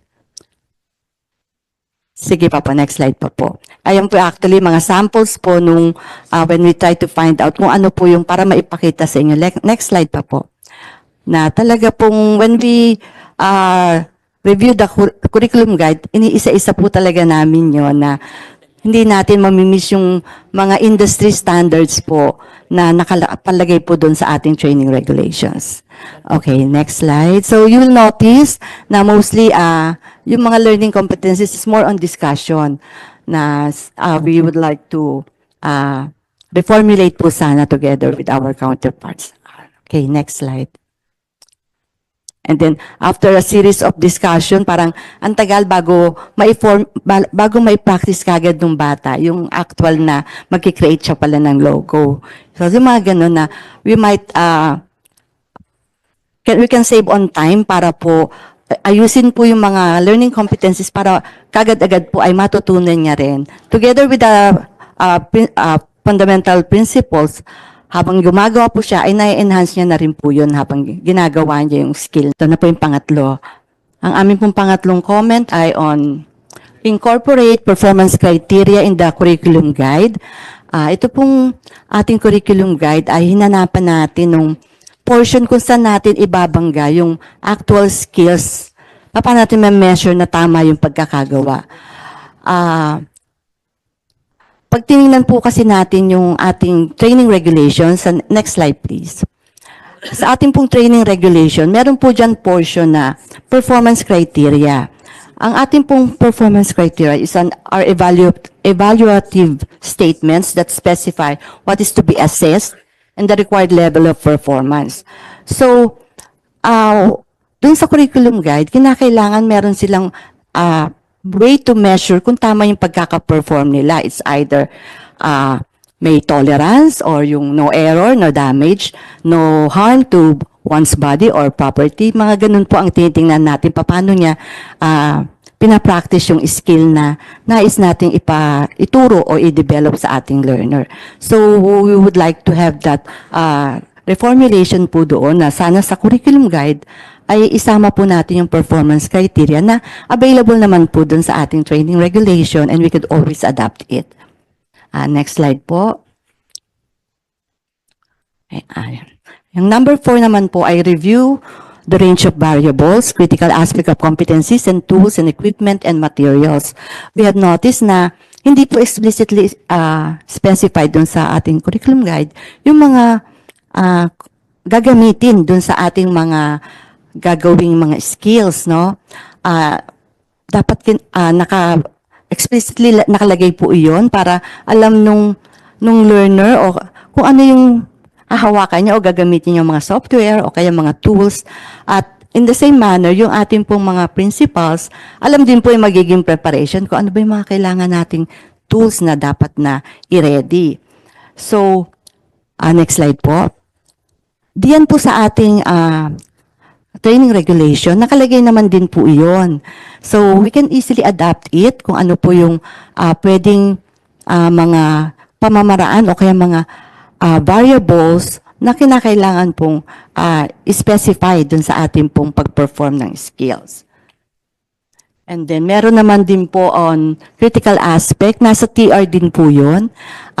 Nasa pangatlong page ng isang unit of competency na yun. Kung ano yung talagang kinakailangan niyang i-demonstrate na skill.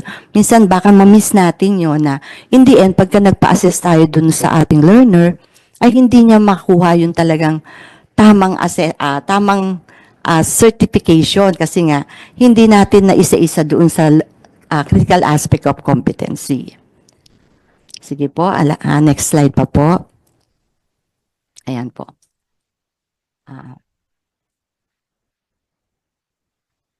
Then also, we have mentioned about the tools and equipment. Pwede rin pong mai-adapt na rin yung ating mga nakalagay doon sa training regulations din po yan. Yan po ay na-prescribe po ng ating mga industry experts. When we say industry experts, sila po yung mga na-involve sa development coming from the employers group, academe, at saka sa labor sector. Kaya po, we are prescribing na pwede na po nating i-adapt yung nakalagay po sa training regulation para ma-improve po natin yung curriculum guides. Next slide po. Sa number 5 po, ang nakalagay ay assess time allotment and clustering of units of competencies. Doon po sa sample ng visual graphics, maganda po yung pagkakalatag ng first quarter and second quarter. Pick up po natin yun, 80 hours. Kasi magkadugtong halos yung logos, preparation ng logos at saka yung print media. But then, ililesen na lang po natin yung mga discussion portion para po maipasok na kaagad yung actual skill para ma-demonstrate na kaagad ng bata. So that way, nako-compress natin yung hours, nagagamit natin yung mga extra hours into more meaningful learning activities. Then sa number 6 po, consideration of class size in curriculum design and time allocation. Of course, kanina po naririnig ko yung mga problema na regarding sa mga resources. So, ganun din po ang nakikita natin na lalo na po sa class size po ng senior high school, sa existing po, alam namin na napakarami. Pero sa TESDA po ay 25 lang yung pinaka-prescribe namin. So, malamang po, doon po, nakikita ko na po yung magiging adjustment. And we hope na this committee will be able to address some of these issues na ilabas namin para lang po mapag-aralan din po. Honorable Chair. Ayun lang po, sir. Thank you very much po. Thank you. Thank you. And lastly, COCOPEA. Yep. Good afternoon, Pome. Mr. Chair and colleagues. Respectfully manifesting the proposal suggestions of the Coordinating Council of Private Educational Association. We understand the statement of purpose of the strengthened senior high school curriculum and its pilot implementation, and also even the Gen Ed curriculum being proposed by CHED. But the private education sector wants to ensure the following in the alignment of objectives and policies, especially between DepEd and CHED. First, stability of policy amidst reform fatigue. CHED and DepEd should ensure that whatever change that will be introduced is grounded on solid legal grounds in order to survive the administrative changes in the future. So policy should be stable enough to survive shifting directions and passions that go with change of administrations. Second, clarity of policy for stakeholders. Policy should be clear enough to prevent different and incorrect interpretations on the implementation, but flexible enough to allow innovation in curriculum design of PEIs. Third, most private schools establish programs that made them invest in securing the needed social and physical structures. Some schools even built a separate building for the original senior high school program before. So therefore, results of the pilot implementation must be cascaded to PEIs immediately, as this will impact the infrastructure utilization and retooling and retraining of our teachers and even enrollment concerns. So we emphasize, just like what our colleagues here in the private sectors said a while ago, that we need to retool and retrain our teachers. Fourth, and this is what we are really somehow afraid of, is the proposed structure may bring significant impact on the existing human resources of private schools. What medyo nakakatakot talaga dito po yung we might result to redundancy because we are under the labor code, the law that governs us is the labor code of the Philippines, and that is the recourse in these cases. A while ago, the public sector mentioned about their concerns about this, but I think since you have the plantilla, this is more concern of the private schools because sa amin po talaga, no teaching load, no work. We cannot naman demote them to become staff, di ba?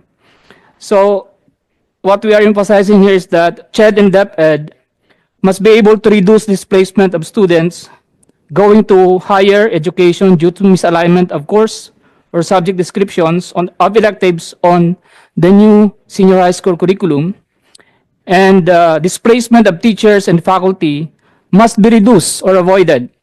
If not, there must be a program of assistance for the affected teachers and faculty. Lastly, COCOPEA therefore offers some recommendations. Number one, I would just like to reiterate the manifestation a while ago of Dr. Fermin, because we were there in the FGD. We suggest that for DepEd and CHED, and if necessary, PRC and CHED, to issue a joint order to set the minimum academic qualifications for senior high school completers' admission to higher education. Must be program strand specific to ensure alignment and eliminate duplication of courses in college, and teacher and faculty qualifications as well. Now, why joint order? Because it is more stable than a DO and CMO separately issued, as it would require unanimous approval of the agency heads to amend or repeal. And number two, for DepEd and CHED to explore allowing PEIs to offer an integrated program which consists of HSS and 2 years of Gen Ed in college. Suggestion na naman po. Meaning a one-stop shop will reduce bureaucratic barriers, allows simplicity of procedures for PEIs, and it will also allow more alignment, seamlessness, and reduce displacement of faculty teachers in PEIs if they offer an integrated SHS Gen Ed program, both in DepEd and CHED. So to conclude, private schools need sufficient time to carefully address the impact of the proposed curriculum on the organizational structure, enrollment, and social and physical infrastructure. And therefore, we look forward for the consideration of our suggestions and immediate feedback and data based on the pilot implementation. Thank you, Mr. Chair. Thank you, Attorney Jacome. Based on the slide of EDCOM, 44% of our senior high schools are in private schools. No, can we flash that again? Slide 10. So halos kalahati ng senior high schools natin are in private schools. So in other words, the strengthened senior high school curriculum, our private school should also follow the same curriculum. Tama ba? That's the objective, no? So they will also have electives. They will also have Tech Pro and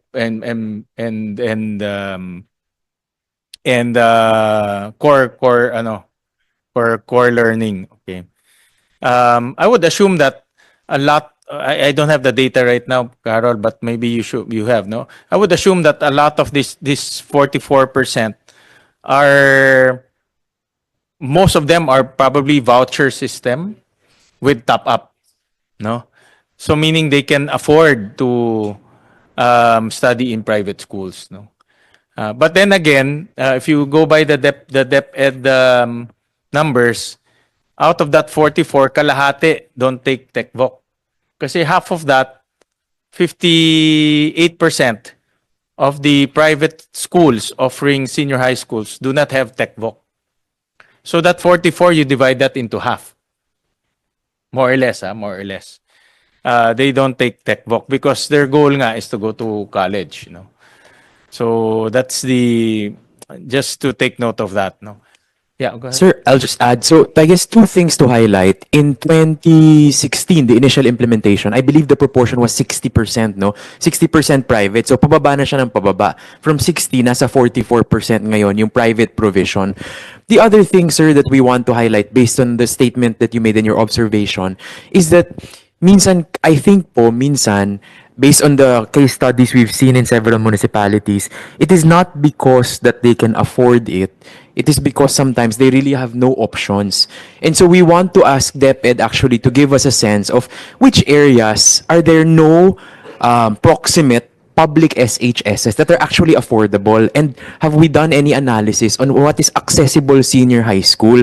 Kasi paano naman yung mga bata magtatapos ng grade 10 tapos bahala na kayong humanap ng private SHS na kaya nyong bayaran? Kung hindi nyo kaya, paano yun? What if lahat ng nasa munisipyo may patop up? Paano natin gagawin yun? And what are controls there to make sure that there are affordable ones? So may mga ibang kayang mag-afford, baka may iba titigil na lang or susubok pero magda-drop out kasi hindi kayang i-sustain. So yung pag-aaral lang, sir, na ganun, to make sure that there's equitable access talaga to senior high school, because malinaw po na 44% private and napakarami po talaga na nanggagaling naman sa public junior high school. So, siguro po kailangan talagang pagtuunan ng pansin habang inaaral natin yung supply side. Kasi baka may mga hindi tayo natutustusan ng maayos dahil po sa problemang to. Thank you. Yeah, that's a good point. And I'm sure DepEd is also taking note of that. So, going back to our discussion, are there any more comments on our discussion on the strengthened senior high school curriculum? Anything from EDCOM or CHED? Or yes, go ahead, Mr. Cesar. Yes, thank you, Mr. Chair. Question lang po from our friends from DepEd. Kasi based on their presentation, dalawa yung magpa-pilot, the public and the private. Parang kulang ng information yung support provision for private institutions. Anong mangyayari sa kanila when we do the piloting? Are they on their own? O merong support na manggagaling sa DepEd? Yun po yung isang observation ko dito. Then second po, yung of course yung investment nila in learning resources. Ang mention lang po nila yung mga libro. But based on our experience sa TESDA kasi, talagang the most difficult and expensive investment are the facilities and the teachers development. Second, those are the most expensive. Maganda yung catalog. Actually, natuwa ako sa catalog. Kasi yung catalog, parang at the end of the day, it will relieve TESDA from offering NC1 and NC2. Kasi parang nandun na sa high school. However, realistically, tama po yung observation ng Mr. Chair that it's when implemented, it will become complicated. Kasi masyadong marami yung options. Then that means masyadong marami yung investments. Diba? And sabi ko nga kanina, based on our experience, the reason, the most difficult part of developing a program is the investment on facility and teachers. Basically, yun yung pinakamagastos sa amin. And kung marami yung gagawin natin doon, then that means mas magastos. And I've seen yung mga competitive na mga bagong NCs. However, those are technology-based as well. Meaning, kung matatandaan nyo yung definition ng fake news, tama siya ngayon, ito yung in-demand ngayon, but 3 years after, baka hindi na siya in-demand. Yan yung mangyayari. And considering yung frame of thought ni Chairman na ang priority natin ay yung estudyante natin makapunta sa college. Secondary or plan B, yung may option siyang makapagtrabaho. Di ba? So, now, when you go into investment, ano ba yung titignan natin? Kasi kung ang pinipili natin yung mga mahal na kurso, then that means high investment. And in some cases, these expensive courses will expire in just a short period of time. Unlike we have courses or we have programs that are time-tested. Kumbaga, hindi man siya hot pandesal ngayon, pero proven na siya na in demand siya over the years. Like for example, yung sa electrical, automotive, nasa agriculture. Yan mga in demand yan. Hindi po nawawala sa priority areas natin. Pero hindi naman sila ganong kamahal. Yan. So, baka when you choose yung priority nyo, doon sa listahan o sa catalog nyo ng mga courses for Tech Pro, baka mas maganda, tingnan nyo rin yung what is in demand over time rather than yung mga high-tech talaga na high investment. Kasi hindi naman yung considering yung direction natin na going to college rather than employment. Kasi baka after 3 years, hindi na in demand yung programa na yon. And knowing yung investment period natin sa gobyerno, the earliest will be 3 years. You plan, you request for budget, then after the 3rd year, andun yung release ng pera. So, baka yung dating bago, hindi na bago. O hindi na in demand. Yun yung sinasabi ko. So, those things po sana ma-consider, Mr. Chair. Salamat po. Thank you for those comments. To DepEd, in the strengthen the new curriculum, the assessment and certification is also part of it for Tech Pro. Yes, yes, Senator. Tech Pro electives follow the TESDA training regulations, and so the assessments also follow TESDA's regulations. And DepEd will be responsible in making sure that they are assessed and hopefully certified when they pass. That's part of the cycle. Yes, sir. So we're working on that with TESDA, given that we have funds for, thanks to you, for free assessment of our students. Okay. And then we should make it also, I suggest to make it mandatory. No? Sayang yes naman po, kasi it if is they are going to take Tech Pro and then at the end it's optional, no? So we have to make it mandatory so that the student will have a certification, whether he passed or not, then that's his own ano na, no? But mandatory in certification. Yeah, go ahead, Yusek. Just to update you, Mr. Chair, we're working closely now with TESDA with regards to the TVL assessment. So we have already endorsed several applications for the assessment, and TESDA is also doing its part in terms of the actual assessment.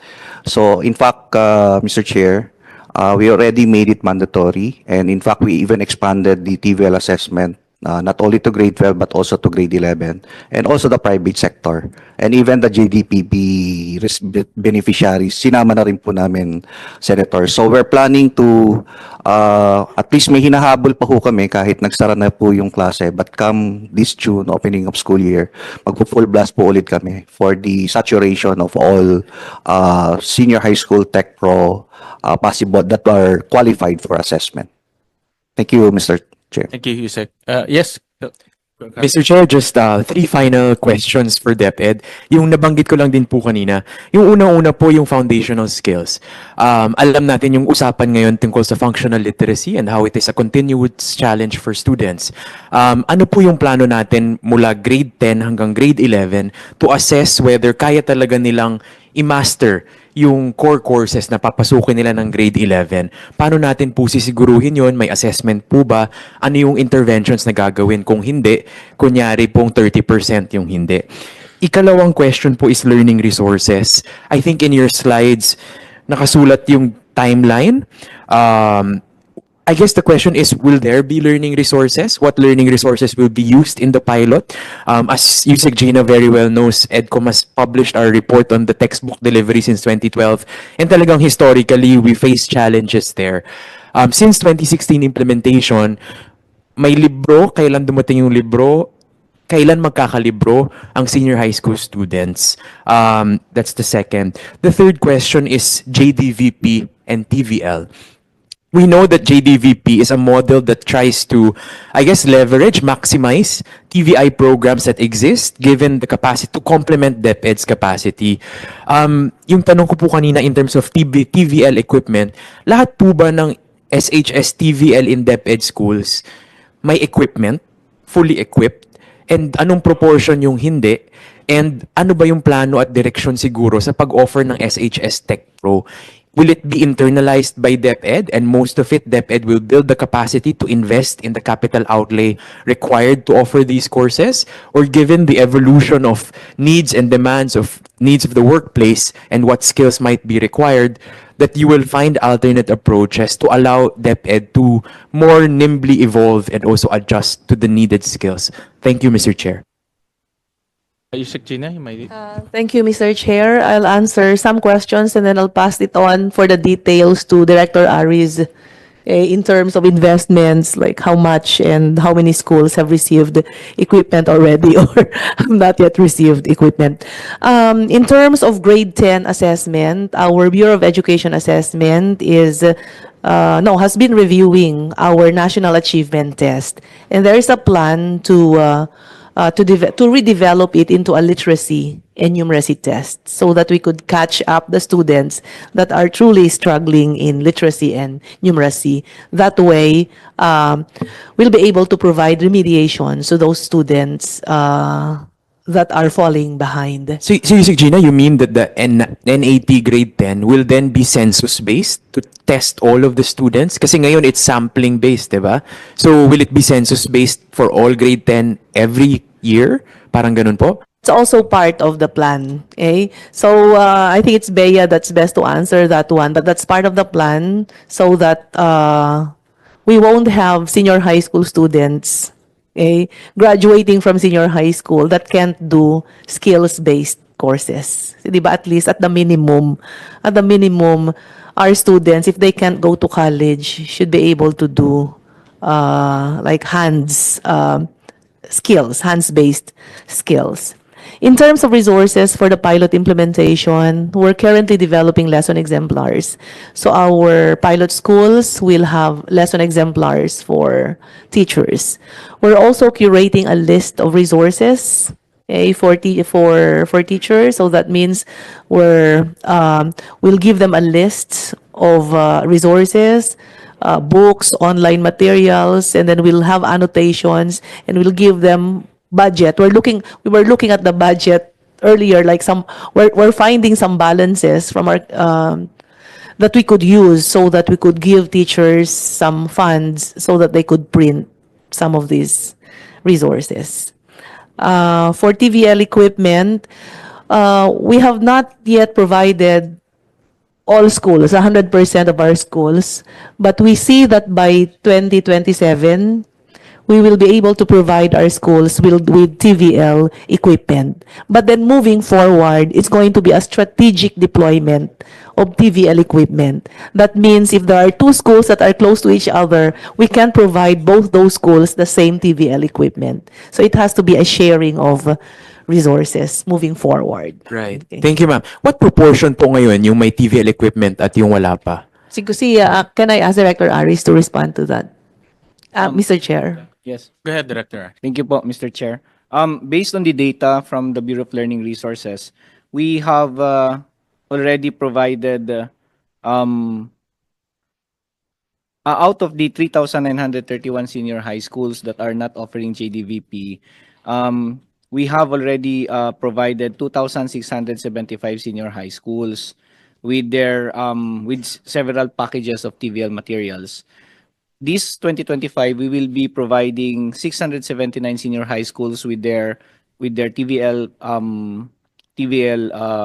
packages, and for 2026 until 2027, we have tagged 577 senior high school for 2026, and those needing replacement and other senior high schools that will be offering other or additional offerings will be provided also in 2027. Director Aris, kasi when you deduct that, that's 1,256 SHS TVL offerings without equipment. Mr. Chair, that is precisely why we are requesting for more funding for TVL. Yeah. So in previous years, the funding was requested but was not given to the agency since 2016.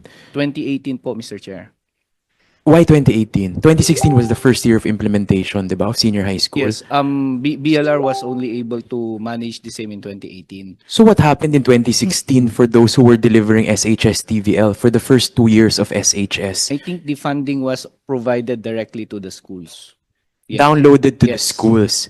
But parang it seems like since it's been 9 years since the implementation of senior high, and essentially we are catching up this year and next year to make sure they all have, but we're catching up for half of them.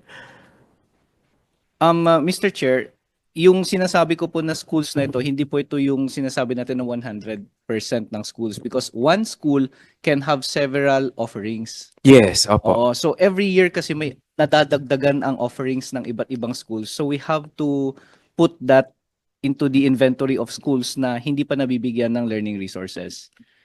So we can provide further data on this, but as of now, ito pa lang po yung data na available sa amin. So you mean to say that the 1,256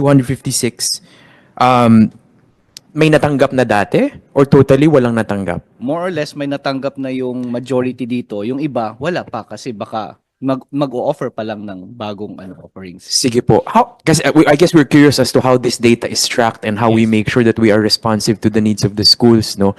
So baka po we'll request the data and analyze that also Yes. based on the historical information that DepEd keeps. Thank you. Yes po, Mr. Chair. Thank you. Any more comments from the body? Any more comments regarding the strengthened high school curriculum? Yeah, go ahead, Yusek. Mr. Chair, this is just to manifest that the ones presented by TESDA earlier, the comments that they provided to us, we've actually sat down with TESDA to address those comments. So they have been addressed in our curriculum guides. Thank you. Thank you. Well, personally, this is my personal assessment, and internally we've been discussing about this. I also talked to Dr. Carol through EDCOM about this. The strengthened, and this is my personal view and my personal analysis. The strengthened, the new high school curriculum addressed most of the comments from our principals and stakeholders, particularly from our principals, because implementers sila eh. At the end of the day, we will rely on them on the success or failure of this program. So I think the first part here that is quite common to many of the feedbacks that we get is the congestion of the curriculum. And I think we have addressed that by reducing the core subjects from 15 to 5.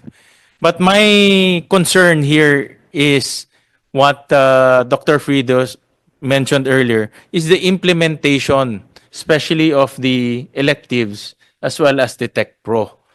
Because the electives will be hinged on the capacity of the principals, number one, to get specialists, and then number two, to buy the equipment. No? So those are the two constraints our principals normally faced on the ground. Alam ni Willie yan, he rose from the ground. So, and then number two, in regards to the Tech Pro, um, the offerings of the Tech Pro is also hinged on what the principals can produce in terms of specialization in equipment, especially equipment. No, like last Friday we had a consultative meeting with principals in Valenzuela. The principals in Valenzuela, particularly mga parents and teachers, wanted to offer something with ICT, no? Animation, information communication technology. Pero hindi nila ma-offer because number one, hindi sila makahanap ng magtuturo. And then number two, the equipment, no? They need to buy massive amounts of computers in order to offer that. So instead, the principal chose nilang some courses related to home economics kasi yun yung pinakamadali eh. Di ba? So gusto ng bata ICT pero ang kinukuha niya home economics. No? So ang layo. But you cannot fault the principal because wala siyang capacity eh. Capacity in the sense na wala siyang specialized teachers and also the funding. No? So those are the realities that we need to face on the ground. We need to think about the implementation. The intention, the direction, the overall concept is good, but the implementation will be a problem. And that's what I can foresee right now. And I don't want a scenario wherein after 15 years, we come here and then we look at the transcript and then sasabihin lang, oh, ito yung mga sinabi pero hindi naman nangyari. No? So, number one, I can foresee problems in the implementation of the electives and the Tech Pro. So we need to rethink of that concept. And then number two, I always emphasize the college readiness, no? Because that's what our students want. 80+% of your senior high school graduate went to college, no? 80 plus, ganun kataas based on your tracer study, no? So we want to make sure that that 80% will be college ready. And when I say college ready, number one, wala nang bridging program. Kasi the bridging program is clear evidence that they're not ready. No? That's why yung mga HEIs nagbe-bridging program because feeling nila hindi pa ready. Number two, the GE subjects should be aligned with the GE subjects in higher education institution. Because that's the concept to bring it down. And when we bring it down, then they're college ready. No? Hindi na nila dapat ulitin o kunin again, no, sa college. So those are the two things that we need to assure our parents. So I mentioned earlier the concept that I was thinking is to have a core subject offering that will enable the learner to become college ready. In fact, kung kaya nga maging work ready, mas better pa. Like for example, critical thinking. Critical thinking is universal in any work. You must able to solve problems. You must able to process problems. You might able to process problems and come with solution. That's universal naman. Whether you work in a bakery or you work in a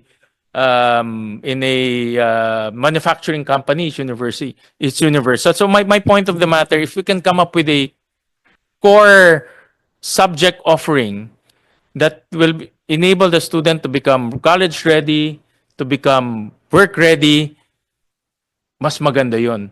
The rest should be bonus na lang. Para sa akin, yung mga elective na lang, kung gusto niyo pang magdagdag ng knowledge, bonus na lang yan. Kung gusto niyo kumuha ng TechVoc or Tech Pro, bonus na lang yan. No? But yung meron ka ng enough basic knowledge to become college ready and work ready. That's my concept that I was thinking based on my consultation with the principals and also with the other stakeholders and the feedback that I got today. No? So please look at that concept. No?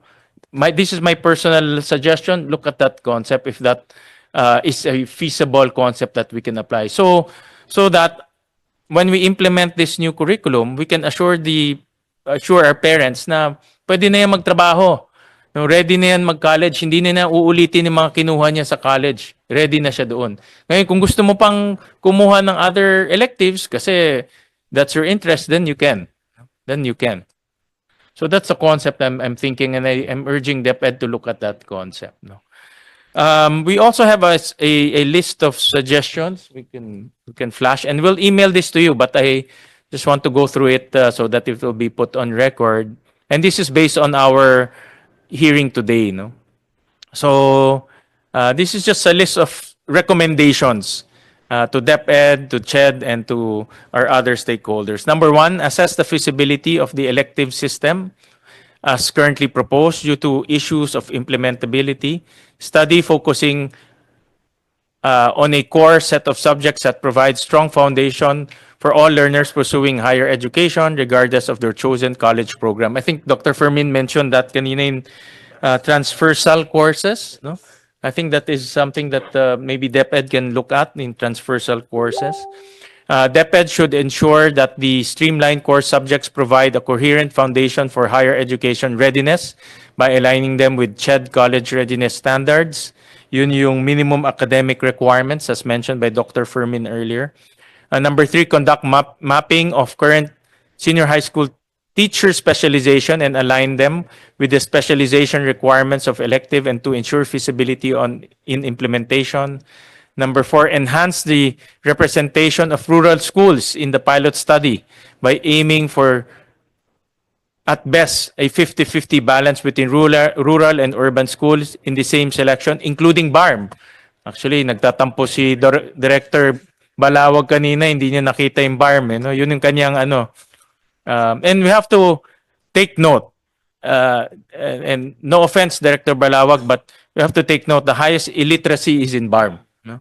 So we need to focus efforts in the BARMM. No?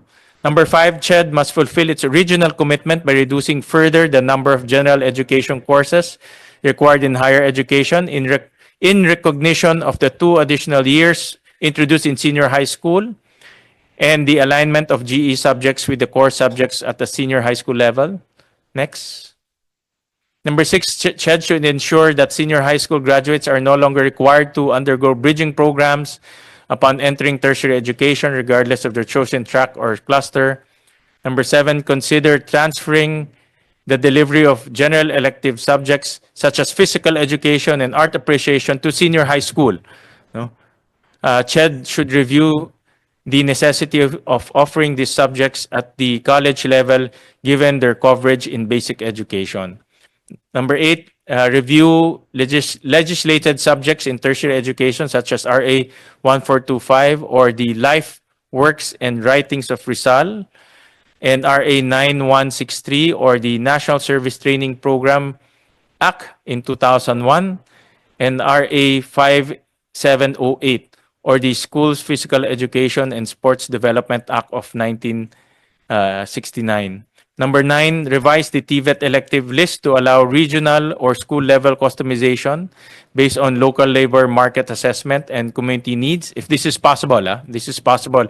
This is based on our conversation with Valenzuela. I remember, sa Valenzuela, marami kaming factories, marami kaming logistics companies. And the principals, some of them wanted to offer logistics courses ng TESDA. No? But hindi kasama kasi yun sa course offerings. No? And then number 10, DepEd should focus on resolving TechVox structural gaps by improving JDVP and enforcing compliance with training regulation, among others. Those are the 10 recommendations, and I'll direct the committee secretary to email this to DepEd, to CHED, and to EDCOM, and to the other agencies who are here with us today. So with that, any more last words from our resource persons? Dr. Frido, do you have any?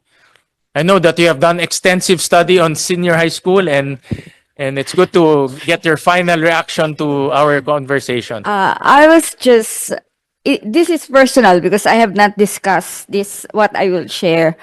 I was thinking that looking at the list or the menu of electives, because I'm in science, now I realize it's really more geared towards training engineers and scientists. And when Dr. Carol presented the list of subjects in nursing, many of our students go into medtech.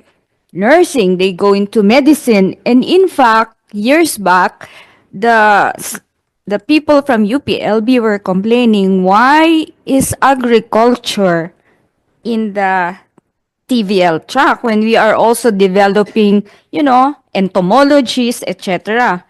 So now I'm thinking, you said, Gina, I think we have to look at the menu of the electives to cater to the people who go into the allied sciences. That's just my personal take.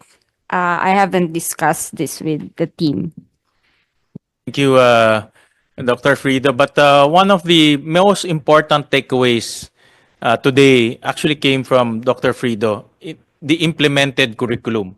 I think we should take note of that because even though we discuss and debate and drill down on the details of this curriculum here in this room, at the end of the day, it will be implemented by the group of Dr. De La Cruz, yung mga principals natin. And ibang-iba ang mundo sa labas. Iba sa rural, iba sa urban, iba sa BARMM. And we need to make sure that their capacity is taken into consideration. So with that, I thank everyone for your time, for your participation, for your comments and opinion. Maraming salamat to DepEd, Yusek Gina, Yusek Malcolm, Yusek Willie, to the rest of the DepEd team. Of course, to Dr. Fermin, maraming salamat for your candidness. And this is a continuous review. So we will just suspend the hearing today and we'll wait for further feedback from the DepEd. So maraming salamat. Magandang hapon po.